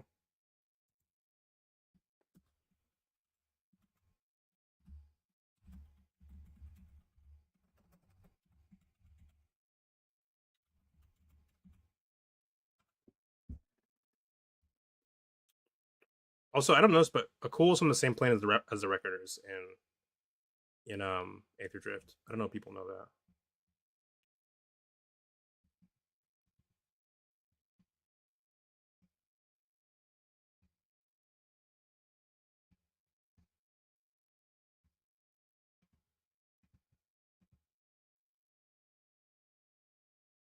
Also, Sotoro was there for some. That's like my one critique about it. Like, okay, what the fuck was Gitrog? Okay, this is my one critique about like about the Thunder Junction is like my gripe with it is kind of feels like a too much fan service, like a who's who. And that's like to me that's like the worst timeline. It's not okay. It's not this. I'm not saying this time is the worst. I'm saying like I think the worst version that we end up in the future with the Oma Pass just becomes like here's a Fibble Tip in every set or some shit. You know what I mean? And just like some characters, like I just don't know why they'd be like Rakdos. I understand why he would be here. Rakdos don't give a fuck. But like there's certain characters like I don't really know why you'd be here because it kind of goes against like all your shit. But whatever. Like I feel like Gitrog also kind of got Gitrog like originally is like a scary monster. Is like a scary monster and like a hard like almost like potentially beyond human understanding. I feel like Gitrog got done so dirty. Like it came from like a scary thing to almost like a shit post. Like oh now people ride Gitrog and Gitrog's here and Gitrog's there. It's like okay. I feel like Gitrog kind of lost a little bit of the mystique it had that I think it needed. Oh, did I skip over him? There yet.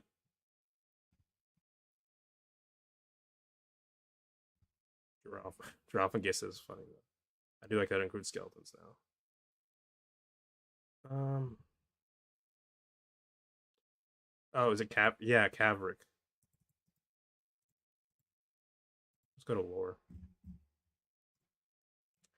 So anyway.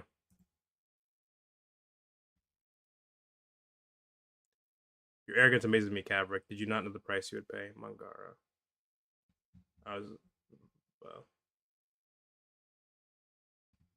So Caverick's a very old character. Caverick the Merciless. Rats and jackals feast in his swathe, but even they will not walk with him. Whenever an opponent casts a spell, Caverick the Merciless deals equals the damage deals damage equals that spell's mana value to any target. So Caverick, very, very, very old. The Spiteful, -1/-1. So what's like so very old character, villain. Might be a little red in his identity. Well, he was always kind of Rakdos. But oftentimes when we think about fantasy, what we think about is a Eurocentric lens, but Afro fantasy is specifically pulled from the cultures of the Black diaspora through the. So these elves, I assume. Like you might think they're orcs or something, but the pointy ears kind of make me think these are supposed to be some sort of elf. Which has Zhalfir had elves before? Does Zhalfir ever have elves?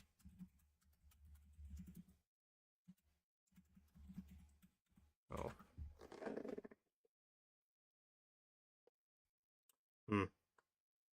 So again, where do they come from? Because these don't look like Mirrodin elves. Mirrodin elves have like obviously would have bits of metal on them probably somewhere.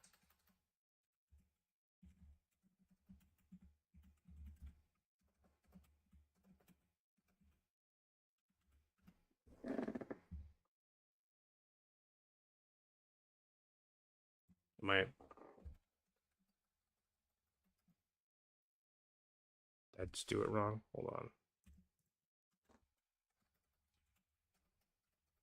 What would it be called? Argentum?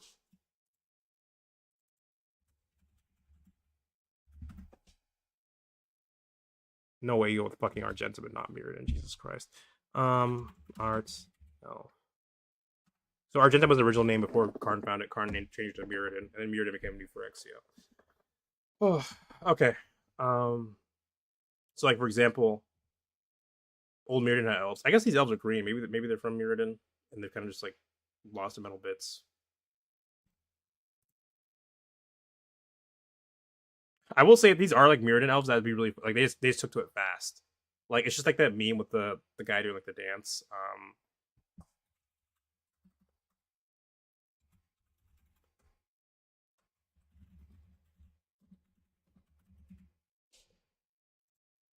Like it.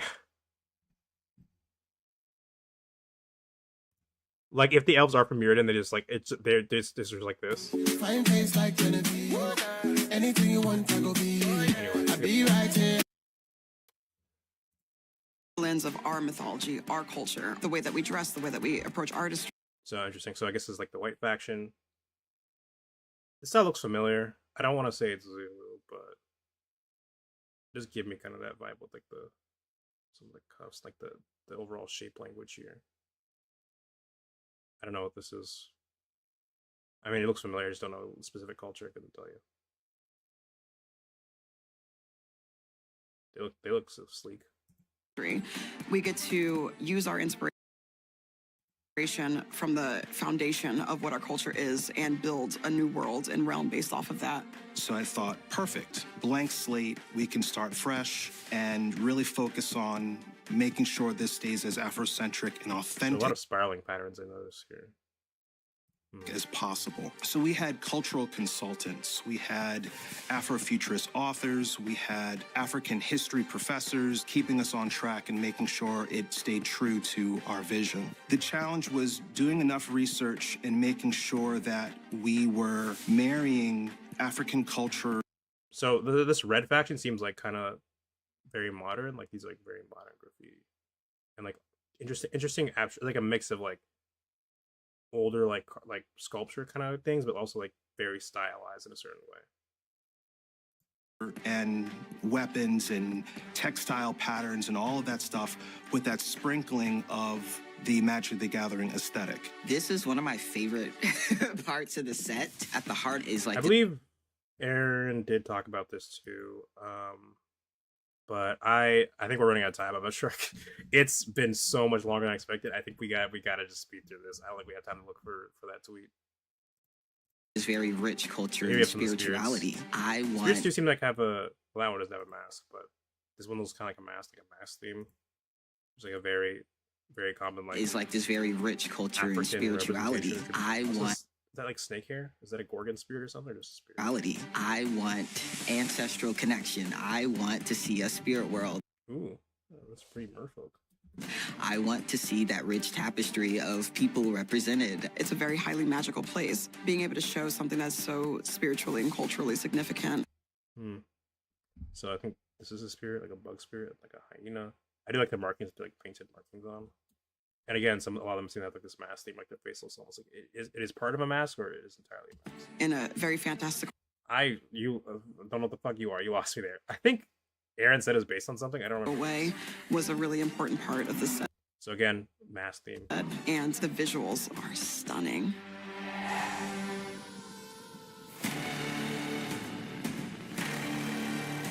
I hope the people who see this and haven't seen themselves represented in such a way, I just hope that what warriors? They feel empowered, excited, energized. Oh, we got a minotaur. It's like a minotaur, but it's like a water buffalo. That's cute. And inspired. The pick in his hair. Oh, that's cute. Also know that they are yeah, I don't have a whole lot to say. Represented their hair. Krista hairline and fade. You gotta get those fades right. We got some interesting experimental styles here. That's pretty cool. And the infinite things that our hair can do are represented. And I just want people to feel the joy. I think they follow one account, like the lady with like who makes her hair in all those shapes. Like there's two accounts I think of. There's like one where like somebody draws like a bunch of different black hairstyles. And they're always kind of like weird, like experimental ones. And there's another one like this lady has like clip-on hair pieces based on like black hairstyles. Joy that we felt while creating this set.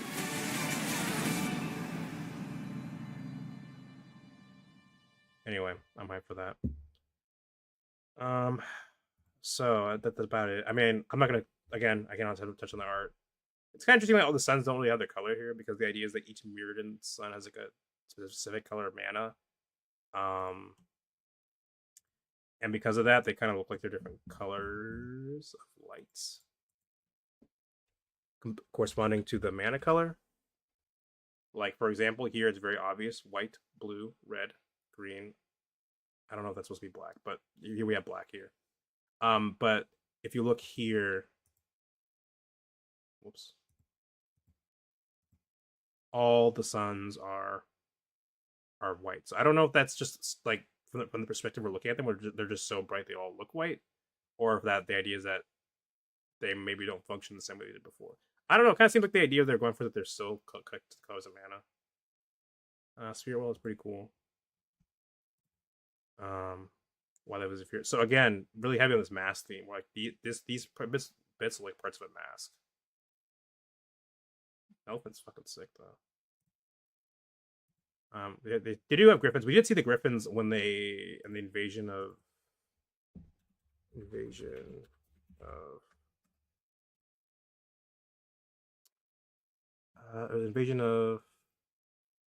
was an invasion of Zhalfir, right? And then an invasion of Phyrexia? Or is it just an invasion of Phyrexia? God, everything's fucking sideways. Jesus Christ. Kaldish, Kaldheim, Kamigawa.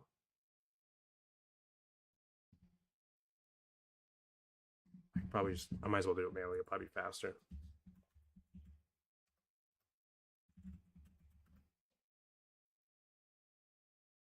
Do Phyrexia, blue at night. That turns into Fairy. I'm really happy they did this so like flips itself. I'm honestly impressed by whoever's coding this shit. So knights, they care about knights, and we do see like griffins here. Invasion of Zhalfir. Do we have an invasion of Zhalfir? Hello? Maybe not. I think that is our standard for Zhalfir. Because Zhalfir invading Euphorexia. Art. We just need art. Griffin. They spell with a Y or with an I. Okay, yeah, they've always had griffins. Kind of funny, they only had 4 though, and not a single person riding them. Griffin flocks will still patrol the skies above the Zhalfir void, as though they are waiting for their old home to reappear. And now Zhalfir's on a different planet, so they ain't never seen that shit again. Unfortunately. So once again, we have a person here for like size reference. I think it's like part leopard, maybe, like some kind of falcon, and this maybe like a zebra, or rhino, buffalo thing.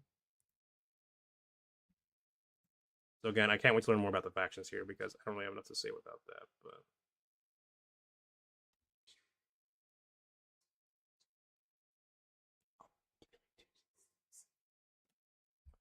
But okay, hold on. I gotta finish this up because there's bugs attacking me as we speak. Yeah, so I think it's everything I got to say until we get more information on that. So I think that's all for today. So thanks to anyone who watched, even if it was only for 5 minutes. The stream was longer than I thought, so I think I won't stream tomorrow. The plan was going to do 1 stream today, then 1 stream tomorrow to get back in the groove, but I got too into it. So I will see you.